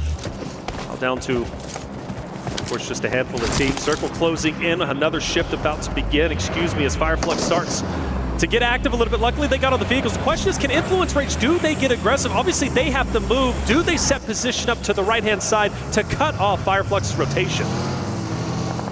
Be tricky here for both of these teams on the southwest side, and Fireflux are first to move. For the moment, Influence Rage still holding in their compound near Quarry, and they're going to have to try and go in a little bit later. So Fireflux, where are they going to opt to crash in? They've already sent 2 players towards this Regnum Carya stronghold. I don't know how that's going to go for them. We know that there's third-party angles on there. They're already getting lit up. Scarface with a slow roll around the side, but the vehicle takes him down. It's Regnum Carya and Nong Shim Redforce on the crossfire. Now the 2 remaining players of Fireflux going to try and send Long over to the north side. A straight cut through the circle on the western flank. And in the meantime, in the wake of that rotation, Influence Rage push in from the west. Yeah, they're coming in, and they're going to be coming in hard. It's going to be a big push from them. Regnum Carya needs to watch out, of course, as Influence Rage, a dominant team. Fireflux, I cannot believe that they're still alive in this moment. It's so unfortunate they lost 2 of their players, so now they've got to go at it. And well, Influence Rage actually looked to be crashing in on Carya, who's been a solo for the longest time.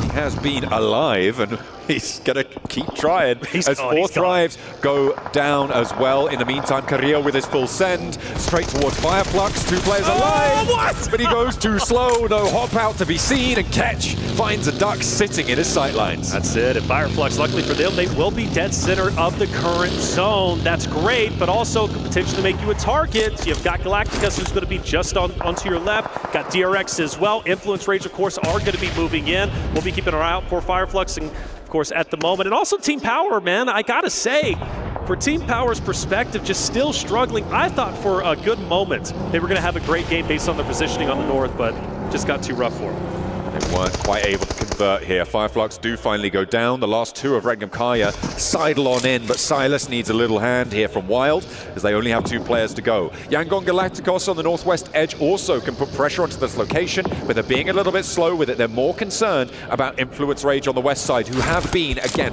very slow, very tepid in their rotational pace here on the west edge. As things start to slow down just a little bit, shots are ringing out, but nobody really at risk of going down except for Lil Boy. I'd say Galacticos trying to take him down. They will do so. The rest of the Influence Rage roster, I guess, a little bit separated. Lil Boy maybe being a scout, can't get away.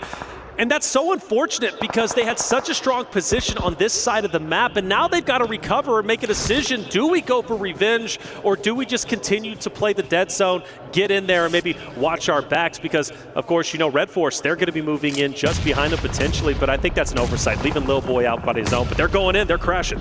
They may have expected Yangon Galacticos to go further forwards, in which case the Lil Boy would have been in prime location to take those backstab shots when Influence Rage need to move up north. They overinvest potentially on that angle, and Yangon Galacticos have excellent wherewithal to be able to read that and take down that player at the back. Very, very cautious, but it works out well for them. And now they can be the ones to put the pressure on Influence Rage as they take a fight on 2 fronts. You could see on the minimap this vice grip that now sits around this Influence Rage position. So they got to make a decision. Push forward, push back. Staying where you're currently at could be a death trap. And they look like they were going to push in onto Nogshim Redforce, but they don't make the full commitment. And in the meantime, yeah, you see them still taking their time. The more time you take, the more of an opportunity for a third party. The nade, luckily, just a bit short. Law's going to be okay. And with them hopping in cars, are they disengaging? Well, they saw Silas rolling up, and I was watching Silas just there, and he randomly decided to send towards Yangon Galacticos. He did get a lot of info on their location, but he took a lot of damage in the process. He's slow rolling behind the vehicle, looking for a time to pop that first aid, but he didn't put the handbrake on here, and it's just going to keep rolling away from him. Oh, the nade. So close, Silas. Down, unfortunately. Tough break for him. We focus now on DRX. Reginald just up ahead. DRX has had such a great day. This fight should be no different, you would have to assume anyways. For Reginald Carya, they gotta obviously make a bit of an impact here. For Influence Rage, by the way, standing strong, taking down the team opposite of them, of course, Nogshim Redforce. That's gonna be a great opportunity now to gain a couple more points, to move up. Granted, only 2 players, but still, with that gap being the top 8, so close to them already breaking into top 8, I think this game could be very valuable. Absolutely, they do have 2 players alive, losing Diego in that fight. They will be playing on from that southwest side. Yangon Galacticos disengaged because of this crazy play from Silas, so a little bit of a breath of life potentially into this Influence Rage position. Ooh, Weibo though, find the pick off onto Lorazin, and on the back lines, that's going to leave Influence Rage on just 1 player remaining now, and that is going to make things real tough for them. DRX, again, been fairly quiet throughout this. They're up to 3 elims, but they have all 4 players alive. They're playing on this long side of the hill. They're going to start to be able to move up. It's Yangon Galacticos, DRX, these 2 opposing positions, and Weibo on the southeast side as well. Already on 6 elims, by the way. Having a brilliant game so far, who have a more central position here. The rest is dribs and drabs, ragtag bunch of solos. Solos galore. That was from the early violence that we witnessed pretty early. I think, stage 1, stage 2, quite honestly. Law, though, I'm very interested in what he's going to be able to do, only because as a solo, he can truly devastate potentially the positioning of not only the last player from Team Secret, but also Weibo, depending if he's able to penetrate that off angle. So he could be a thorn in their side, depending, but of course, all eyes on DRX and Weibo. And Weibo needs a good game here. This would be tremendous for him. They've been towards the bottom. They were much hyped up. In fact, I believe even in the power rankings, Weibo breaking into the top 3 for our analysts. So for them, this game could be exactly what the doctor ordered in order to rise up the ranks. You would hope so. For a while now, the teams from the PEL have been a little bit out of the spotlight, looking for a little bit of a resurgence here. We've got Thundertalk to look forward to, but for now, it is just Weibo flying that PEL flag. Yangon Galacticos now moving on in towards Wild, but he spots him and immediately step up, spray down. You can't give him that broadside. Romeo feels the brunt of it, and Wild looks for another as well. 2 players rolling up. The spray down potential, but Wild will fall, and that will be Regnum Carya out. That's unfortunate. That fight was setting up for quite some time for Young on Galacticus, good on them. They stay up, they stay alive. Still 3 strong, mind you. So a chance to take this game is in, but now DRX also getting active. Weibo onto Yang on Galacticus up ahead. If I'm DRX, I'm now crashing in onto Galacticus, taking them down, because really once they do that, they control the entirety of the northern portion of the next stage. The difficulty is what sort of angles do you expose to the south side here? There's this big saddle that Yang on Galacticus sit in. You can see DRX a little bit hesitant to go for the full send here. They're moving out to the west side as DRX do manage to keep that fight penned on in. Yang on Galacticus fall. They don't need to full flush. They have control of the north side entirely here. And now they can move back out to this eastern side and start to put pressure down south. All right, so Team Secret, 1 alive. Meanwhile, you got a good old-fashioned 4v4. Weibo versus DRX. The overhead view showing you what's at stake. You got a little bit of elevation. DRX is going to be on the high ground. Meanwhile, the snakes in the grass of Weibo slowly inching their way up. The question is, once they apex that hill, is Weibo going to mow them down? It's all on the smokes here in these final moments as Team Secret losing their final play. Well, hang on a minute. Take it back. Sorry, hang on a minute. Oh, no! Oh, no, a little bit of miscomms on the spray down. Finally, orders there. The Souk can't quite connect. But now it is a full 4 versus 4. DRX, who have moved back out to this north side, have it fully under control. There's still an off angle played for her on that southeast side of Weibo Gaming. You can see that movement now coming up the hill towards that shack. And DRX looking to extend their influence here for South Korea. Forder. You can't. I was going to say if you can get an off angle extend to the left, but it's a bit too tricky. A lot of utility was used from DRX a little bit earlier to take down Galacticus. I'm sure that they wish they at least saved a little bit of it so they can have this utility to apex that hill onto Weibo just up ahead. But at least the good news from DRX at the moment, nobody from Weibo really has like a tremendous off angle. Maybe suck over onto the left-hand side. But aside from that, like DRX with their wolf pack, it's going to be tough because Weibo's going to get up. They're going to shoot one. DRX is going to be able to focus fire everything onto 33Z, Order, or Zuck just onto the left-hand side. So honestly, in this position, I think I have to favor DRX. It's all going to be up to the smoke play, right? Sure. You can really change the tide of a fight like this, especially on such a weirdly rolling terrain position. If you can create a smoke separation, you have a huge advantage, and you're talking about these off angles. Those can be assuaged with good smoke play, right? So it depends how you're able to target it. It also depends how much utility you've got left in these final moments. You can see that for Weibo Gaming, they've been through the ringer. They've got 9 elims already, but certainly on 33Z, there's no smokes, only 1 nade here. He's the tip of the spear, too. With his forward position, he's most likely going to be the one to attack first. And you need the rest of the rosters out there to help him out from Weibo. Order's going to throw out a smoke. We're now repositioning. He's going to take the lower end for 33Z's. Got a little nade going past him, but he's going to be just fine. Weibo now also in a buggy. They're getting active. I don't know. DRC better be ready for it. Excuse me, DRX. Better be ready for this engagement. Weibo, they're starting to get sneaky. Playing on in the smoke, he drops that, sits in the backseat of the buggy, can get that little higher ground angle to look for the peaks, but DRX should know this is what's happening. And immediately these nades respond! DRX read it beautifully. They're like, what's that smoke doing there? What's that buggy doing there? Well, I think we know what we got to do. 3 pins pulled and 1 player falls. 33Z now looking to try and get an answer here. This res is going to be so difficult, Reflections. I don't think they're going to get it. There's no way. Do you fully commit for that? Because you have to assume DRX is going to capitalize off of it. They're taking it slow, but once those smoke dissipate, they're going to get active, and DRX takes down yet another one. Another one will fall, and this should be the ending that DRX is looking for. This is beautifully played by DRX, immediately capitalizing on that knock into the smoke. These smokes bloom on the top of the hill. They create sightline channels that they can play through. There's a res coming through for Weibo, and they do manage to get 3 players back up in an action, but Scissors forward now. 33Z spotted, gets the knock. Is there an answer? Order looks for it, and they do find the challenge that they were looking for. Hurt is there as well, looking for that backup. In a 3 versus 2 though, DRX still have the numbers. DRX has the numbers, but do they have the wherewithal to figure out where Weibo is going to be up to? It seems like the forces are falling, and I think this is finally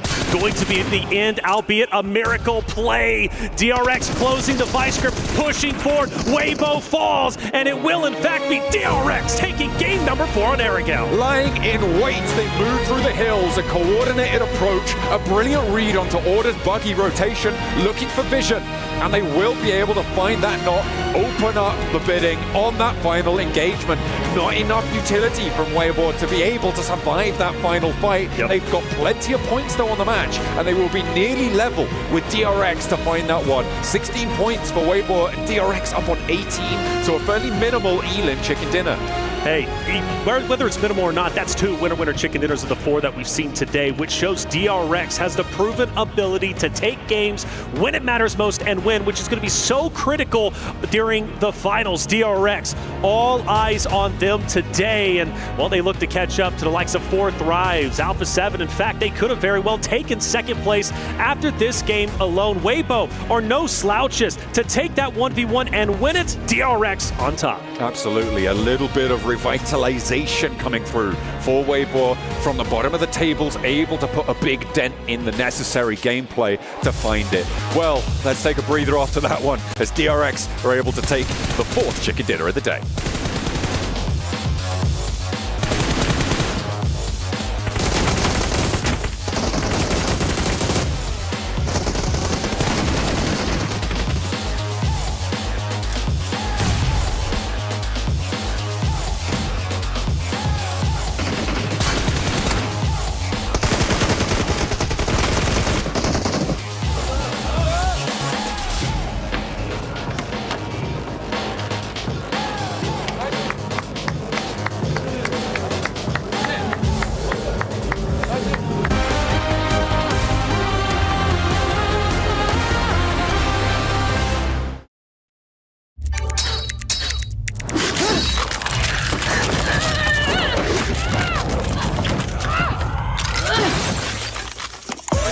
Reach your impossible, Lenovo Legion.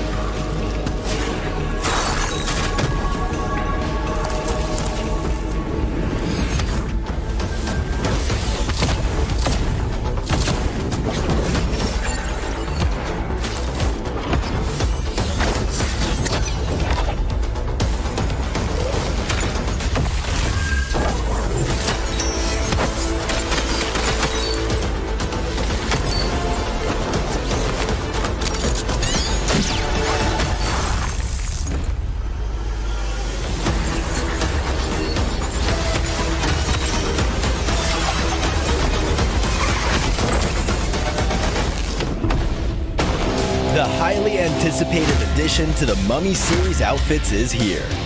Paired with the new Ice Tomb Glider, the Polar Spectrophage set is just what you need to freeze your enemies. Or send them ablaze with the Inferno Feed set's new upgradable Chained Inferno Uzi. All the Mummy outfits are back.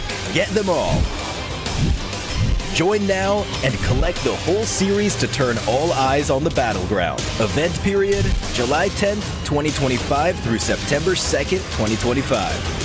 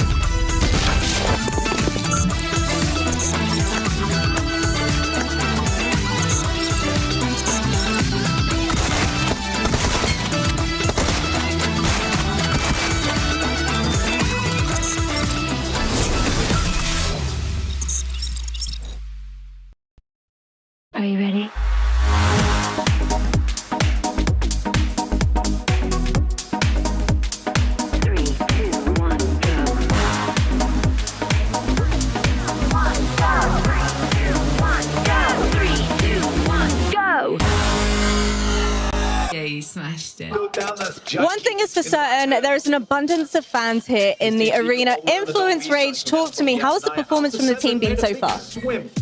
I think we can do better. Yeah, we can do better. Well, you're currently sat in the area of the crowd where all of the Team Falcons fans are. Is it a little bit scary for you?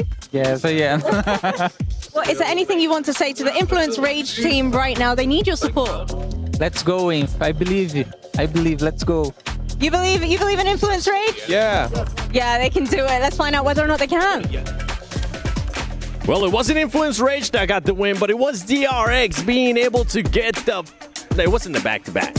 It was the two-time winners of day one of PMWC at EWC 25. A big surprise, honestly. I was not expecting any teams to be able to get 2 chicken dinners in the first day.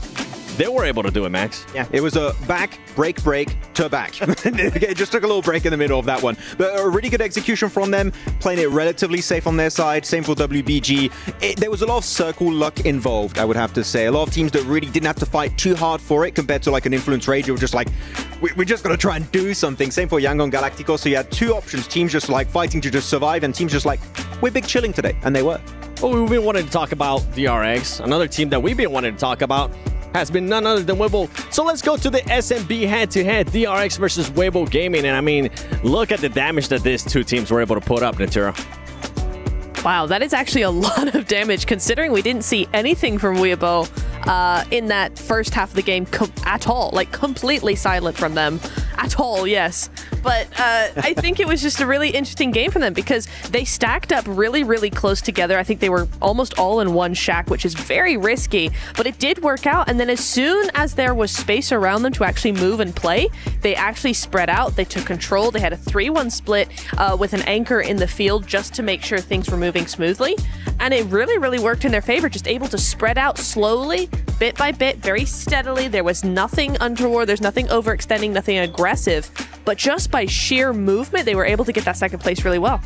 Yeah, no, I'd have to agree on that one. I think they had a really good setup just to make sure we don't have a weak point behind us, right? Making sure you talk about that field angle, just make sure that no team is going to try and go for that wide rotate south or east to try and backstab you as possible. So very defensive play here, and because of that, they would get a second place with 16 points on the board. So very happy to see China here getting a big game.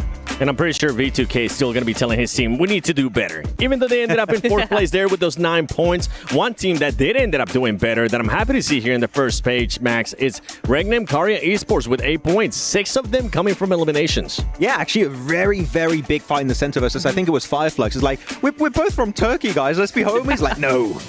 There's no peace between us right now. We have to fight for this position. A very good send onto Fireflux because you might say, well, the high ground position is just flat. Actually, you do have a slight dip, and you just need to make sure you clear that area first, and then you just zone teams away, which they were trying to do. It wasn't a game-winning position. It was a position where you could get a ticket to a good top 5 position, which I think they understood that. We're not going to win this match. Let's just try and go as far as we can and get a few eliminations, especially. Yeah, I will say, though, as well, is that Regnum Carya in that 5th place, but the top 4 teams were all edge teams. That was something that I noticed in this game in particular.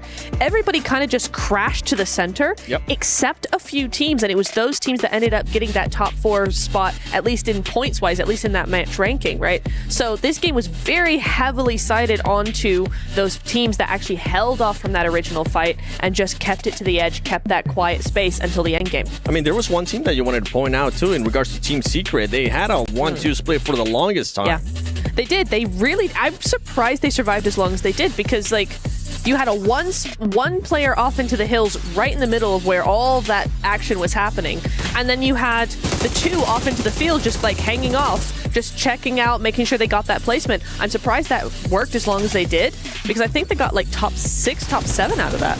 The game plan there is similar to what happened for Regnum Carya. We know we're not winning this game. Yeah. Let's just play very split. Whoever survives. Yeah. So it's like a mini battle royale in the battle royale for your own team. And they do have at least 2 players survive until the very end. And as you said, like maybe a top 6 position, get a few points here and there. Yeah. So they knew this game was kind of a ride-off.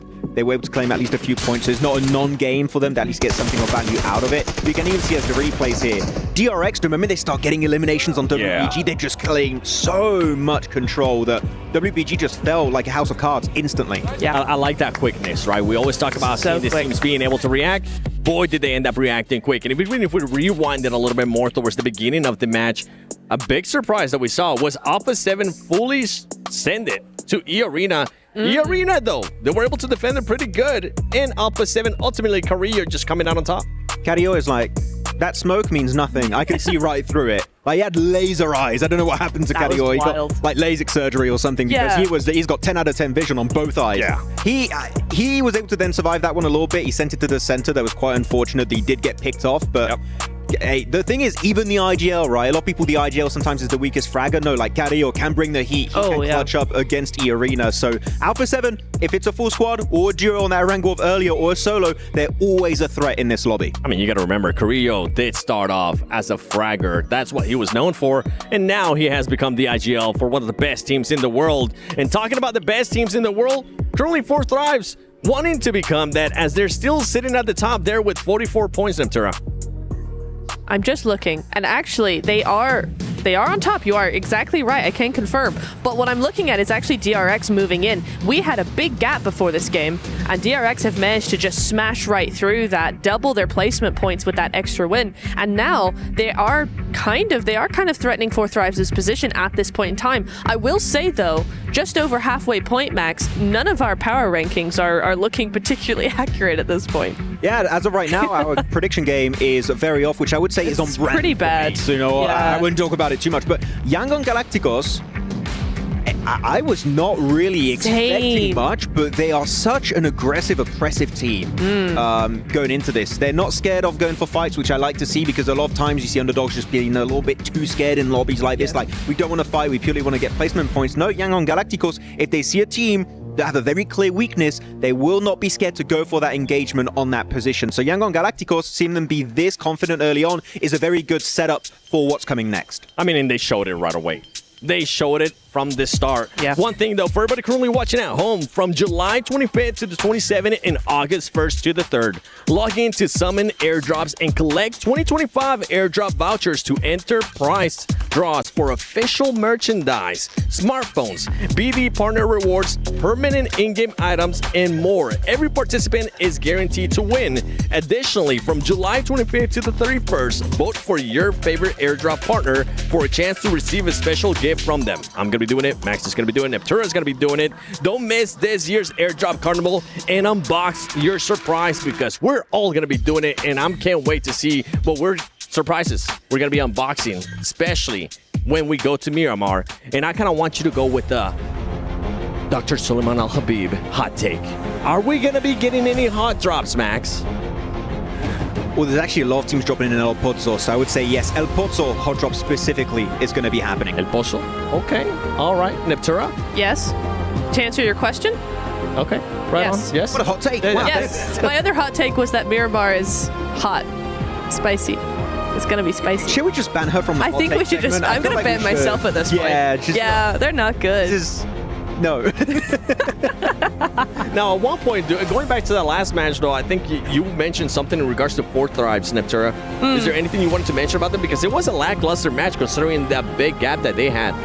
I think they were just too hesitant in that last game. They didn't know where to go. Honestly, they didn't have many options left to them. Maybe with Miramar being a bigger space, they'll be able to actually have those more options in a tricky zone, but we need to see a little bit more proactiveness from them. They did have a surprise though, Max. Fireflux came in from military base, and I think that they were not expecting that.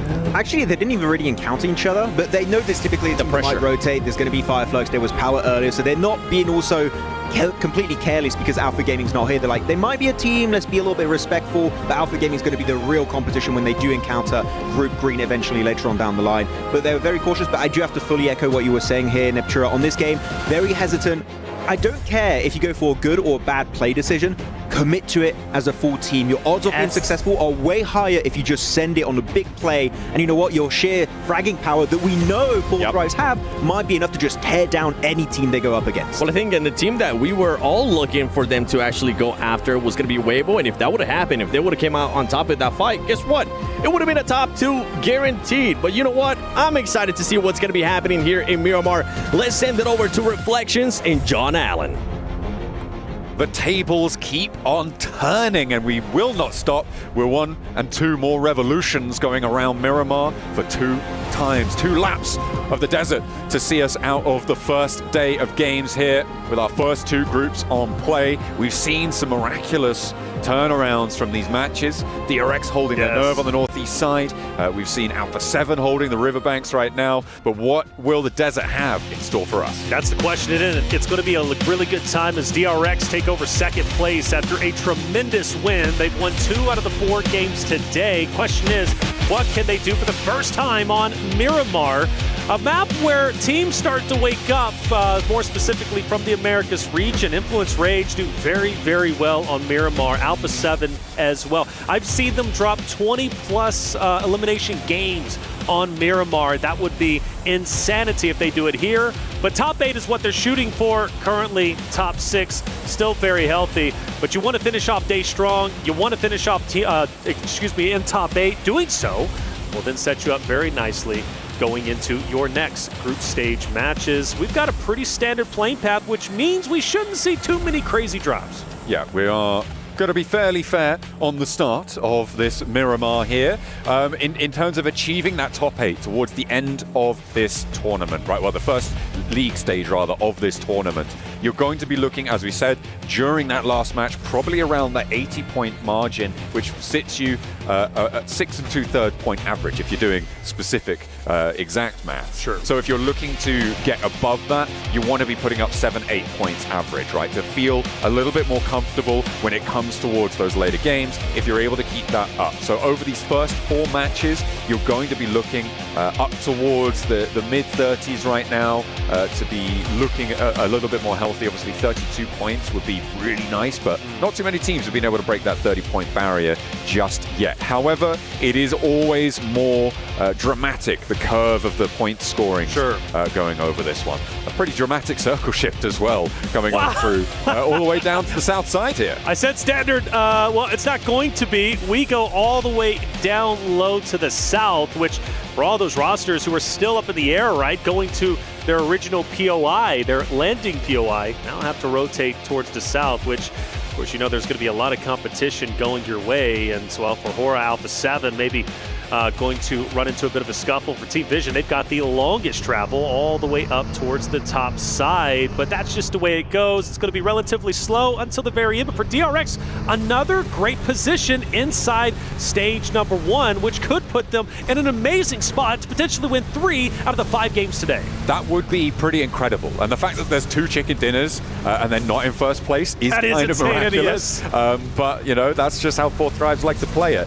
And Fourth Thrives didn't have a great game last time around. So DRX certainly have stiff competition, letting themselves down on those non-winning games, right? And when we talk about averages, you really have to look at these lower performing games. And for DRX, that is what is currently dragging them down. They would be miles ahead of the field. Doing miles for your benefit, of course. You know, I appreciate your freedom units, baby. Absolutely. But they would be absolutely streets ahead of everybody else in this lobby if they could bring up those averages.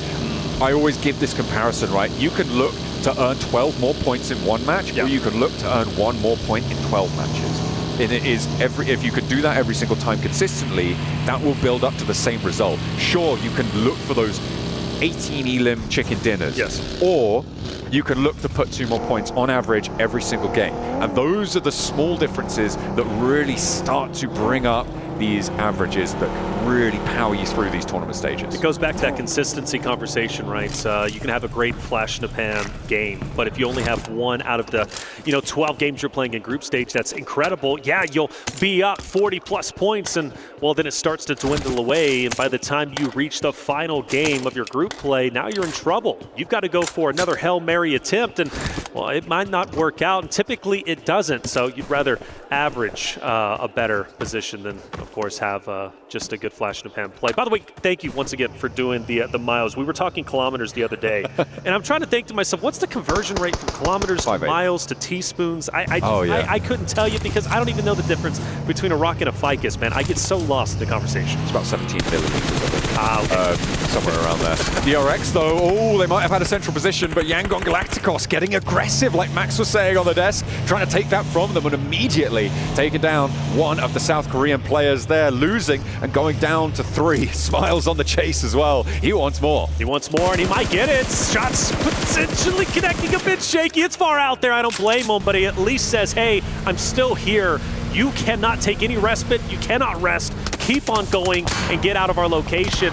But the question is, who else is going to be around him? Because this is a pretty tightly contested area. You got YG, you got Regnum. You also have, of course, Weibo, who's going to be just up ahead. Now they're honestly going straight into Falcons, who are going to be just below them, who might be rolling up into them. Could potentially be, but we'll have to wait and see. They're still a couple hundred meters out. That backstop for DRX is looking to be maybe contested, you're right, but it seems like they've fallen short. Up in towards Chumacero, which is where Weibo and Regnum Carya currently sit, they are less likely to be pushing further south, right? They're less likely to be moving up into these hills right now. It's a difficult ascent when you know there's teams already in there.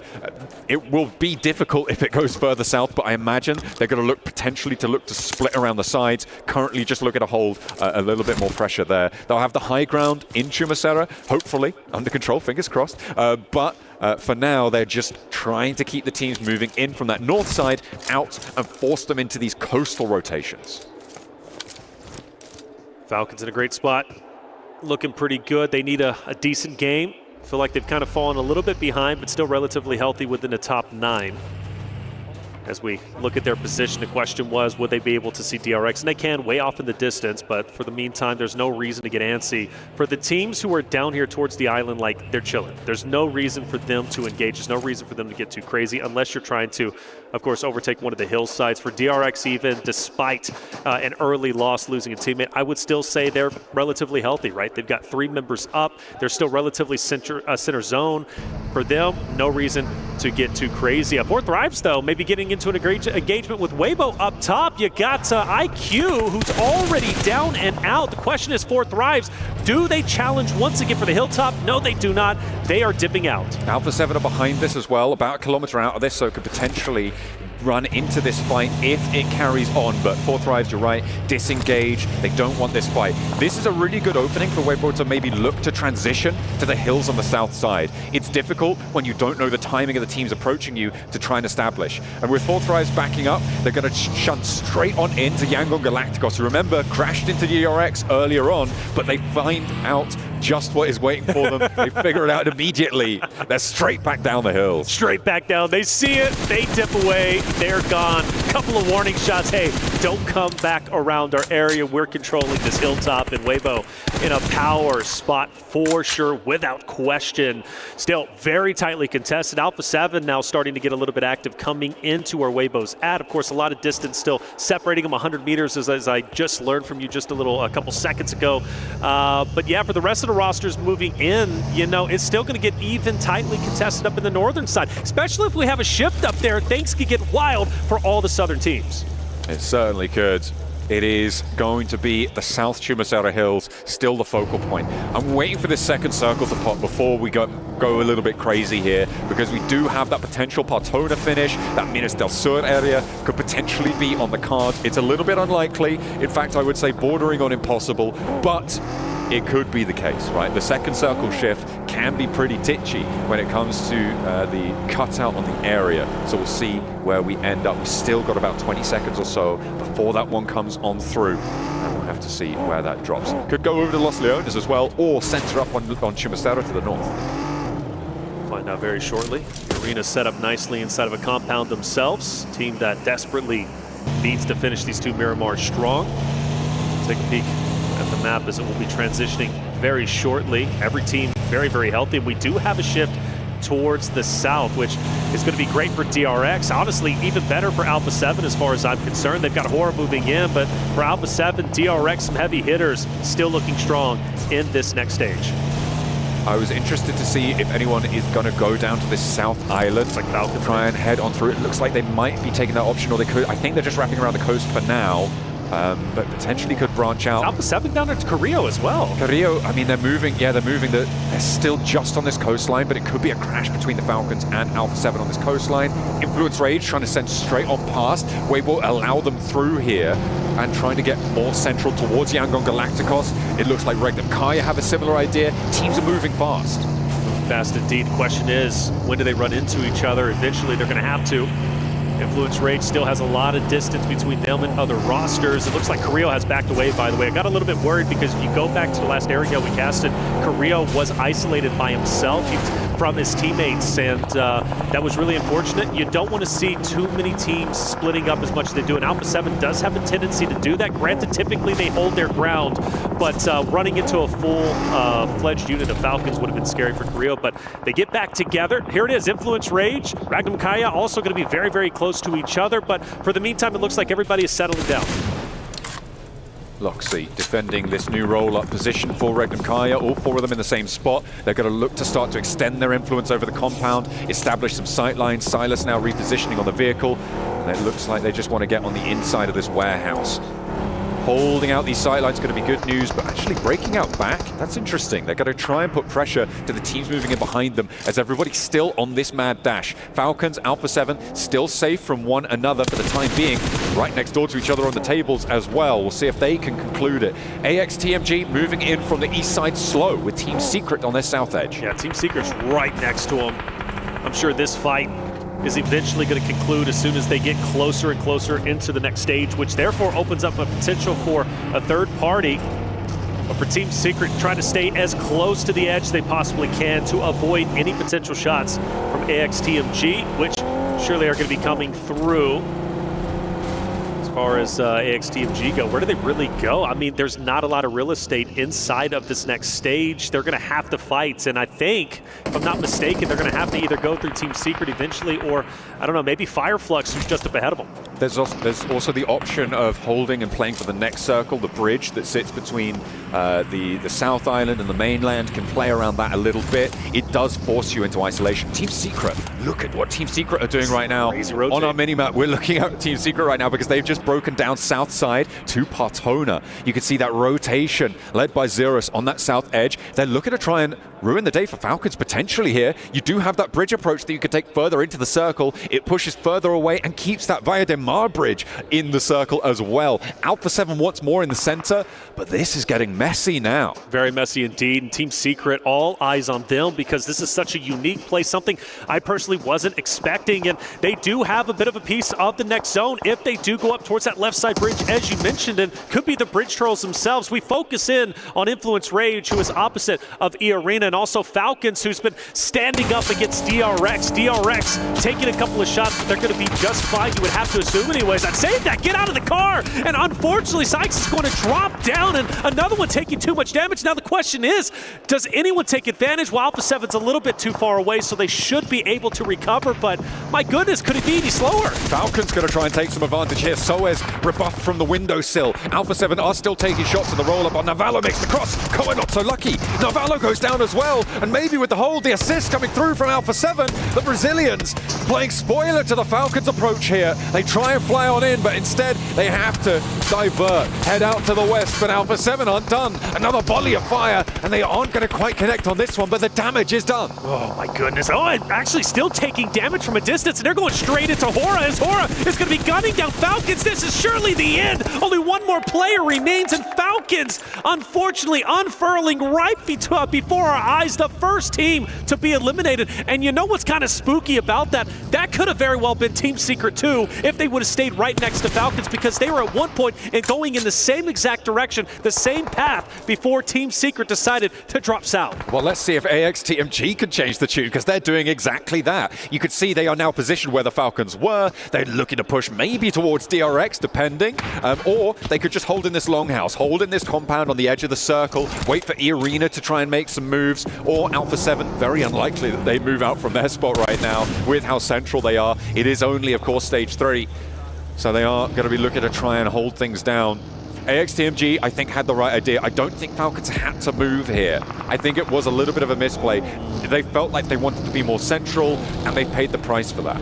Teams can crash in, they can go center. We've seen it earlier, right, with Influence Rage. You just went straight on past multiple rosters, but sometimes it doesn't work out, and that's the risk you take when you play against Blue Zone.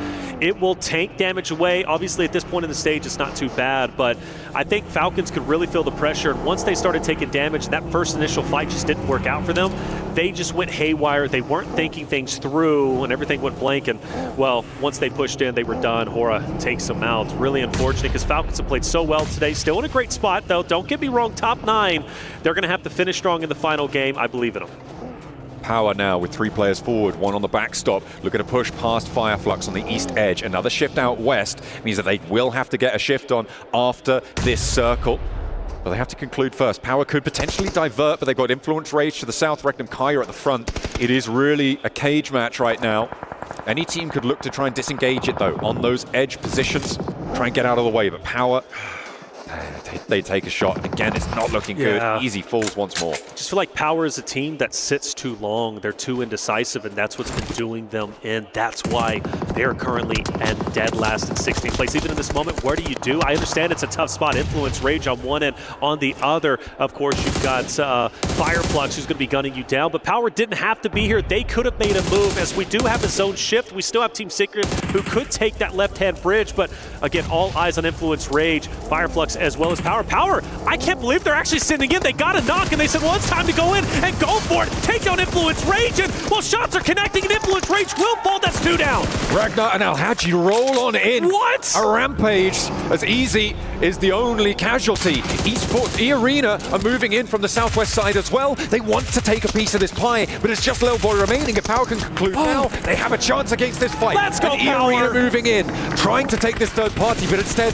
they just turn, they get a little bit more west, and they're trying to play choke on this fight now. They're trying to slow it down, bog them down towards the blue zone, and take these points. Power, they can go north, though. They can avoid this entire fight if they choose to do so. E-Arena, though, they most likely want to take this, or they could disengage themselves. It's a question of what they want, but for Power to push it on Influence Rage in the fashion they did, good on them. I was talking about their indecisiveness. They finally got active, and it paid off. And look at them. They're still alive. They're repairing, and they're moving up. This is what we need for Power to turn the tides around. They are still only on 3 points on the match, I don't though. care. The placements aren't quite there. Carrillo with the roll-up. They've been tracking this fight on the mini-map this whole time. AXTMG had tried to do the same thing, right? DRX moved out, who, by the way, are still surviving as a duo.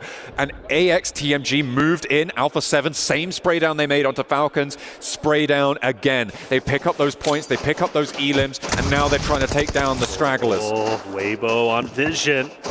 No often a lot of damage, taking it anyways. Order moving through the smoke like a zombie in the night, getting the off angle. He's going to be deadly without question. He also coming up. You got to think Team Vision are about to be put into the absolute blender, but not capitalizing on these downs. Go for it, boys. Take them out. Get the finishes. You got a Team Vision member off to the edge. 33Z sees Volt, but can't get the shots needed. Volt lives for a little bit longer, but you got to think Weibo in this spot, too powerful. 2 players now remaining for Vision in the way. Moving past should be easy for Weibo. They should be able to find these fights, just get these trades. You can't really afford to give too much, though. You're going to have to think about rotating in for the next one. Playing so far to the edge, you need all the mobility you can get. Volt hits the deck, and her can't quite connect the spray down. Has to divert as well. Somehow Never Alone and Volt are surviving this. This is a lot longer than I expected from them. Yeah, finally, he's found. And alone. Fortunately alone, all up to his own devices, up at a distance. Forced to just stay where he's currently at. Volt finally drops, and Vision will finally go down. Weibo wins a critical fight because now they have the dead into the zone and they are all by themselves. Weibo, now one of the favorites in my mind to potentially take this game. Granted, you got a lot of great teams still remaining, but Weibo have been improving each and every game. They've been moving up the leaderboard, and, well, I'm thinking they're going to have a solid finish. Now, for 4 Thrives, Alpha 7, maybe cooking up. Could potentially be a chance for them to move on in. Oh, yeah, Arena too. The arena from the south side. It is a shift up towards the north edge. Team Secret, by the way, still going. They rotate out to that south side. Has managed to play well. They have all 4 players. They had a player as a backstop, but they can rotate and regroup. Alpha 7 now in for a scrap. South side will need to leave this position, but they need to fight this out first. Mafioso on the top floor has the backup for the players downstairs, and Tiny K can't quite get any retribution here. Now just 2 players alive for the arena. They're not going to take this fight. They know they don't have the time. They just deliver 2 eliminations to Alpha 7 and say, okay, that's good enough. We're going to go ahead and dip out. For Alpha 7, they'll take that all day, every day. And for E Arena, well, they're still running into some struggles, as fortunately Terry is going to fall 4 Thrives to take them. Now the question is, for 4 Thrives, do they have the wherewithal to potentially cut off Alpha 7's rotation? That is a possibility.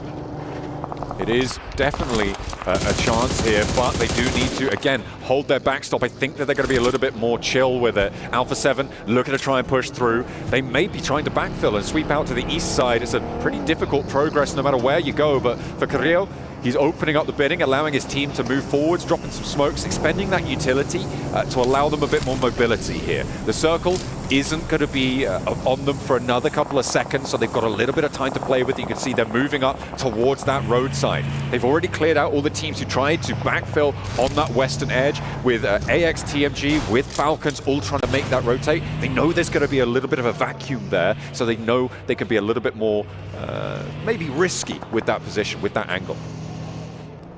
We set up the storyline very early in the day for Team Secret. Going south, a good rotation we saw could have happened if they chose to stay neck and neck with Team Falcons. They would have been eliminated. They are still alive and actually thriving as far as I'm concerned. They've had a wonderful day.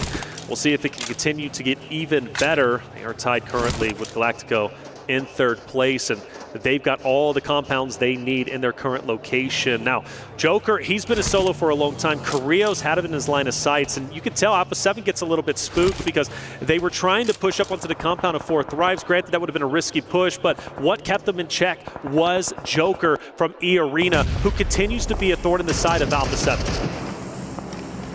The nades keep on going through. AXTMG, eat 2, a big nade on the overarm there. And that is nasty to have found those elims earlier on the replay.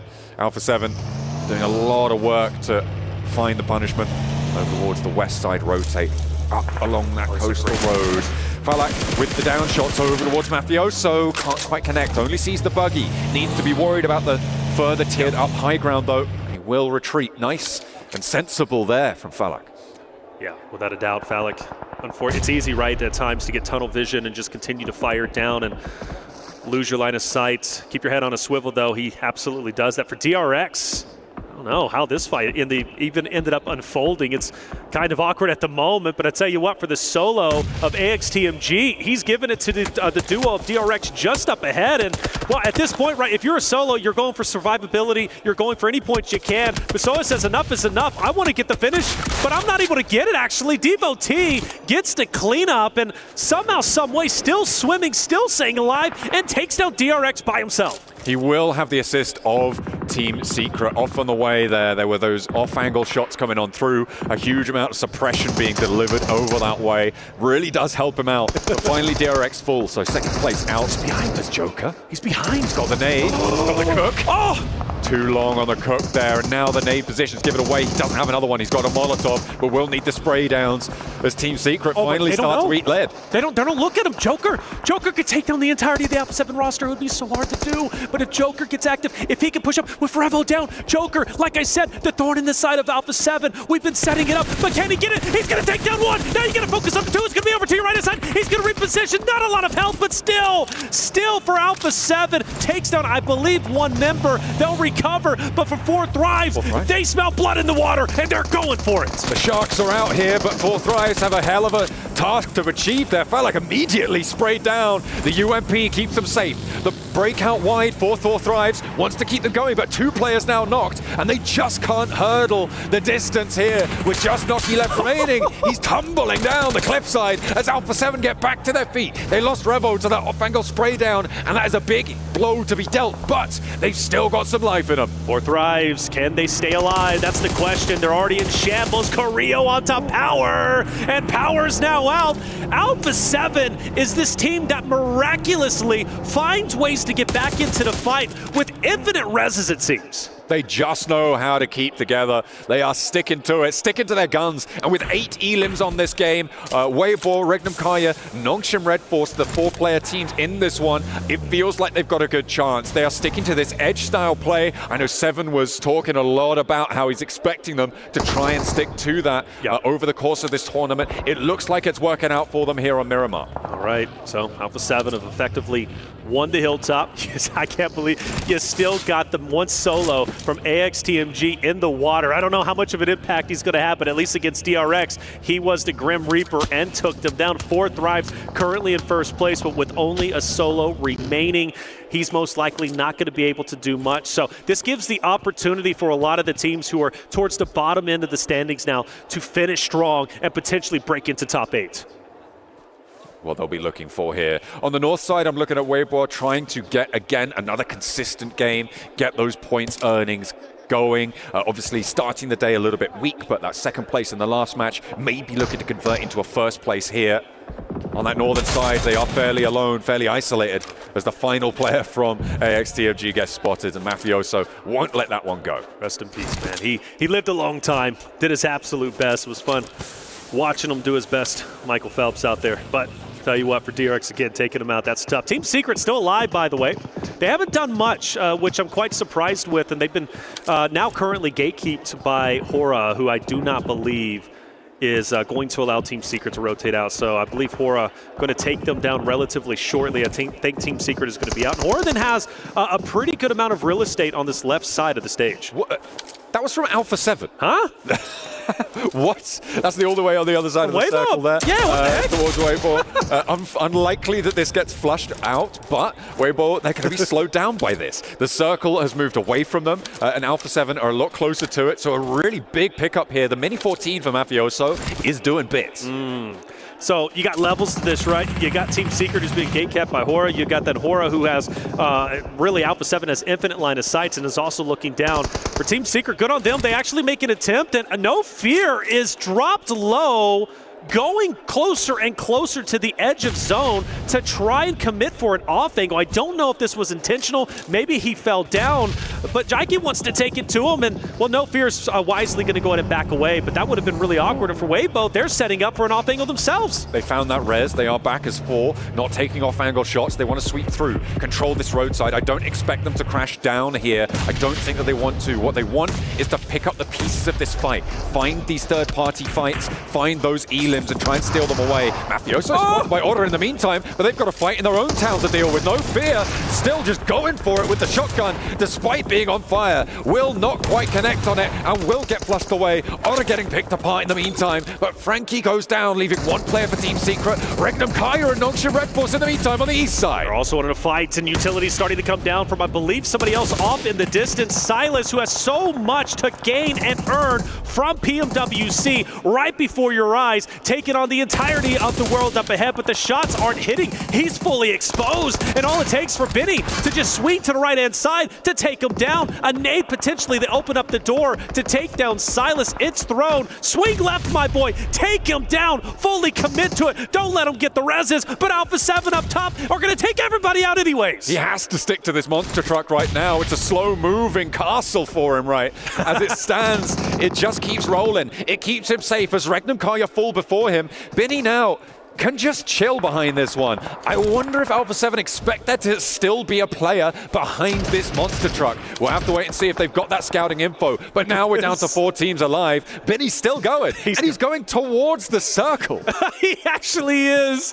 This is incredible. He's happy with this. Continues to squat down. Look, hey, you see it on PMWC, and we've seen already quite a bit climbing towers, using your portable castle, as you called it, right? Going forward into zone. But for Alpha 7, you know they are punishing, and they are looking to punish Benny.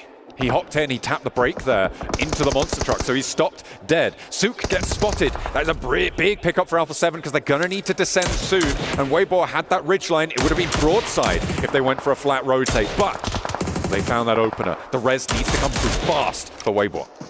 Alpha 7, Weibo. This is it. These are the two teams to win it as far as I'm concerned. Whoever wins this engagement are taking it. Benny might have an impact, but we don't know. But for 4 Thrives refusing to go out, even though he's a solo, he is mighty. 4 Thrives fighting till the very end. And, well, with that elimination also gives away his position, but he's fine. I mean, he's alive.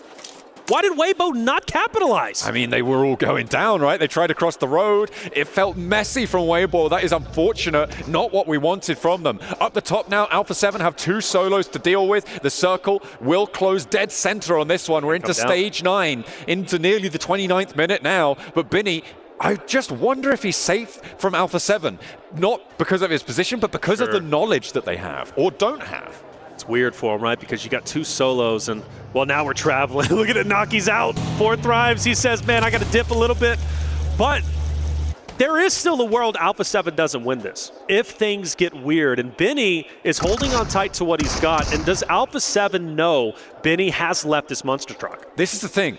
I don't think they do. The 2-player crash that they just did felt like they were rolling onto a solo. They'll know it's 2 solos alive. They'll know where Noki is from the gunfight. It felt like Carrillo and Squash thought that he was in that ditch amongst those vehicles. He was not, and now they're confused. They are, because they're fully focused on 4 Thrives Naki. Benny, they have no idea Benny's here. Mafioso. Oh, Carrillo as well looks to be cooking a nade, going straight. No, he throws it over there, but direct. Squash ends up throwing a nade over here. The shot's going to ring out. And Benny's going to be exposed. He's going to get taken down. Mafioso finally hits the shot, and now it comes down to a 3v1. Noki with a chance here for 4 Thrives, but it is a slim one as Alpha 7 look to try and maintain their title towards the top spot. It's a battle for first place, but he's found Mafioso. He's got the flush. Carrillo as well. Noki, no! How can you do it to him? They want that first place. Well, you're going to have to prize it from his cold, dead hands. Squash with a chance now, and he's able to close it down.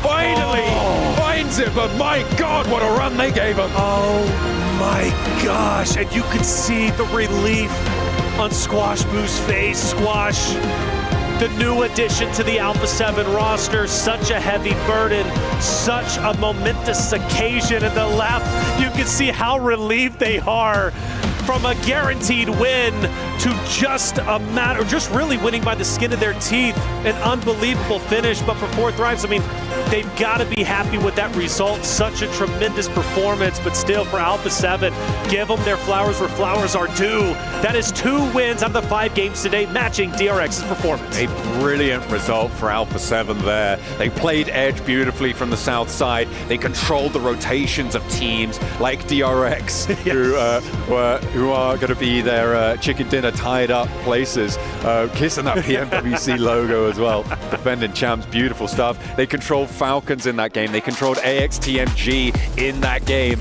and they control 10 placement points onto the tables. We're going to take a quick break. We'll be back with the desk very shortly to set up for the final game today.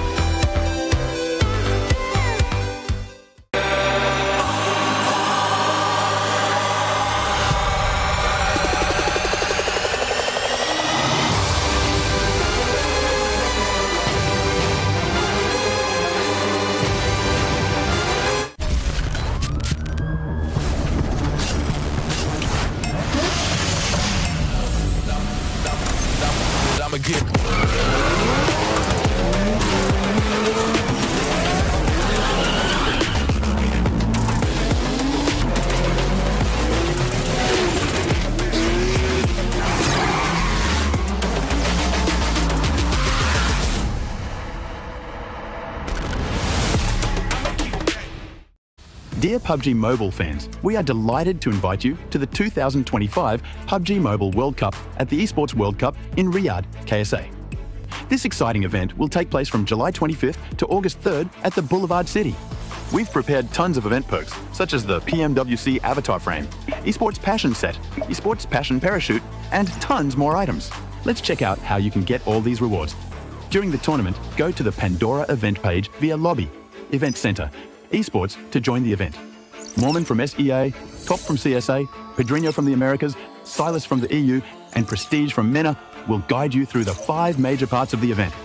They consist of tournament celebration, prediction rewards, esports shop, themed outfit, and champion challenge. Join these activities to earn rewards and collect esports tokens to redeem even more gifts in the esports shop.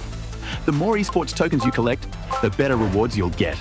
You can get up to 2,870 esports tokens from the prediction event. It takes place from July 23rd to August 5th and consists of 3 stages that coincide with the tournament: group stage, survival stage, and grand finals. During the group stage, get 20 esports tokens by predicting the 8 teams you think will advance directly to the grand finals. Each correct prediction will grant you an additional 60 tokens. Make a total of 3, 6, and 8 correct predictions to get 300, 680, and 720 tokens, respectively. You'll get another chance during the survival stage to guess the other 8 teams that will make it to the grand finals. The rewards are the same as the group stage. During the grand finals, you must try and predict the ultimate champion.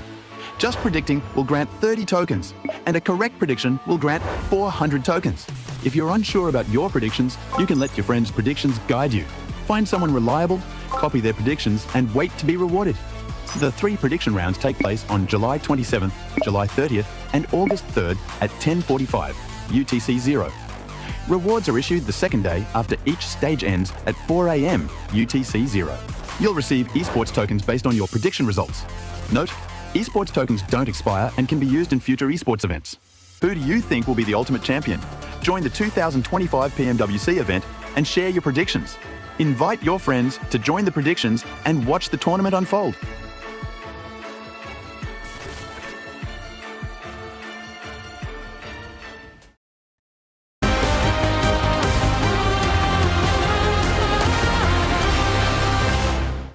Yeah!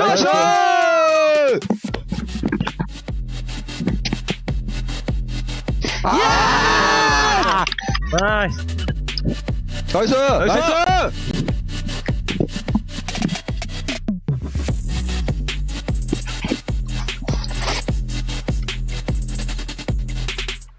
Well, we didn't get the Alpha 7 one, the reaction of the 2 wins that they have had today. But if we did end up getting it, it would sound something like this. Do Brasil! What were you going to say? Mafiosi, go, go, go! He's popping off those games. So he has been popping off. He's popping off with the Mini 14. Hell yeah! You like it? Was very high pitch wise. Hell yeah! That just came out of nowhere, so that was weird. But a team that, I mean, a lot of question marks were being questioned for Alpha 7. People were saying, okay, is this team going to be able to pop off? Is this team going to be able to maybe defend the championship? Are they even going to make it to the grand finals via group stage? I feel like they're shutting a lot of people up right now. Well, they're certainly beating the, they play slow in the first day. For sure. They're beating those allegations 100%. That is really something that's really, really improved from them. Yeah. I love to see that. But I love that they're a team that once they know they've got a good thing going, they just go for it 110%. They knew that up there on top of that hill, they had the perfect opportunity for a 30-point game. Didn't quite happen, but they got there very, very close. Would you say they go for it with 19 eliminations? Could have been 20. Yes, it could have been 20. I mean... It's just very satisfying to have a 20 elimination chick. Well, you really wanted it to be 20 max. I think I ended up saying I think they're going to be just one short because of what Weibo was doing there. But for Weibo Gaming, good back-to-back games here as well. Yeah, finally. Finally. Yeah. Because sure, they got themselves still a good Erangel earlier on the last Erangel of the day. It was very much because of the circle, right? That was just shifting on them time and time and time again. No, here, they actually went for really good high ground control. Early rotations from Chumacera. They might have to fight for Chumacera actually versus Alpha Gaming when they fight their group. That would be interesting, but very good execution overall. And I'm very impressed by the fact here that Sook is out damaging Order and 33Z that normally are two of the main fraggers on the team, but no, the IGL Sook is here bringing the heat with that damage and the limbs. So intrigued to see if that's going to keep on going, if that's going to be a trend for the rest of this tournament. Yeah, something that we don't really tend to expect there from Sook. Even though we know that he's able to do it, especially with the caliber of players that are currently within his squad with Order, we know that he's currently fighting for the trophy of being able to be the GOAT of PUBG Mobile Esports. If they do end up winning PMWC, I feel like that would be the case. I don't know about you guys. This is the conversation. Don't worry, we'll talk about this once we end up getting to the grand finals, if they do end up making it there. But some of the other teams that you guys were talking about too, Hora Esports, Max. They played Valle del Mar exceptionally well. Yeah. They understood no one's going to really come from the backside onto our position. They almost had team secret, I think you want to talk about later on here, Nep, but they understood we need to start thinking about how we're going to leave the city. So guess what? We're going to send all of the players to the eastern side of the road, making sure that we can have an easy access to the circle and get a really good entry point off the back of that. So I really appreciate how Hora played it this match. Am I seeing over 3.1k damage here from A7 on? Is that one game? This last game? I mean, okay, when you think about it, actually, with the Mini 14, you are going to get a ton of damage because of that zoning capabilities of that weapon, so it makes sense, but they were accurate as hell on those shots. Yeah. And the thing is, too, for this team, for Alpha 7, they were telling me today, Neptura, that I asked them, which one is your favorite map? Which one do you think you're going to end up performing really well on? At first, they were like, Sanhok. And then Rebel was like, no, Erangel. And then at the end, they were like, Miramar 2. I was like, okay, you might as well just add all of them. Say all three. It's just all three. Although I understand why why Miramar might be their favorite map in some cases. Because of the Mini, you can just use it to such an extent. You get a good bit of high ground up there. You get that Mini going, and, you know, we saw the results just there. So very, very good stuff. I love that the Mini is coming back, though. I mean, you and I are big... I mean, we all three are big proponents of the Mini 14. It's so nice to see that coming back into esports. It's really, really nice to see. Yeah, I mean, shotguns are still meta. Yes. They're going to be meta until the heat death of the universe is still going to be meta, possibly. But it is very good because you're kind of preemptively avoiding fights early on by damaging teams. You're taking care of their helmet, of their vest, of their resources because they've got to heal up, also got to res their teammates. So it's very good if you're just using it to zoning teams away, and in this case, it was very effective for A7. Well, Max, you don't know what's coming up. Nobody knows what's coming up. But it is a segment we would like to call Maxman Grenade of the Day. It's Maxman's Grenade of the Day. Are we doing this? Yes, we're doing okay. We're doing this. Guys, this is Maxman's Grenade of the Day. We're looking at AXTMG going for the push onto Falcon. The nade being cooked up on the side of Falcon. It comes on out, and he nades his own team. Yeah, he gets everyone all at once. Absolute utter destruction. And that is why that was Maxman's Grenade of the Day. There you go. I knew you would be ready for but a team that you guys actually were mentioning earlier as we're going to be moving on from this one was Team Secret.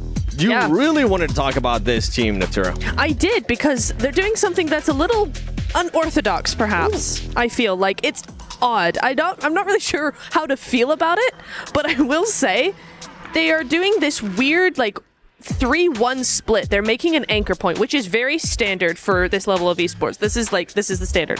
3-1 split as an anchor, but they're using it to actually kind of hedge their bets and go, oh, we're not too sure this is going to work, so we're going to keep one player off just to be safe. One player in the water, one player off in a shack somewhere. It's a little bit odd for me. They did make a really nice rotation round onto actually the small island, so they were able to do some really good stuff there and actually obtain a bridge play across back into zone behind Hora. But it was just like this split thing. They've done it in the last Miramar now into this first last Erangel into the first Miramar.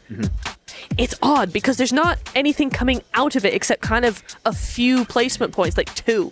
It's like a good idea, but the execution tends to fumble a little bit. I just don't know where they go with this. Yeah, actually, I want to ask you one thing about Team Secret, because you're talking about the way they rotate onto the island.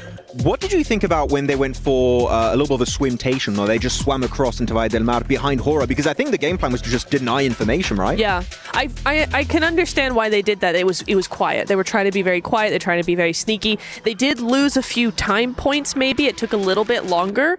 but that initial trio push was fine. They did that either swimming or on a boat. I'm not sure which one, but they did end up doing that without any issues. And then their solo player, their anchor player, did come up over the bridge in a vehicle through the blue. Yeah. So yeah, it was definitely about being quiet, which I can appreciate. And they do end up fighting, I think it was Hora on the eastern side of Valle del Mar at some point. And I want to call out Hora. Yes. Oh. They calling him out. No Fear in a 1v2, and they're like, they didn't even try and help him. They were like, No Fear, you're solo in this fight. You're getting no assistance, because they were getting third-partied by WBG eventually, but I thought that they would try and give in some kind of help, but like, no Fear.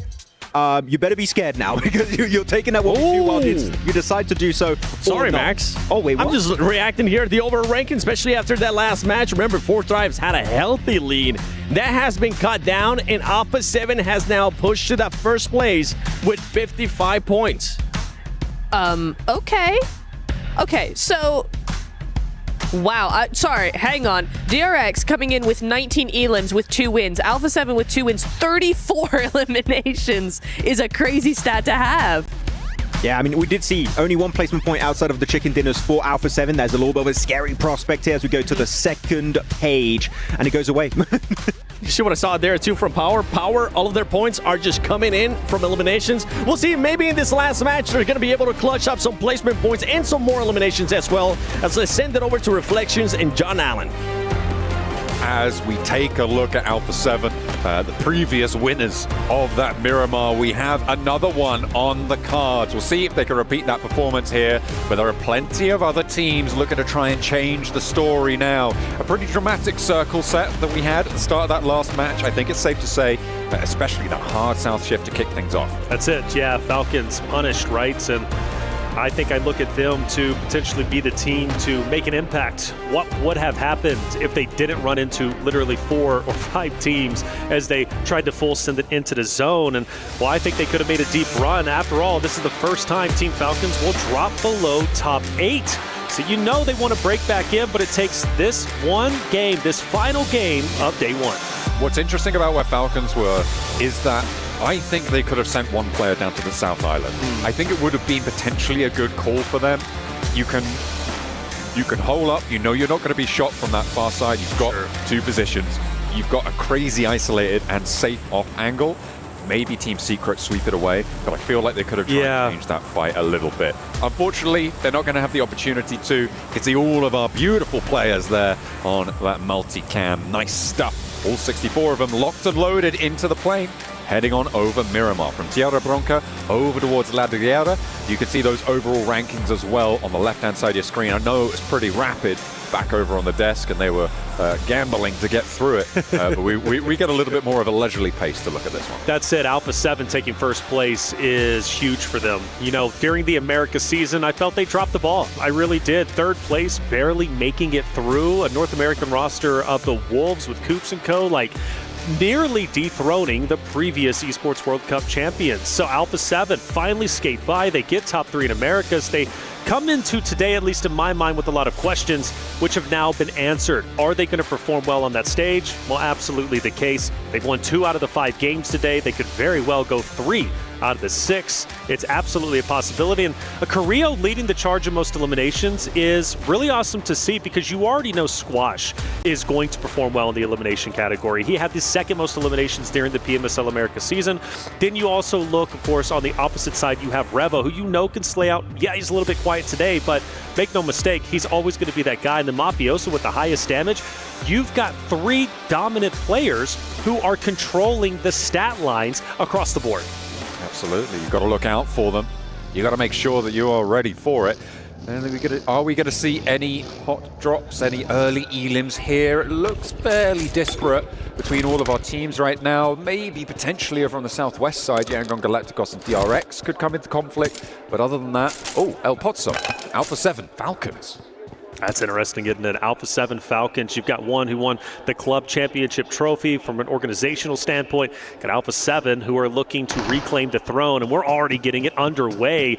But I love Falcons' elevation. Carrillo, being where he's currently at, he's got to focus down low. But the question is, does he have his head on a swivel? Yes, he does, and he'll know there's going to also be a Falcons member up top. But I think Carrillo, he's going to have to fight hard out of the spot. If he doesn't, he's down and out. The strategy I think Alpha 7 want to go for here is dissuade this fight from occurring for as long as possible. You see the two players behind, they're going to be looting through, they're going to be gathering a lot of resources, and they are so important in these early game fights. If you find first aids, you're basically a god on these hot drops, so they're going to be looking to try and find that. Falcons a little bit more crunched in, a little bit more penned in by Carrillo's forward position, aren't going to have as much of an opportunity to go for that util, to find those meds, those stims, those things that can really change the tides of these fights.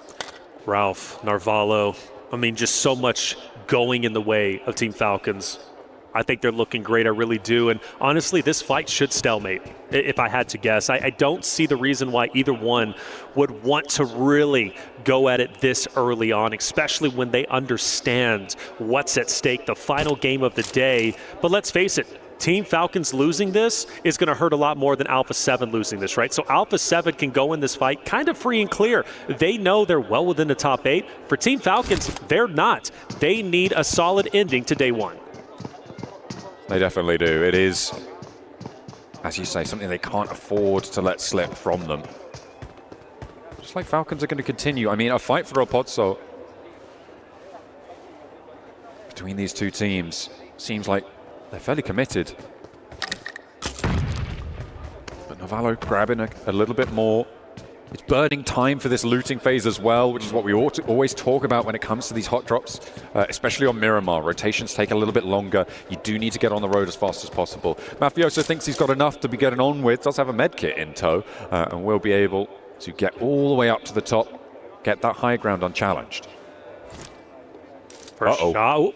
I thought the first shots were about to ring out. Mafioso, good trigger discipline, because the question is, does Falcons know where Mafioso is currently at? So if they go to let's say Falcons get a knock on Alpha 7 and they go to transition right to capitalize on that down, Mafioso could be the thorn in the side of Falcons rotation.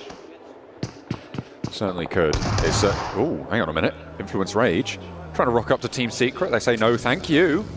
We're keeping our teammates safe, thank you very much. And that's 2 knocks already sent back their way. There's 1 player knocked off in the distance, but we saw they had the guard on. And now it's Lorazin and Lil Boy both looking to try and get away from this. They're not going to re-engage. They're just giving up the ghost. 2 of their players down, and they're even going to allow this Reds to come through. Yeah, I think Influence Rage for them backing away with the 2 players. Hey, that's probably the play. There's been a large conversation, at least in the Americas region, and I want your opinion on it.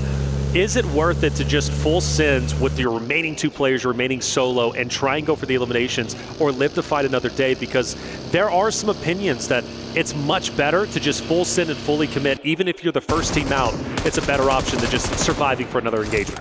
Well, take a quick look at that replay. That was a pretty sick mow down there with the M249. I think certainly you could argue either way. The question is, as it comes to with all decisions, I think, in PUBG Mobile, is what is the expected value of a play, which means, on average, how many points you get for a play like that. Is it easier to make, say, 2 points and lose the fight in that engagement when you go in 2v4, or is it easier to try and live until 6th, 7th place as a duo, right? I think that it's a lot more predictable to earn that sort of placement points in that strategy. So for my money, I do sort of favor it. Well, obviously everything always it depends. That's right. Yeah. But for my money, I think that the disengage is the correct play there. I think so too, and I was trying to explain that because I'm like, disengaging, getting additional points when you know you're fighting for a championship here. You're fighting for hundreds of thousands of dollars, right? Literally life-changing money. Why not stay alive? Why fully commit when you know you're just going to be a martyr, right? I don't think there's any point in that. There are times, like you said, it's situational, and that's the beautiful thing about BRs. It's a beautiful thing about PUBG Mobile specifically. Yeah. Every fight is different. Every engagement is different. No map is the same. Yeah, you'll have similar situations, but every single time you drop into Erangel, Sanhok, Miramar, you can't expect the same result that happened in the previous maps. Absolutely not. I also think that there's several factors that come into play when it comes to the it depends side of the argument. One, the length of the tournament that you're playing in, because if you're playing high volatility strategies, you can take those into a longer form tournament and be a lot safer, right? Because on average, it's going to bear out earning the points, right? Sure, maybe 4 out of 5 times you get nothing, but 1 out of 5 times, all of a sudden, hang on a minute, I've got loads. But you don't see those 5 opportunities in a short form tournament. So for 12 matches, you do want to take a little bit of a safer route. And it goes back to what I was saying about earning 12 points in one map versus 1 point in 12 maps. It's the same impact on the tables either way. Sure. And when you shrink that tournament size set, those lower volatility plays, those more certain plays, become more and more valuable in this specific scenario in terms of points earnings. Looks like Alpha 7 finally striking first onto the Falcons roster. Mafioso will drop one for Falcons. Not a guaranteed cleanup, I don't believe anyways. I take a peek, no. So Falcons going to have a downed player. That fight's still going to be extended. You've got a couple of rosters, you know, kind of close, right? Hora could be moving in. Maybe the duo from Influence Rage for the third party. But as the zone starts to shift in just a couple of seconds, we've got to ask ourselves, does Falcon and Alpha 7 finally have to give up the siege? Oh my gosh, absolutely they do. Okay, we're over to the Chumacera Hills, again a little bit further north than we were last time. This is going to be a mad dash. Right now, there are no players on the south side of Chumacera into those hills that we were witness to the last match. Now, who's going to be able to get there? DRX on a wide swing, currently passing via Demar. It looks like AXTMG... completely forgot the acronym there. TMG, baby. TMG going to be heading in to the east edge of Chumacera. Yeah. So they're not even going to go for those hills down to that side. A lot of teams descending just straight into that urban environment. But I feel like DRX have the right call on this one, heading further south and into those hills. That's exactly what they're going to do. DRX, a team, a shining star really of day one. Yeah, third place currently, but at one point was well within first. And you got to owe that to obviously their winner chicken dinners. Two of them today only matched by Alpha 7. And Fireflux kind of, you know, poking the bear a bit onto Power. Power says, go ahead and back away. I've been waiting for this roster to wake up. I will say, and again, I give them credit. I know they're in last place, but watching them get more active on Influence Rage in a map previously excited me and showed to me Power is willing to make moves. They just have to fully commit to it and make that play call. But when they do, they can show that they can win fights. So for Power, I'm not giving up on them yet. I still think they're a talented roster. Yeah, absolutely. It is just a question of delivering on that talent, right? And in a lobby like this, it doesn't mean you're not talented if you're not doing well. It just means that you're not up to that standard of the rest of this phenomenal lobby, which, you know, we have seen some pretty excellent plays coming on through. Teams are looking to start to break past these boundaries. At the end of this match, it will be 6 matches played, and you're hoping that you're going to be somewhere in that 42 to 48 point boundary to stay up to scratch with that top 8 bubble. At the end of the day, overall, they should be looking in that sort of ballpark. Obviously, 80 points is where that bubble should be, in towards that 8th place at the end of all 3 of our days of games. But getting half of that done in your first day, that's great news. The more you can do, the better. So for Alpha 7, for 4 thrives, they have already managed to pass that metric. You can bet that they'll want more, though. Alpha 7, Falcons, Influence Rage on rotate towards the south, getting to the next stage. Falcons had a down player earlier. Mafioso managed to get a drop, but you notice they are now officially 4 strong. Falcons live to fight yet another day. The blue zone's not going to be too much, and I believe everybody's going to come in relatively unscathed. The question mark I do have, however, Falcons and Hora, because they're relatively close to each other, and Falcons are going to skate just by them. Still not quite fully in conflict here. Hora could potentially divert, so could the Falcons. They haven't fully committed yet. The circle bounces back, so we had a hard southeast shift, but we do go further up north. I mean, this is good for all the teams that sent in towards Chumacera. It helps them out a little bit. For DRX, it looks like they're going to try and rejoin that mass of teams in the center. But that conflict on the west that you spoke about just before their reflections is going to pop off. And at the moment, it looks like Hora are going to be eating dust first. But Redox doesn't look super healthy, will get knocked in turn. Yeah, you got No Fear, who's also down. Jiggle from off in the distance. Falcons look to be winning this in style. Granted, 1 player down, and well, they're not out just yet. In fact, they look like they're trying to dip, which means they're going to be leaving their teammate to bleed on out, which is so unfortunate for Hora. Putting up a wonderful fight, and Falcons are feeling the heat. Sleepy able to spray them down, and actually Hora staying as live as 4, with Novalo getting felled as well by 4 Thrives. This is disastrous for the Falcons. They couldn't afford to have a bad game. They weren't able to leave El Pozo uncontested, and they are now flagging horribly. They are not going to be able to earn a lot of points on this map, and it looks like they're going to be ending their day on 22 points. Alpha 7 have taken a knock over towards Carrillo in the meantime, but they are looking a whole hell of a lot healthier. Unfortunately, there's an IQ nade sent over the top. Is it going to connect? Doesn't look like it's going to find that knock, and will be allowed to find the reds for Carrillo. 4 Thrives, they got history, but hey, there's even a third party off in the distance. Things are getting spicy. To be expected on the final map, teams are fully committing. IQ finishing off Revo, that's gonna hurt. Typically the lead slayer for the Alpha 7 roster, but Mafioso also gone, and just like Falcons, same fate for Alpha 7, it seems, right? Both of those rosters started at a standstill. We thought they were going to explode into an engagement. It doesn't happen. By the time they have to shift all the way down south, well, they run into some issues. Our top rosters, unfortunately, falling a little bit early. And for Alpha 7, time is running out for them to get their last teammate back onto his feet. I just don't think it's going to happen. It's most likely going to be a solo trying to take on the world. Same story for Falcons. Both of those two teams too slow off the mark. The hot drop, that was terminal for them, and Koa will go down on a rotate. Team Secret plays spoiler on that rotate from the north side to Alpha 7. Without the influence of Team Secret there, it would be a different story. It would have been a fairly even fight, I feel, between them and 4 Thrives, but it was not to be. They were too slow off the mark, and the circle continues to push us ever closer to the center here. I'm looking at teams in Chumacera. I'm thinking they're not going to have an easy time of getting out of this one, but these hills hold a lot of nooks and crannies, so potential to play Snake, to play slow, try and survive as long as you can. That's it. Zone shift relatively soon. Vision, not a bad day from them per se.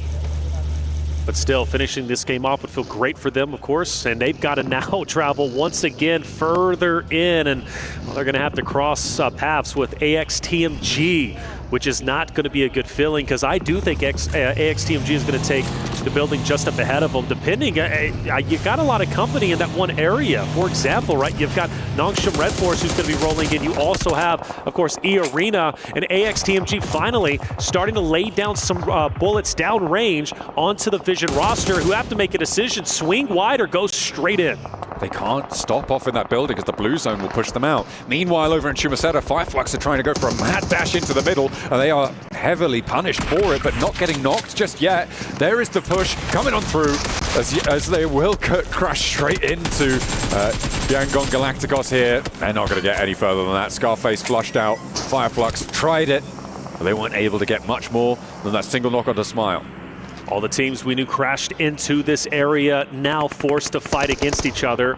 And if you're looking at the perspective, of course, the Fireflux, well, they're still taking a bit of damage. And, well, they're in shambles with only a duo left. Weibo up ahead. You also have, of course, Nong Shim Redforce, who might be crashing in on you. It's going to be a tough one, but you would have to expect that. Going to these compounds this deep in the zone, you understand and fully know it's going to get active, it's going to get busy. You need to be ready to fight. Vision rotating down to this south side now. They go for a wide sweep out wide. It's one of the decisions they had to make, and they have gone up towards Chumacera. Look to go downhill off of this one. Where DRX started to play, they are going to look to push in from this south edge, with DRX already much more central here. I like this from Vision. I feel like potential misstep from the teams who pushed all the way into Chumacera.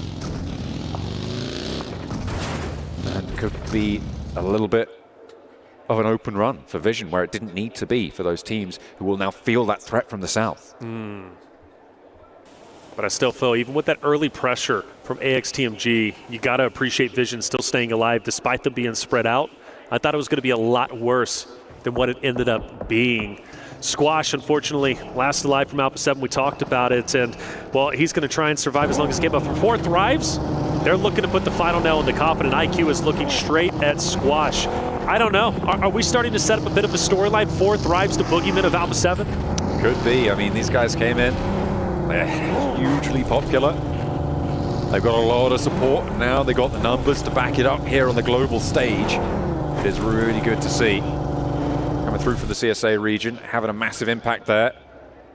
Looks like they want to have that repeat performance, a real breakout show from this roster from Pakistan. And they're having a great time with it. In the meantime, on the inside, Nong Shim Redforce. They're going to find one of the players from Weibo. And Nong Shim Redforce, again, same story as Falcons. Closing down the day.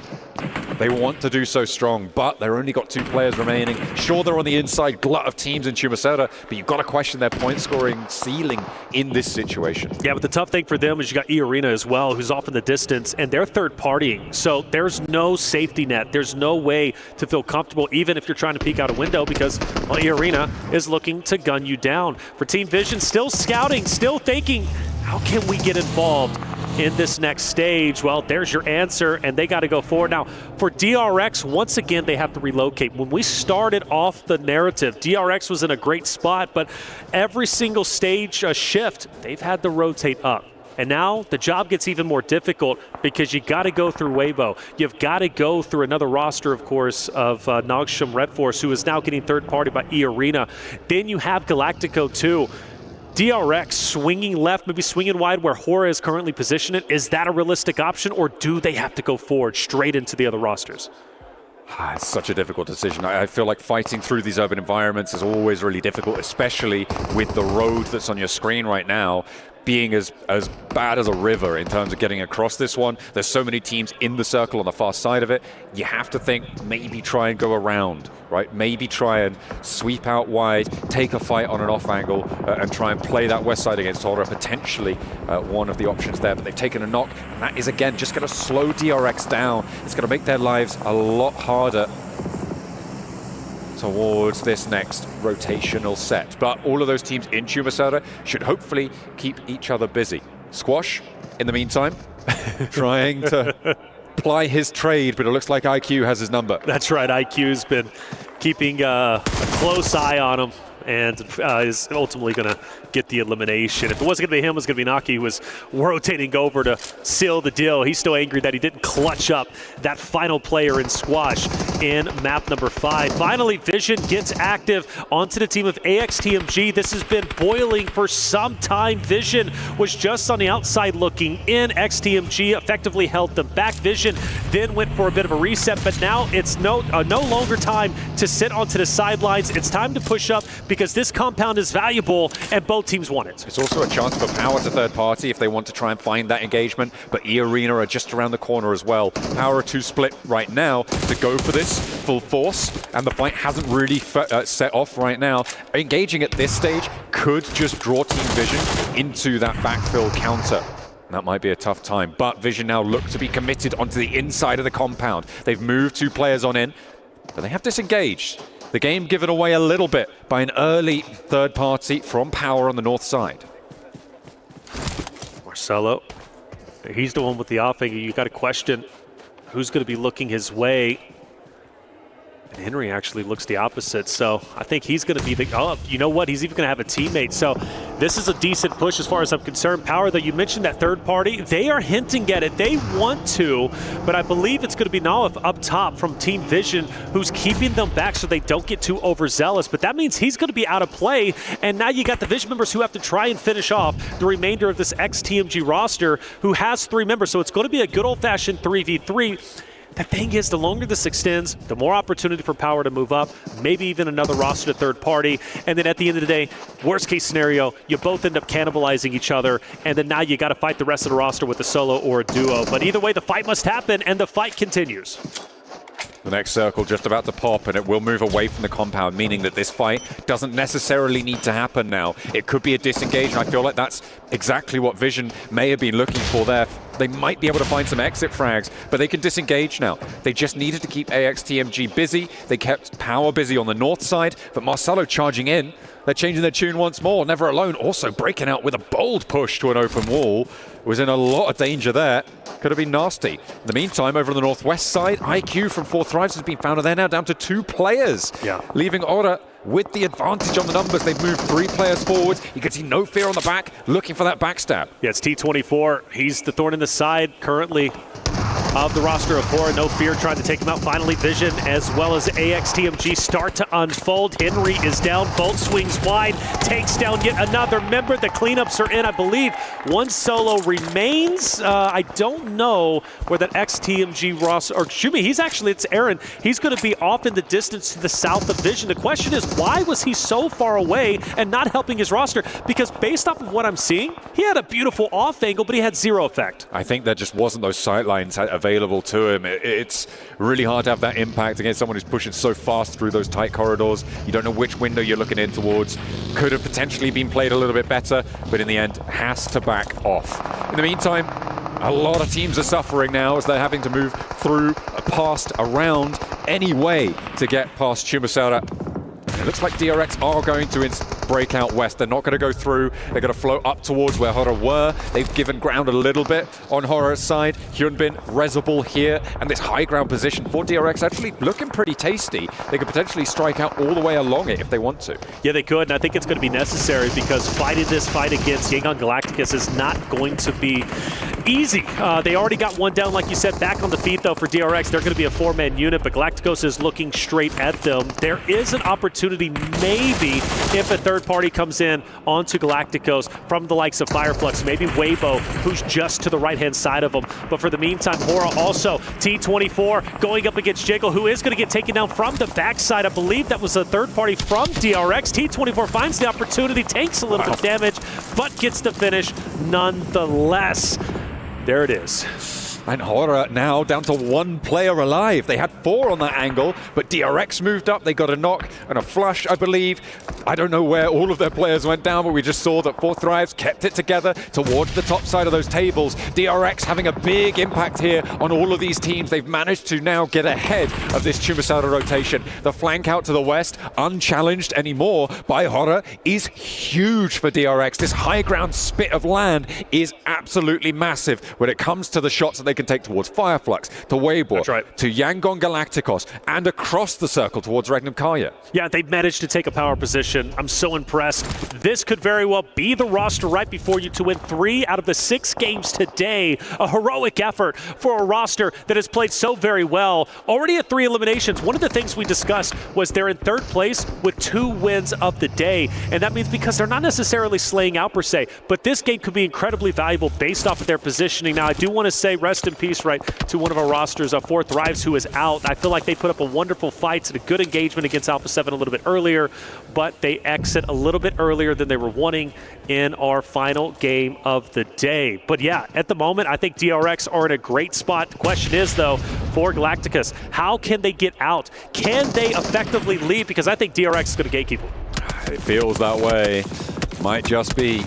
Power in the meantime with 4 players. Alhaji wanting that res. It will be enacted right now. Ragnar brings him back to his feet. And they will play on us 4. Fidan now on the top ground as well as they open up with Ragnar finding a shotgun shutdown onto NC2. They now have only 2 players to worry about. They have to conclude this fight fairly quickly. You can see the circle now just starts closing. It forces the issue on this fight as easy. Can't quite hold his nerve. There is a trade though. And Tony K wants to try and find the points where he can as Fadan looks to shut it down. Easy out, but now in a 1 versus 3, they're looking to try and extract themselves, but Tony K has more to say. Will fall as 2 players now remain. Can they get this res in time? I don't think so. I don't know. It's going to be close, but they're going to try it, even picking him up, throwing him potentially in a car. You want to get your man back into the fight. They won the compound that they've been looking at for the longest time. Question is, will they have an effect in the late game? Meanwhile, we focus our attention onto Regnum Carya. Silas, again, so much for him in this tournament, going against Sleepy, who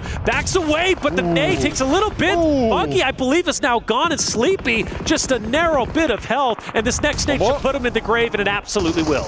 Beautiful overarm there from Regnum Carya to keep that north side clear. DRX, though, still execution rolling downhill as they haven't quite managed to find Yangon Galacticos, but nobody else is making their way out of this one either. Fireflux in the distance with just MatCap making his progress, but how long-lived will it be? Already taking damage. That could be from across the way. You've got Team Secret off in the distance, potentially third party, but Romeo is shut down. Hyunbin opens the cannon. DRX are down to 3 players, but they've got such an advantage on this high ground. They absolutely do. Say Cloud Smile. I think this is going to be the ending. You have really nowhere to go, and DRX DRX are all focused on you down below. And this is such a power spot that's been set up a little bit earlier in a future stage. You know, you look at where DRX is currently at in the standings, what they could potentially do in this moment. Yes, they've lost a player, but they're taking down the big dogs. But do they get tunnel vision? Because my only concern is Silas is also in the distance, and there is a chance potentially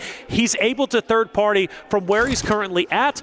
But in the meantime, DRX can't really worry about that. They've got to focus down low. Taking down Yangon Galacticus could very well put DRX in a winning spot in game number 6. Definitely could. They have got that high ground advantage, but it's difficult to get them out of there at the moment. In the meantime, over on the northeast side, it's Regnum Carya and Team Secret. He's going for it. These teams will be the teams to try and take that fight. Silas, with that big flex out, he doesn't want to overcommit though, and I think that's wise. He did look for it, but won't get himself in too much trouble here. Still felt there was an opportunity for Silas maybe to get some pop shots, but honestly, not a bad play, like you said. Ooh. Disengaging. Silas might be coming back and doing so in the vehicle, even if he... Yeah, they're fully collapsing. So now that you're so focused on YG, DRX is now getting pincered. The vice grip is closing. YG are taking damage, and DRX is pushing down. Yes, they'll get the eliminations, but now they've got the low ground. And the question is, will they get punished, much like they just did the YG from Regnum Carya?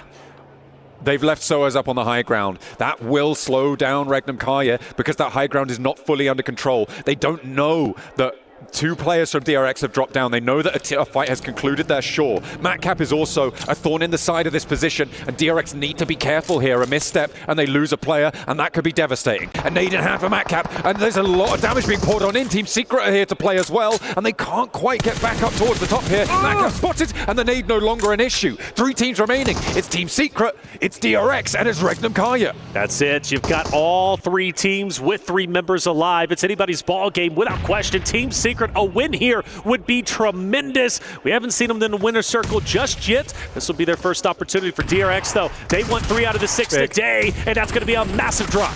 Where's Regnum Carya in all of this? The opener for DRX is good, but will Regnum Carya roll over the top? So easy. I think he's dropped down now. Goes down to a nade, and there's more to come as the high ground suddenly becomes a factor. But there's suppression for the backline of Team Secret as well. A nade, a close range fight coming on through with the shotguns. 2 players for Regnum Carya, 1 apiece for the 2 contenders here. Down beneath them, Yunbin charges forwards and DRX are swept aside. Tosh pick a wild now, just have Frankie to deal with, and the backfill works wonders. Silas leads the charge, and the rest of the roster capitalize. And it's up to Frankie to try and keep the hopes and dreams alive for Team Secret. There maybe is an opportunity. There was almost a clutch in the last game that we ended up watching, but Frankie's got a tall task ahead of him. He's got a player on the off angle, and it won't even happen. And that's going to be a tremendous win for Regnum Carya, taking their first victory of the day and a much-needed win to break into top 8. A beautiful result coming through from Regnum Carya. As you say, much needed. This day caused a lot of worry for fans of Regnum Carya. They have not been their usual selves, but they've always got a little bit of life in them. There is a reason they are the PMGO champions. There is a reason why they are here and why we talk about Silas with such reverence. They do manage to pull it out in the final match of the day, but their job is not done. They have not managed to put up enough points to feel safe moving into their next day of games, right? They have not been able to get enough done to feel fully secure in those top 8 spots. Of course, they could potentially go to those survival stages, work their way through that way, but getting directly into the finals in those top 8 would be so much cleaner, so much less of a worry. Without a doubt. Big plays coming out from DRX, though. In this meantime, you think they look great, you think they look strong, but I gotta say, man, a tremendous victory. Let's hear what the desk has to say. 7, what's going on in that last game?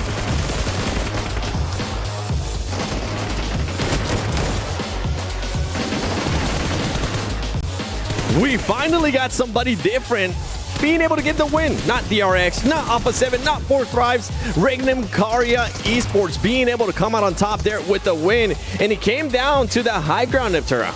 It really did. It was a really nice show from both of them, from Silas and the rest of the team. I think they had high ground for a long time elsewhere in the map, but then coming over, they were able to lock down a really good position. I just want to say, Silas looked very angry. They just won a game, and he's like, he's probably angry at today overall.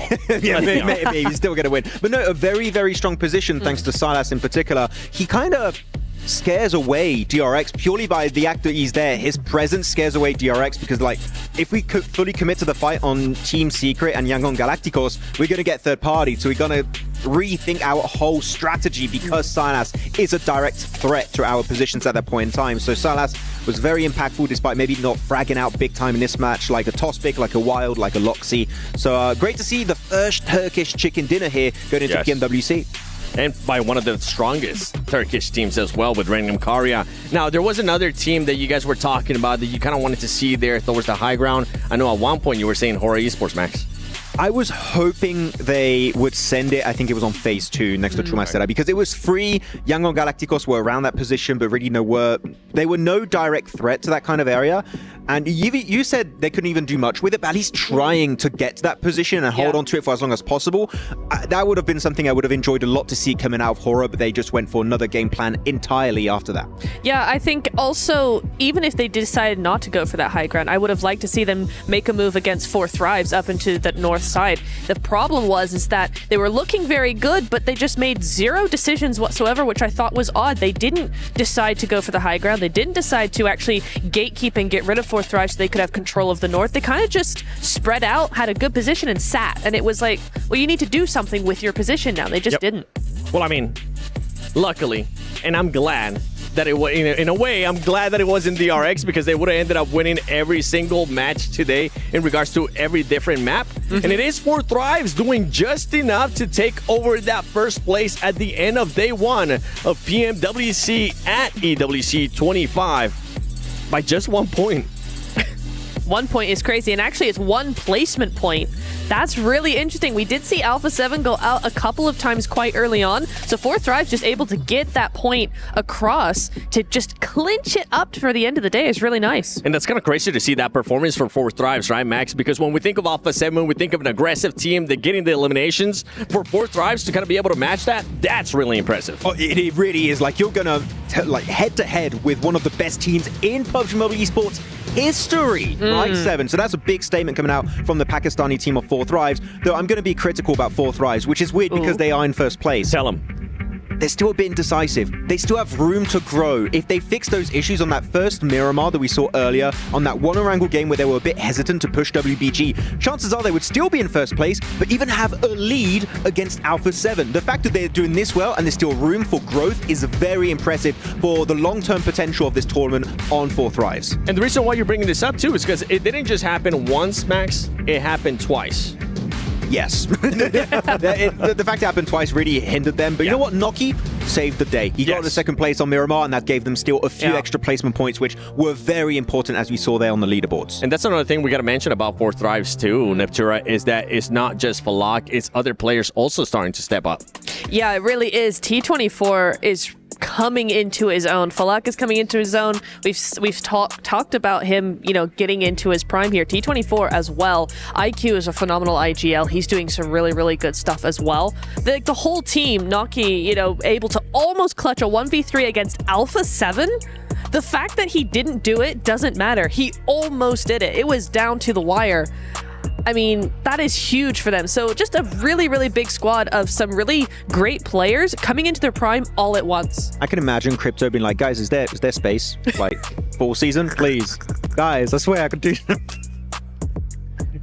Don't send me DM, guys. I don't want this heat right now. I'm not going to say anything. All right.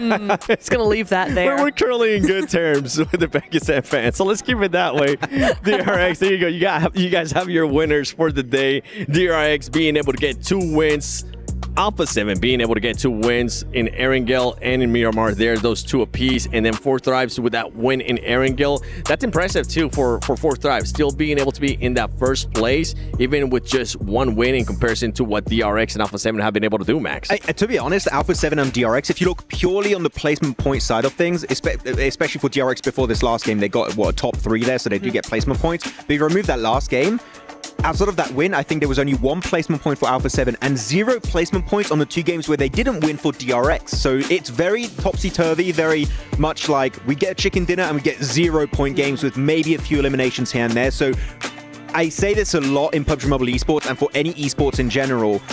It's very important to see how good your bad games are. If you can get a decent average, even when your game is technically a bad game, I'm talking 3, 4 eliminations, a placement point or 2, it stacks up really quickly on the long term here, and it could really help you solidify your position in the top of the rankings. So I want to see them perform a bit better when they know they're just not going to get those chicken dinners. That's right. And something to keep in mind, too, is, I mean, we do have different groups here.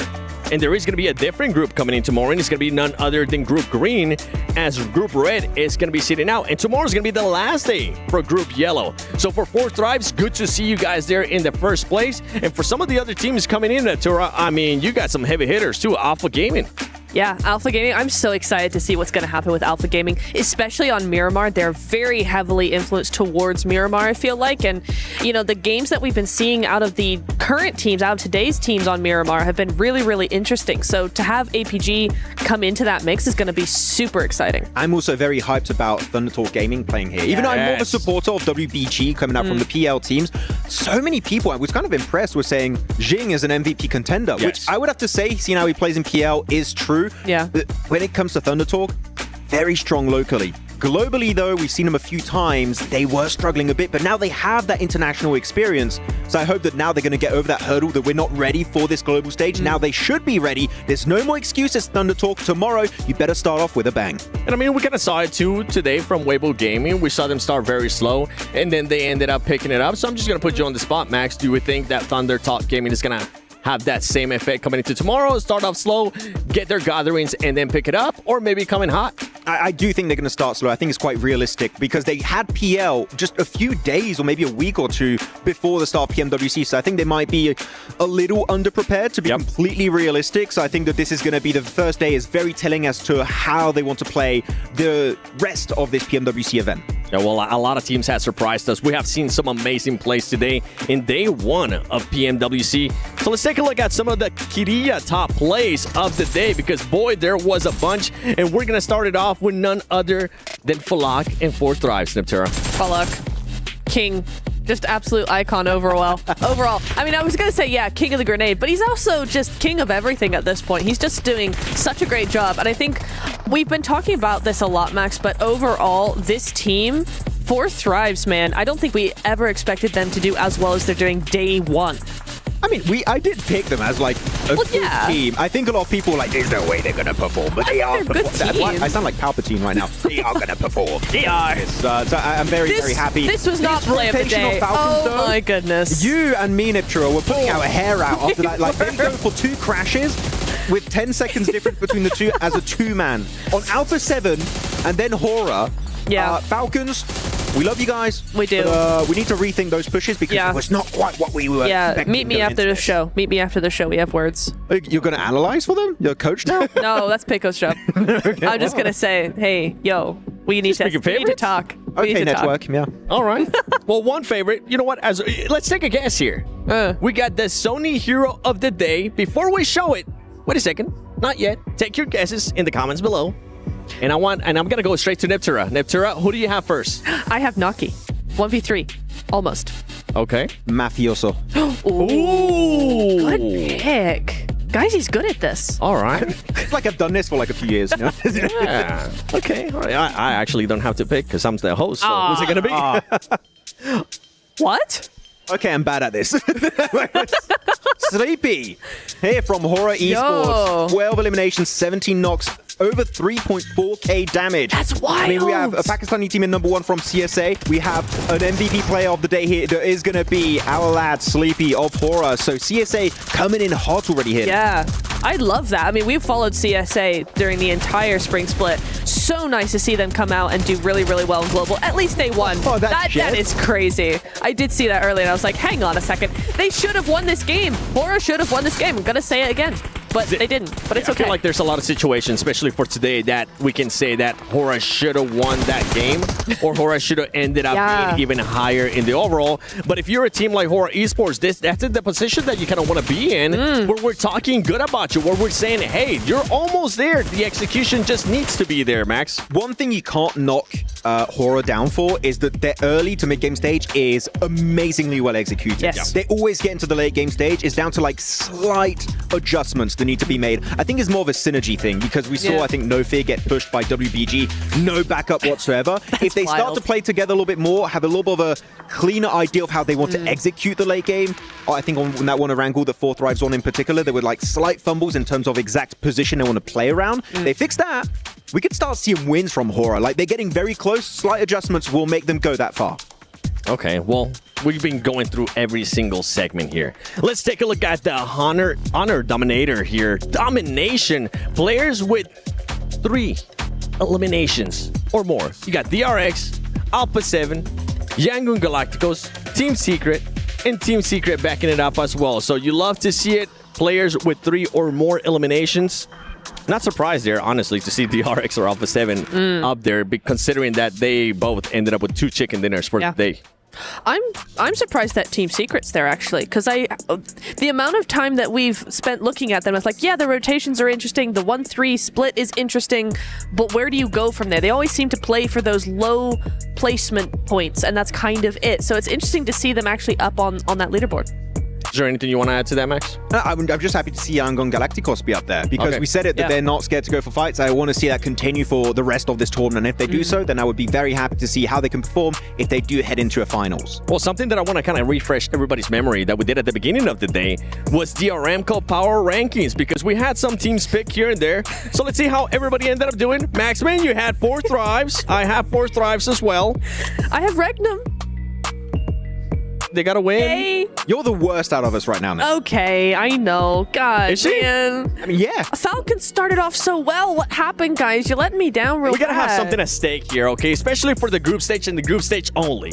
Whoever ends up getting the worst power ranking picks. Don't say it. Don't. For the 3 days. No. No. No. The worst person. Stop it. Should shave an eyebrow. No. Just one? Yeah, just one. Yeah. Oh, well, wait, both? I mean, if you got to make it even. We're going to look weird otherwise. Okay, both eyebrows. Neptura, Why did you I better make it step it up worse? for You made it worse. I can't believe he just did that. Sorry. Sorry, Okay. Neptura. I didn't agree. Do you have a choice? Yeah. Yeah, probably not, actually. I'm like, It's probably in the... I choose yes. Let's do it. Dang it, no.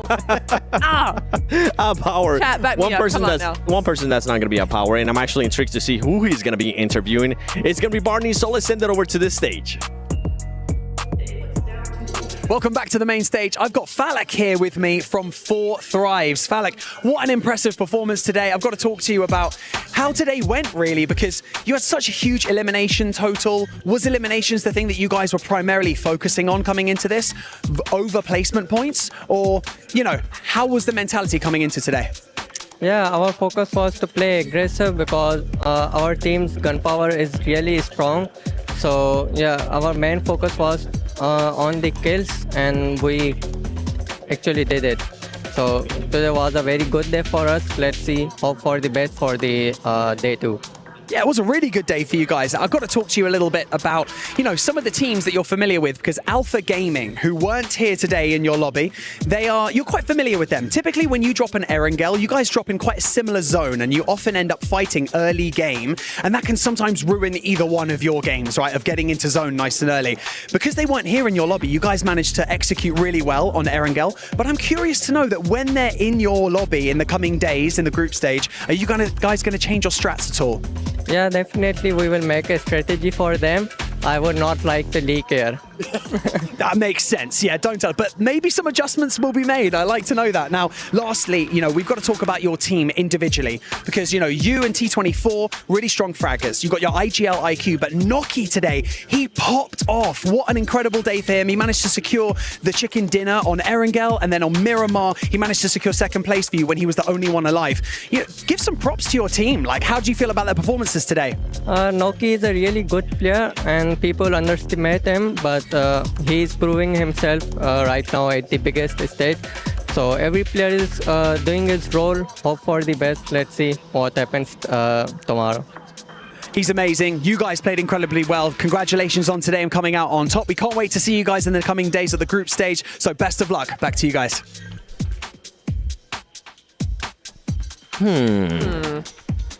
New strategies for Alpha Gaming, but he doesn't want to leak them. What could it be? Any ideas? No plan at all? Is he bluffing? Run to their desk and turn their phone off? I don't know. Way to do it. It's a bit brutal. I mean, it is one thing that he has mentioned in the past, too, in regards to just him and the squad not really being kind of fighting too much with APG. So I am glad that they do have a plan for it, Max. And it's smart that they're not leaking it, especially like otherwise, because you know Alpha Gaming are watching like, oh yeah, tell it, we'll be ready to fight you if you go for it. No, it's really cool that they know that is their main competition after many games in PMSL CSA. I mean, we covered it right, Neb. We know that these fights on Erangel were happening every single match. So it makes me confident now that they have a game plan for their main rivals here. So hopefully they can keep this victory streak going into tomorrow. Well, before we end this amazing day one of PMWC at EWC 25, I want something that surprised you and something that you maybe want to see a team change going into tomorrow. Neptura, you're going first. Dang it. Okay. I have team that surprised me, AXTMG. Yes. I did not expect them to come out as strongly as they did day number one. For me, Team Secret, I want to see a little bit more than what we're seeing because right now it's kind of a half strategy so far. Max, how about you? Yangon Galacticos. How aggressive they were ready to be in this lobby was very surprising. Of course, like they're not a top team right now, but there's definitely potential and there's a lot of room for growth. So it gets me excited for the long-term presence of this team in this esports scene. Yeah, I would just say from my end, I'm excited for everything that's going to be happening here in the next 2 days of group stages at PMWC.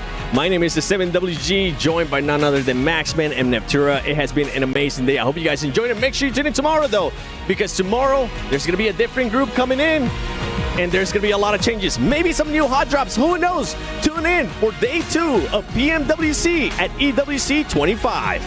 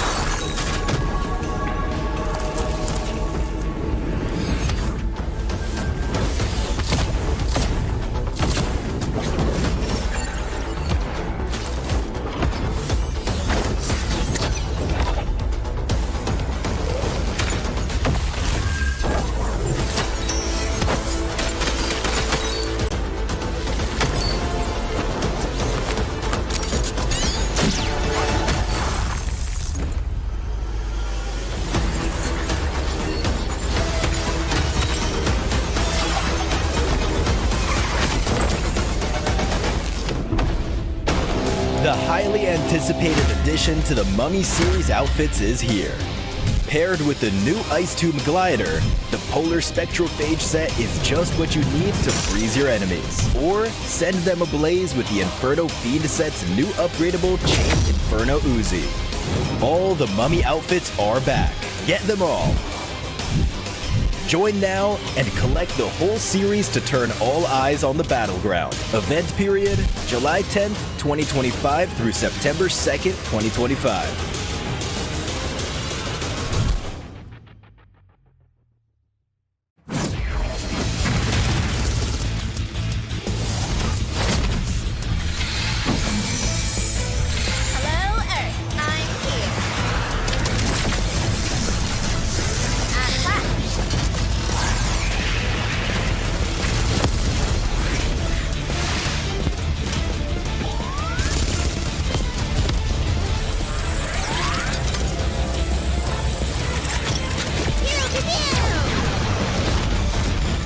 Pulsar Legionnaire available now. First outfit with special head animations and voice lines. The Pulsar Legionnaire set comes with its own super cute voice lines that can be toggled on or off.